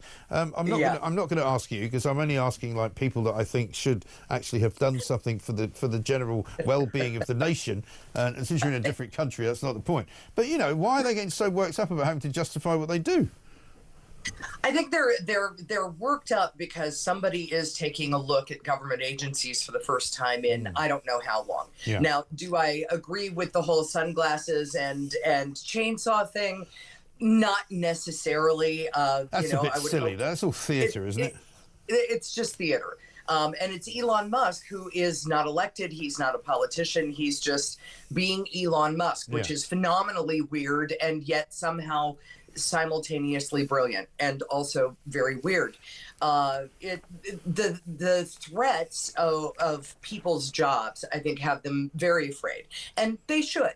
Anytime your job is threatened, you should be very afraid, but you should also be able to say in a very quick email, "Oh, here's what I did last week. Right. I helped, 43 Social Security recipients get signed up for Social Security. I worked them through the process. We got them on these plans. This is what I did." Yeah. I mean, I would be able to do it with my job. Most of us would be able to. Is it legal what he did? But we're working through that. Yeah. Well, the thing is, you shouldn't also be in a position of having a job where you work for government and you get paid by the public taxpayer and the public taxpayer purse without having some fear that you might lose that job one day. You shouldn't have a job for life where you can go in literally like they used to do. I had a friend who worked in the Indian civil service. He used to go into work in the morning, put his jacket on the back of the chair and walk straight out the door. And then he would go back in the afternoon, pick up his jacket, put it back on again and go home. But he never spent any time actually in the office because nobody cared. And that's kind of where we've got to in this country, where an awful lot of people, I'm sure, are working from home. They're not doing very much. They're not actually contributing much to the general good. And they're being paid quite well for it, thank you very much indeed. And if you ask them a question, they threaten to go on strike. Yeah, we've had quite a bit of trouble with public workers unionized. It's fine if you want to unionize, that's great. I wouldn't belong to one, but that's because I've been in one. Yeah.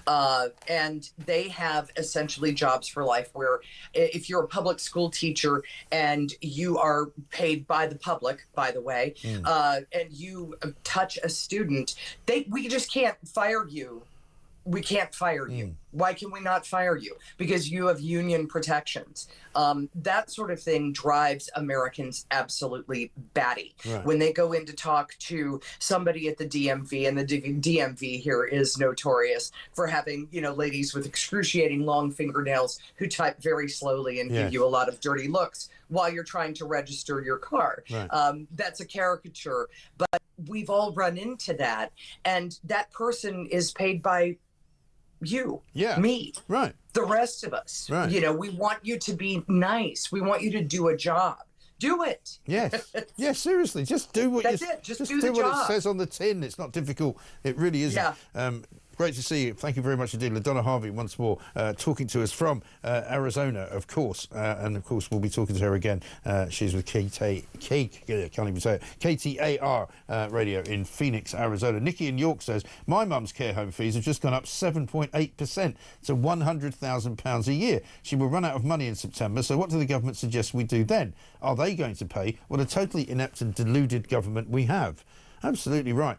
And Mike says, Stuart, net zero is not only expensive energy, but intermittent energy. And if windmills were effective, where did they all go then? Even Windy Miller bought himself a generator.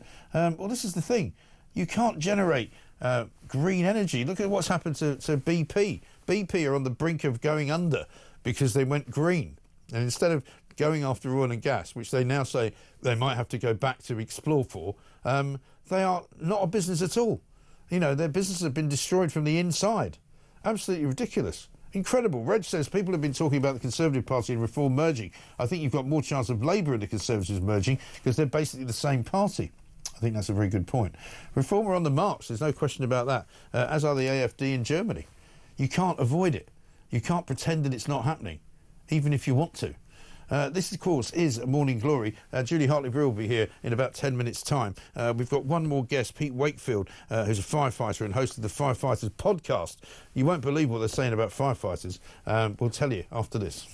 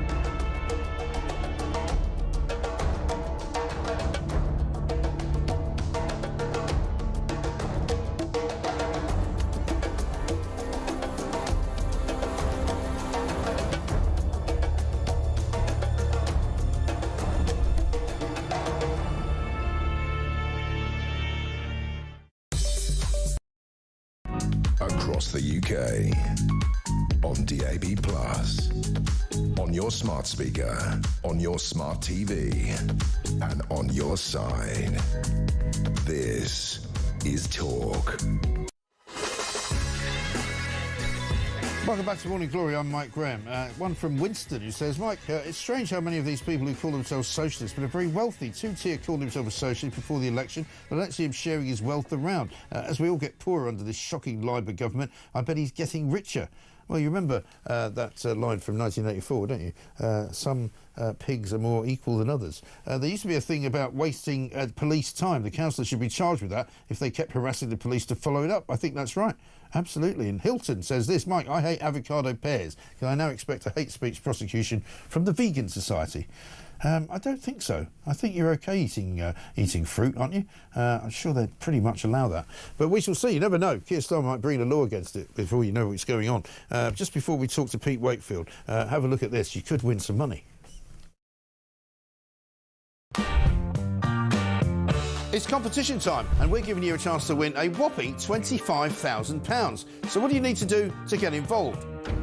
All you have to do is text the word prize to 83338, or you can enter by post. It's as simple as that. Once again, to get involved, just text the word prize to 83338, or you can enter by post.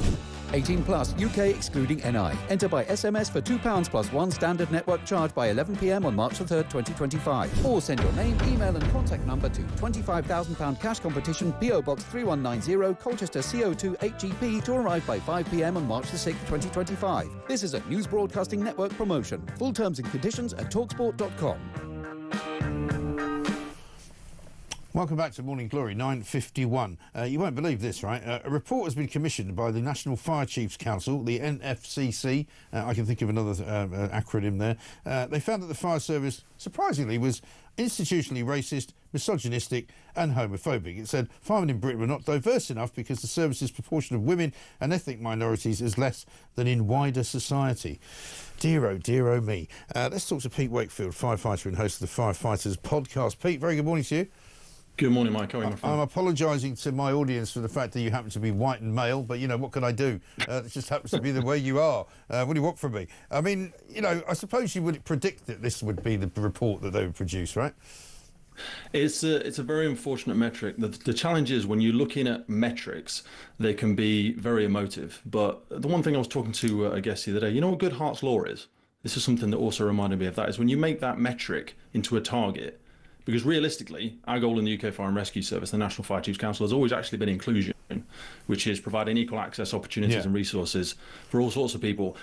But when you start turning that into a metric, it starts to manipulate behaviours, which is not what you want, because the public are looking for Now, if I asked you, what do you expect from a firefighter? Yeah, I mean, I expect you to be able to rescue me from a fire, basically. Yeah, but you want that, but also you want me to be positive, professional, honest, fit, healthy, well-trained, and you want me to treat you and my colleagues with integrity and respect. Now, unfortunately, there has been instances where that hasn't happened, and that is reflective of society. Sometimes we get a few bad apples, but when you start turning it into a metric, you start to manipulate it. I mean, don't make progress the enemy of perfect, because what we want is to have an entire inclusive workforce that has a large amount of integrity and respect for each other. But every now and again, you'll get someone through where you get a horrific case of some sort of misogyny or bullying. Right. But I would add these are a lot of historical cases. And we had someone on recently, Jan Morris, who was treated horrifically in the service that she was in.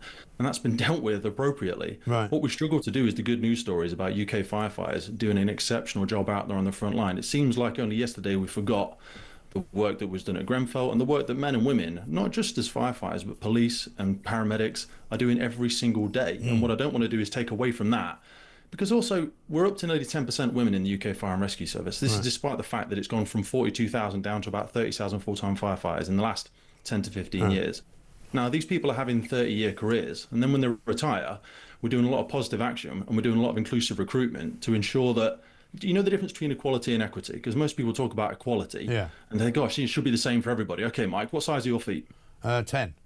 10, okay, so if you come to our recruitment and selection, I'm size 13, and I go, everybody, we've provided you with the same opportunities, here's all the same size kit and all your size 13 boots. Yeah.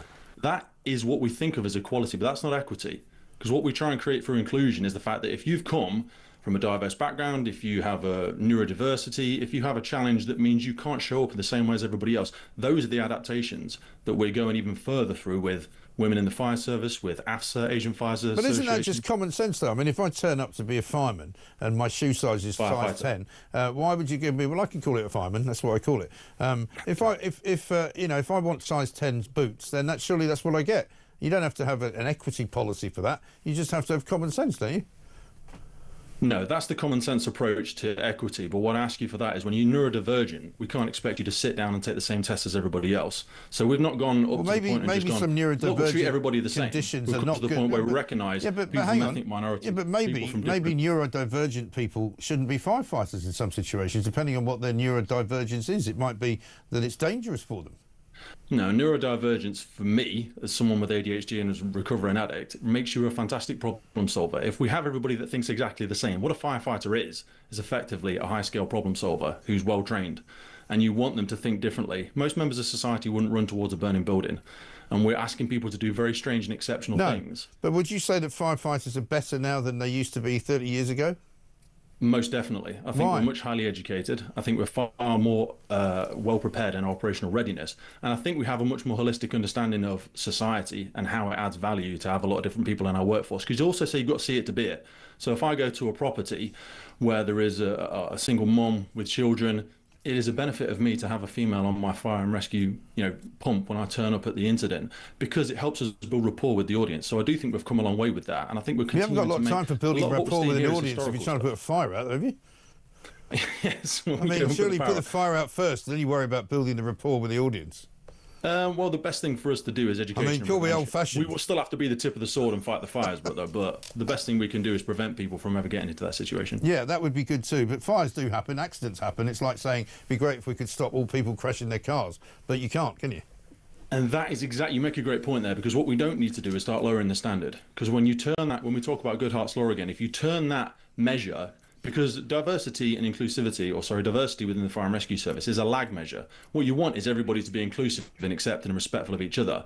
The lag measure is, are we getting a diverse workforce? And you want to have those different people in the workforce, but what you don't want to do is lower the standard, because ultimately, as you've already alluded to, The job is go and put the community first. That's the first thing in the core code of ethics for the National Fire Chief Council is community. Yeah, that's what I would say. Pete, good to talk to you. We've got to run. We're nearly out of time. Thank you very much indeed. Let's talk to Louise from Kent, who wants to talk about housing. Hello, Louise. Hi, Mike. Now, just a thought occurs to me. They say they're going to be running out of people for housing, for building. Yes. But they're also competing against Dear Ed Miliband and all these solar farms. And where are all the workers going to come from to install those?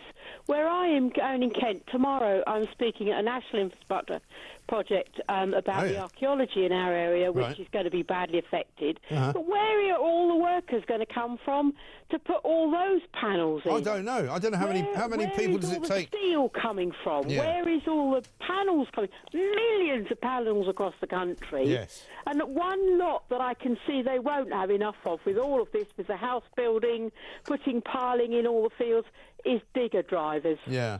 Where are they all going to come from? I don't know where they're going to get people from. We've got 3 million people who are sort of unemployed that could maybe help, couldn't they? I know, and I will be in a pond tomorrow, locally, pulling out reeds. I love it, and I'm retired, and yet the youngsters, you know, I don't care if it's raining or anything. Yeah, exactly. It's lovely being out doing hard Get them out work. there bricklaying and all that sort of thing. Just Train them up. enjoying us out there actually doing hard work. Yeah, I think so. It's a good idea. I tell you what, Mike, I've been involved with mental health for years for my own journey. They got it wrong, but the worst thing they ever did to me was stopping me working. And when I finally got back to work, what a flipping relief. Oh, I know. Absolutely right. Louise, listen, great to talk to you. We must do it again because I can hear you got more to say. I'm still a bit flabbergasted by that firefighting conversation I just had. Anyway, Julie Holly-Brew's back. Hello. Very good morning. Yeah. I just had a fireman on who corrected me when I said fireman. Said you've got to say firefighter. I said, no, I'm saying fireman, sorry. And then he started... Was he a man? He was.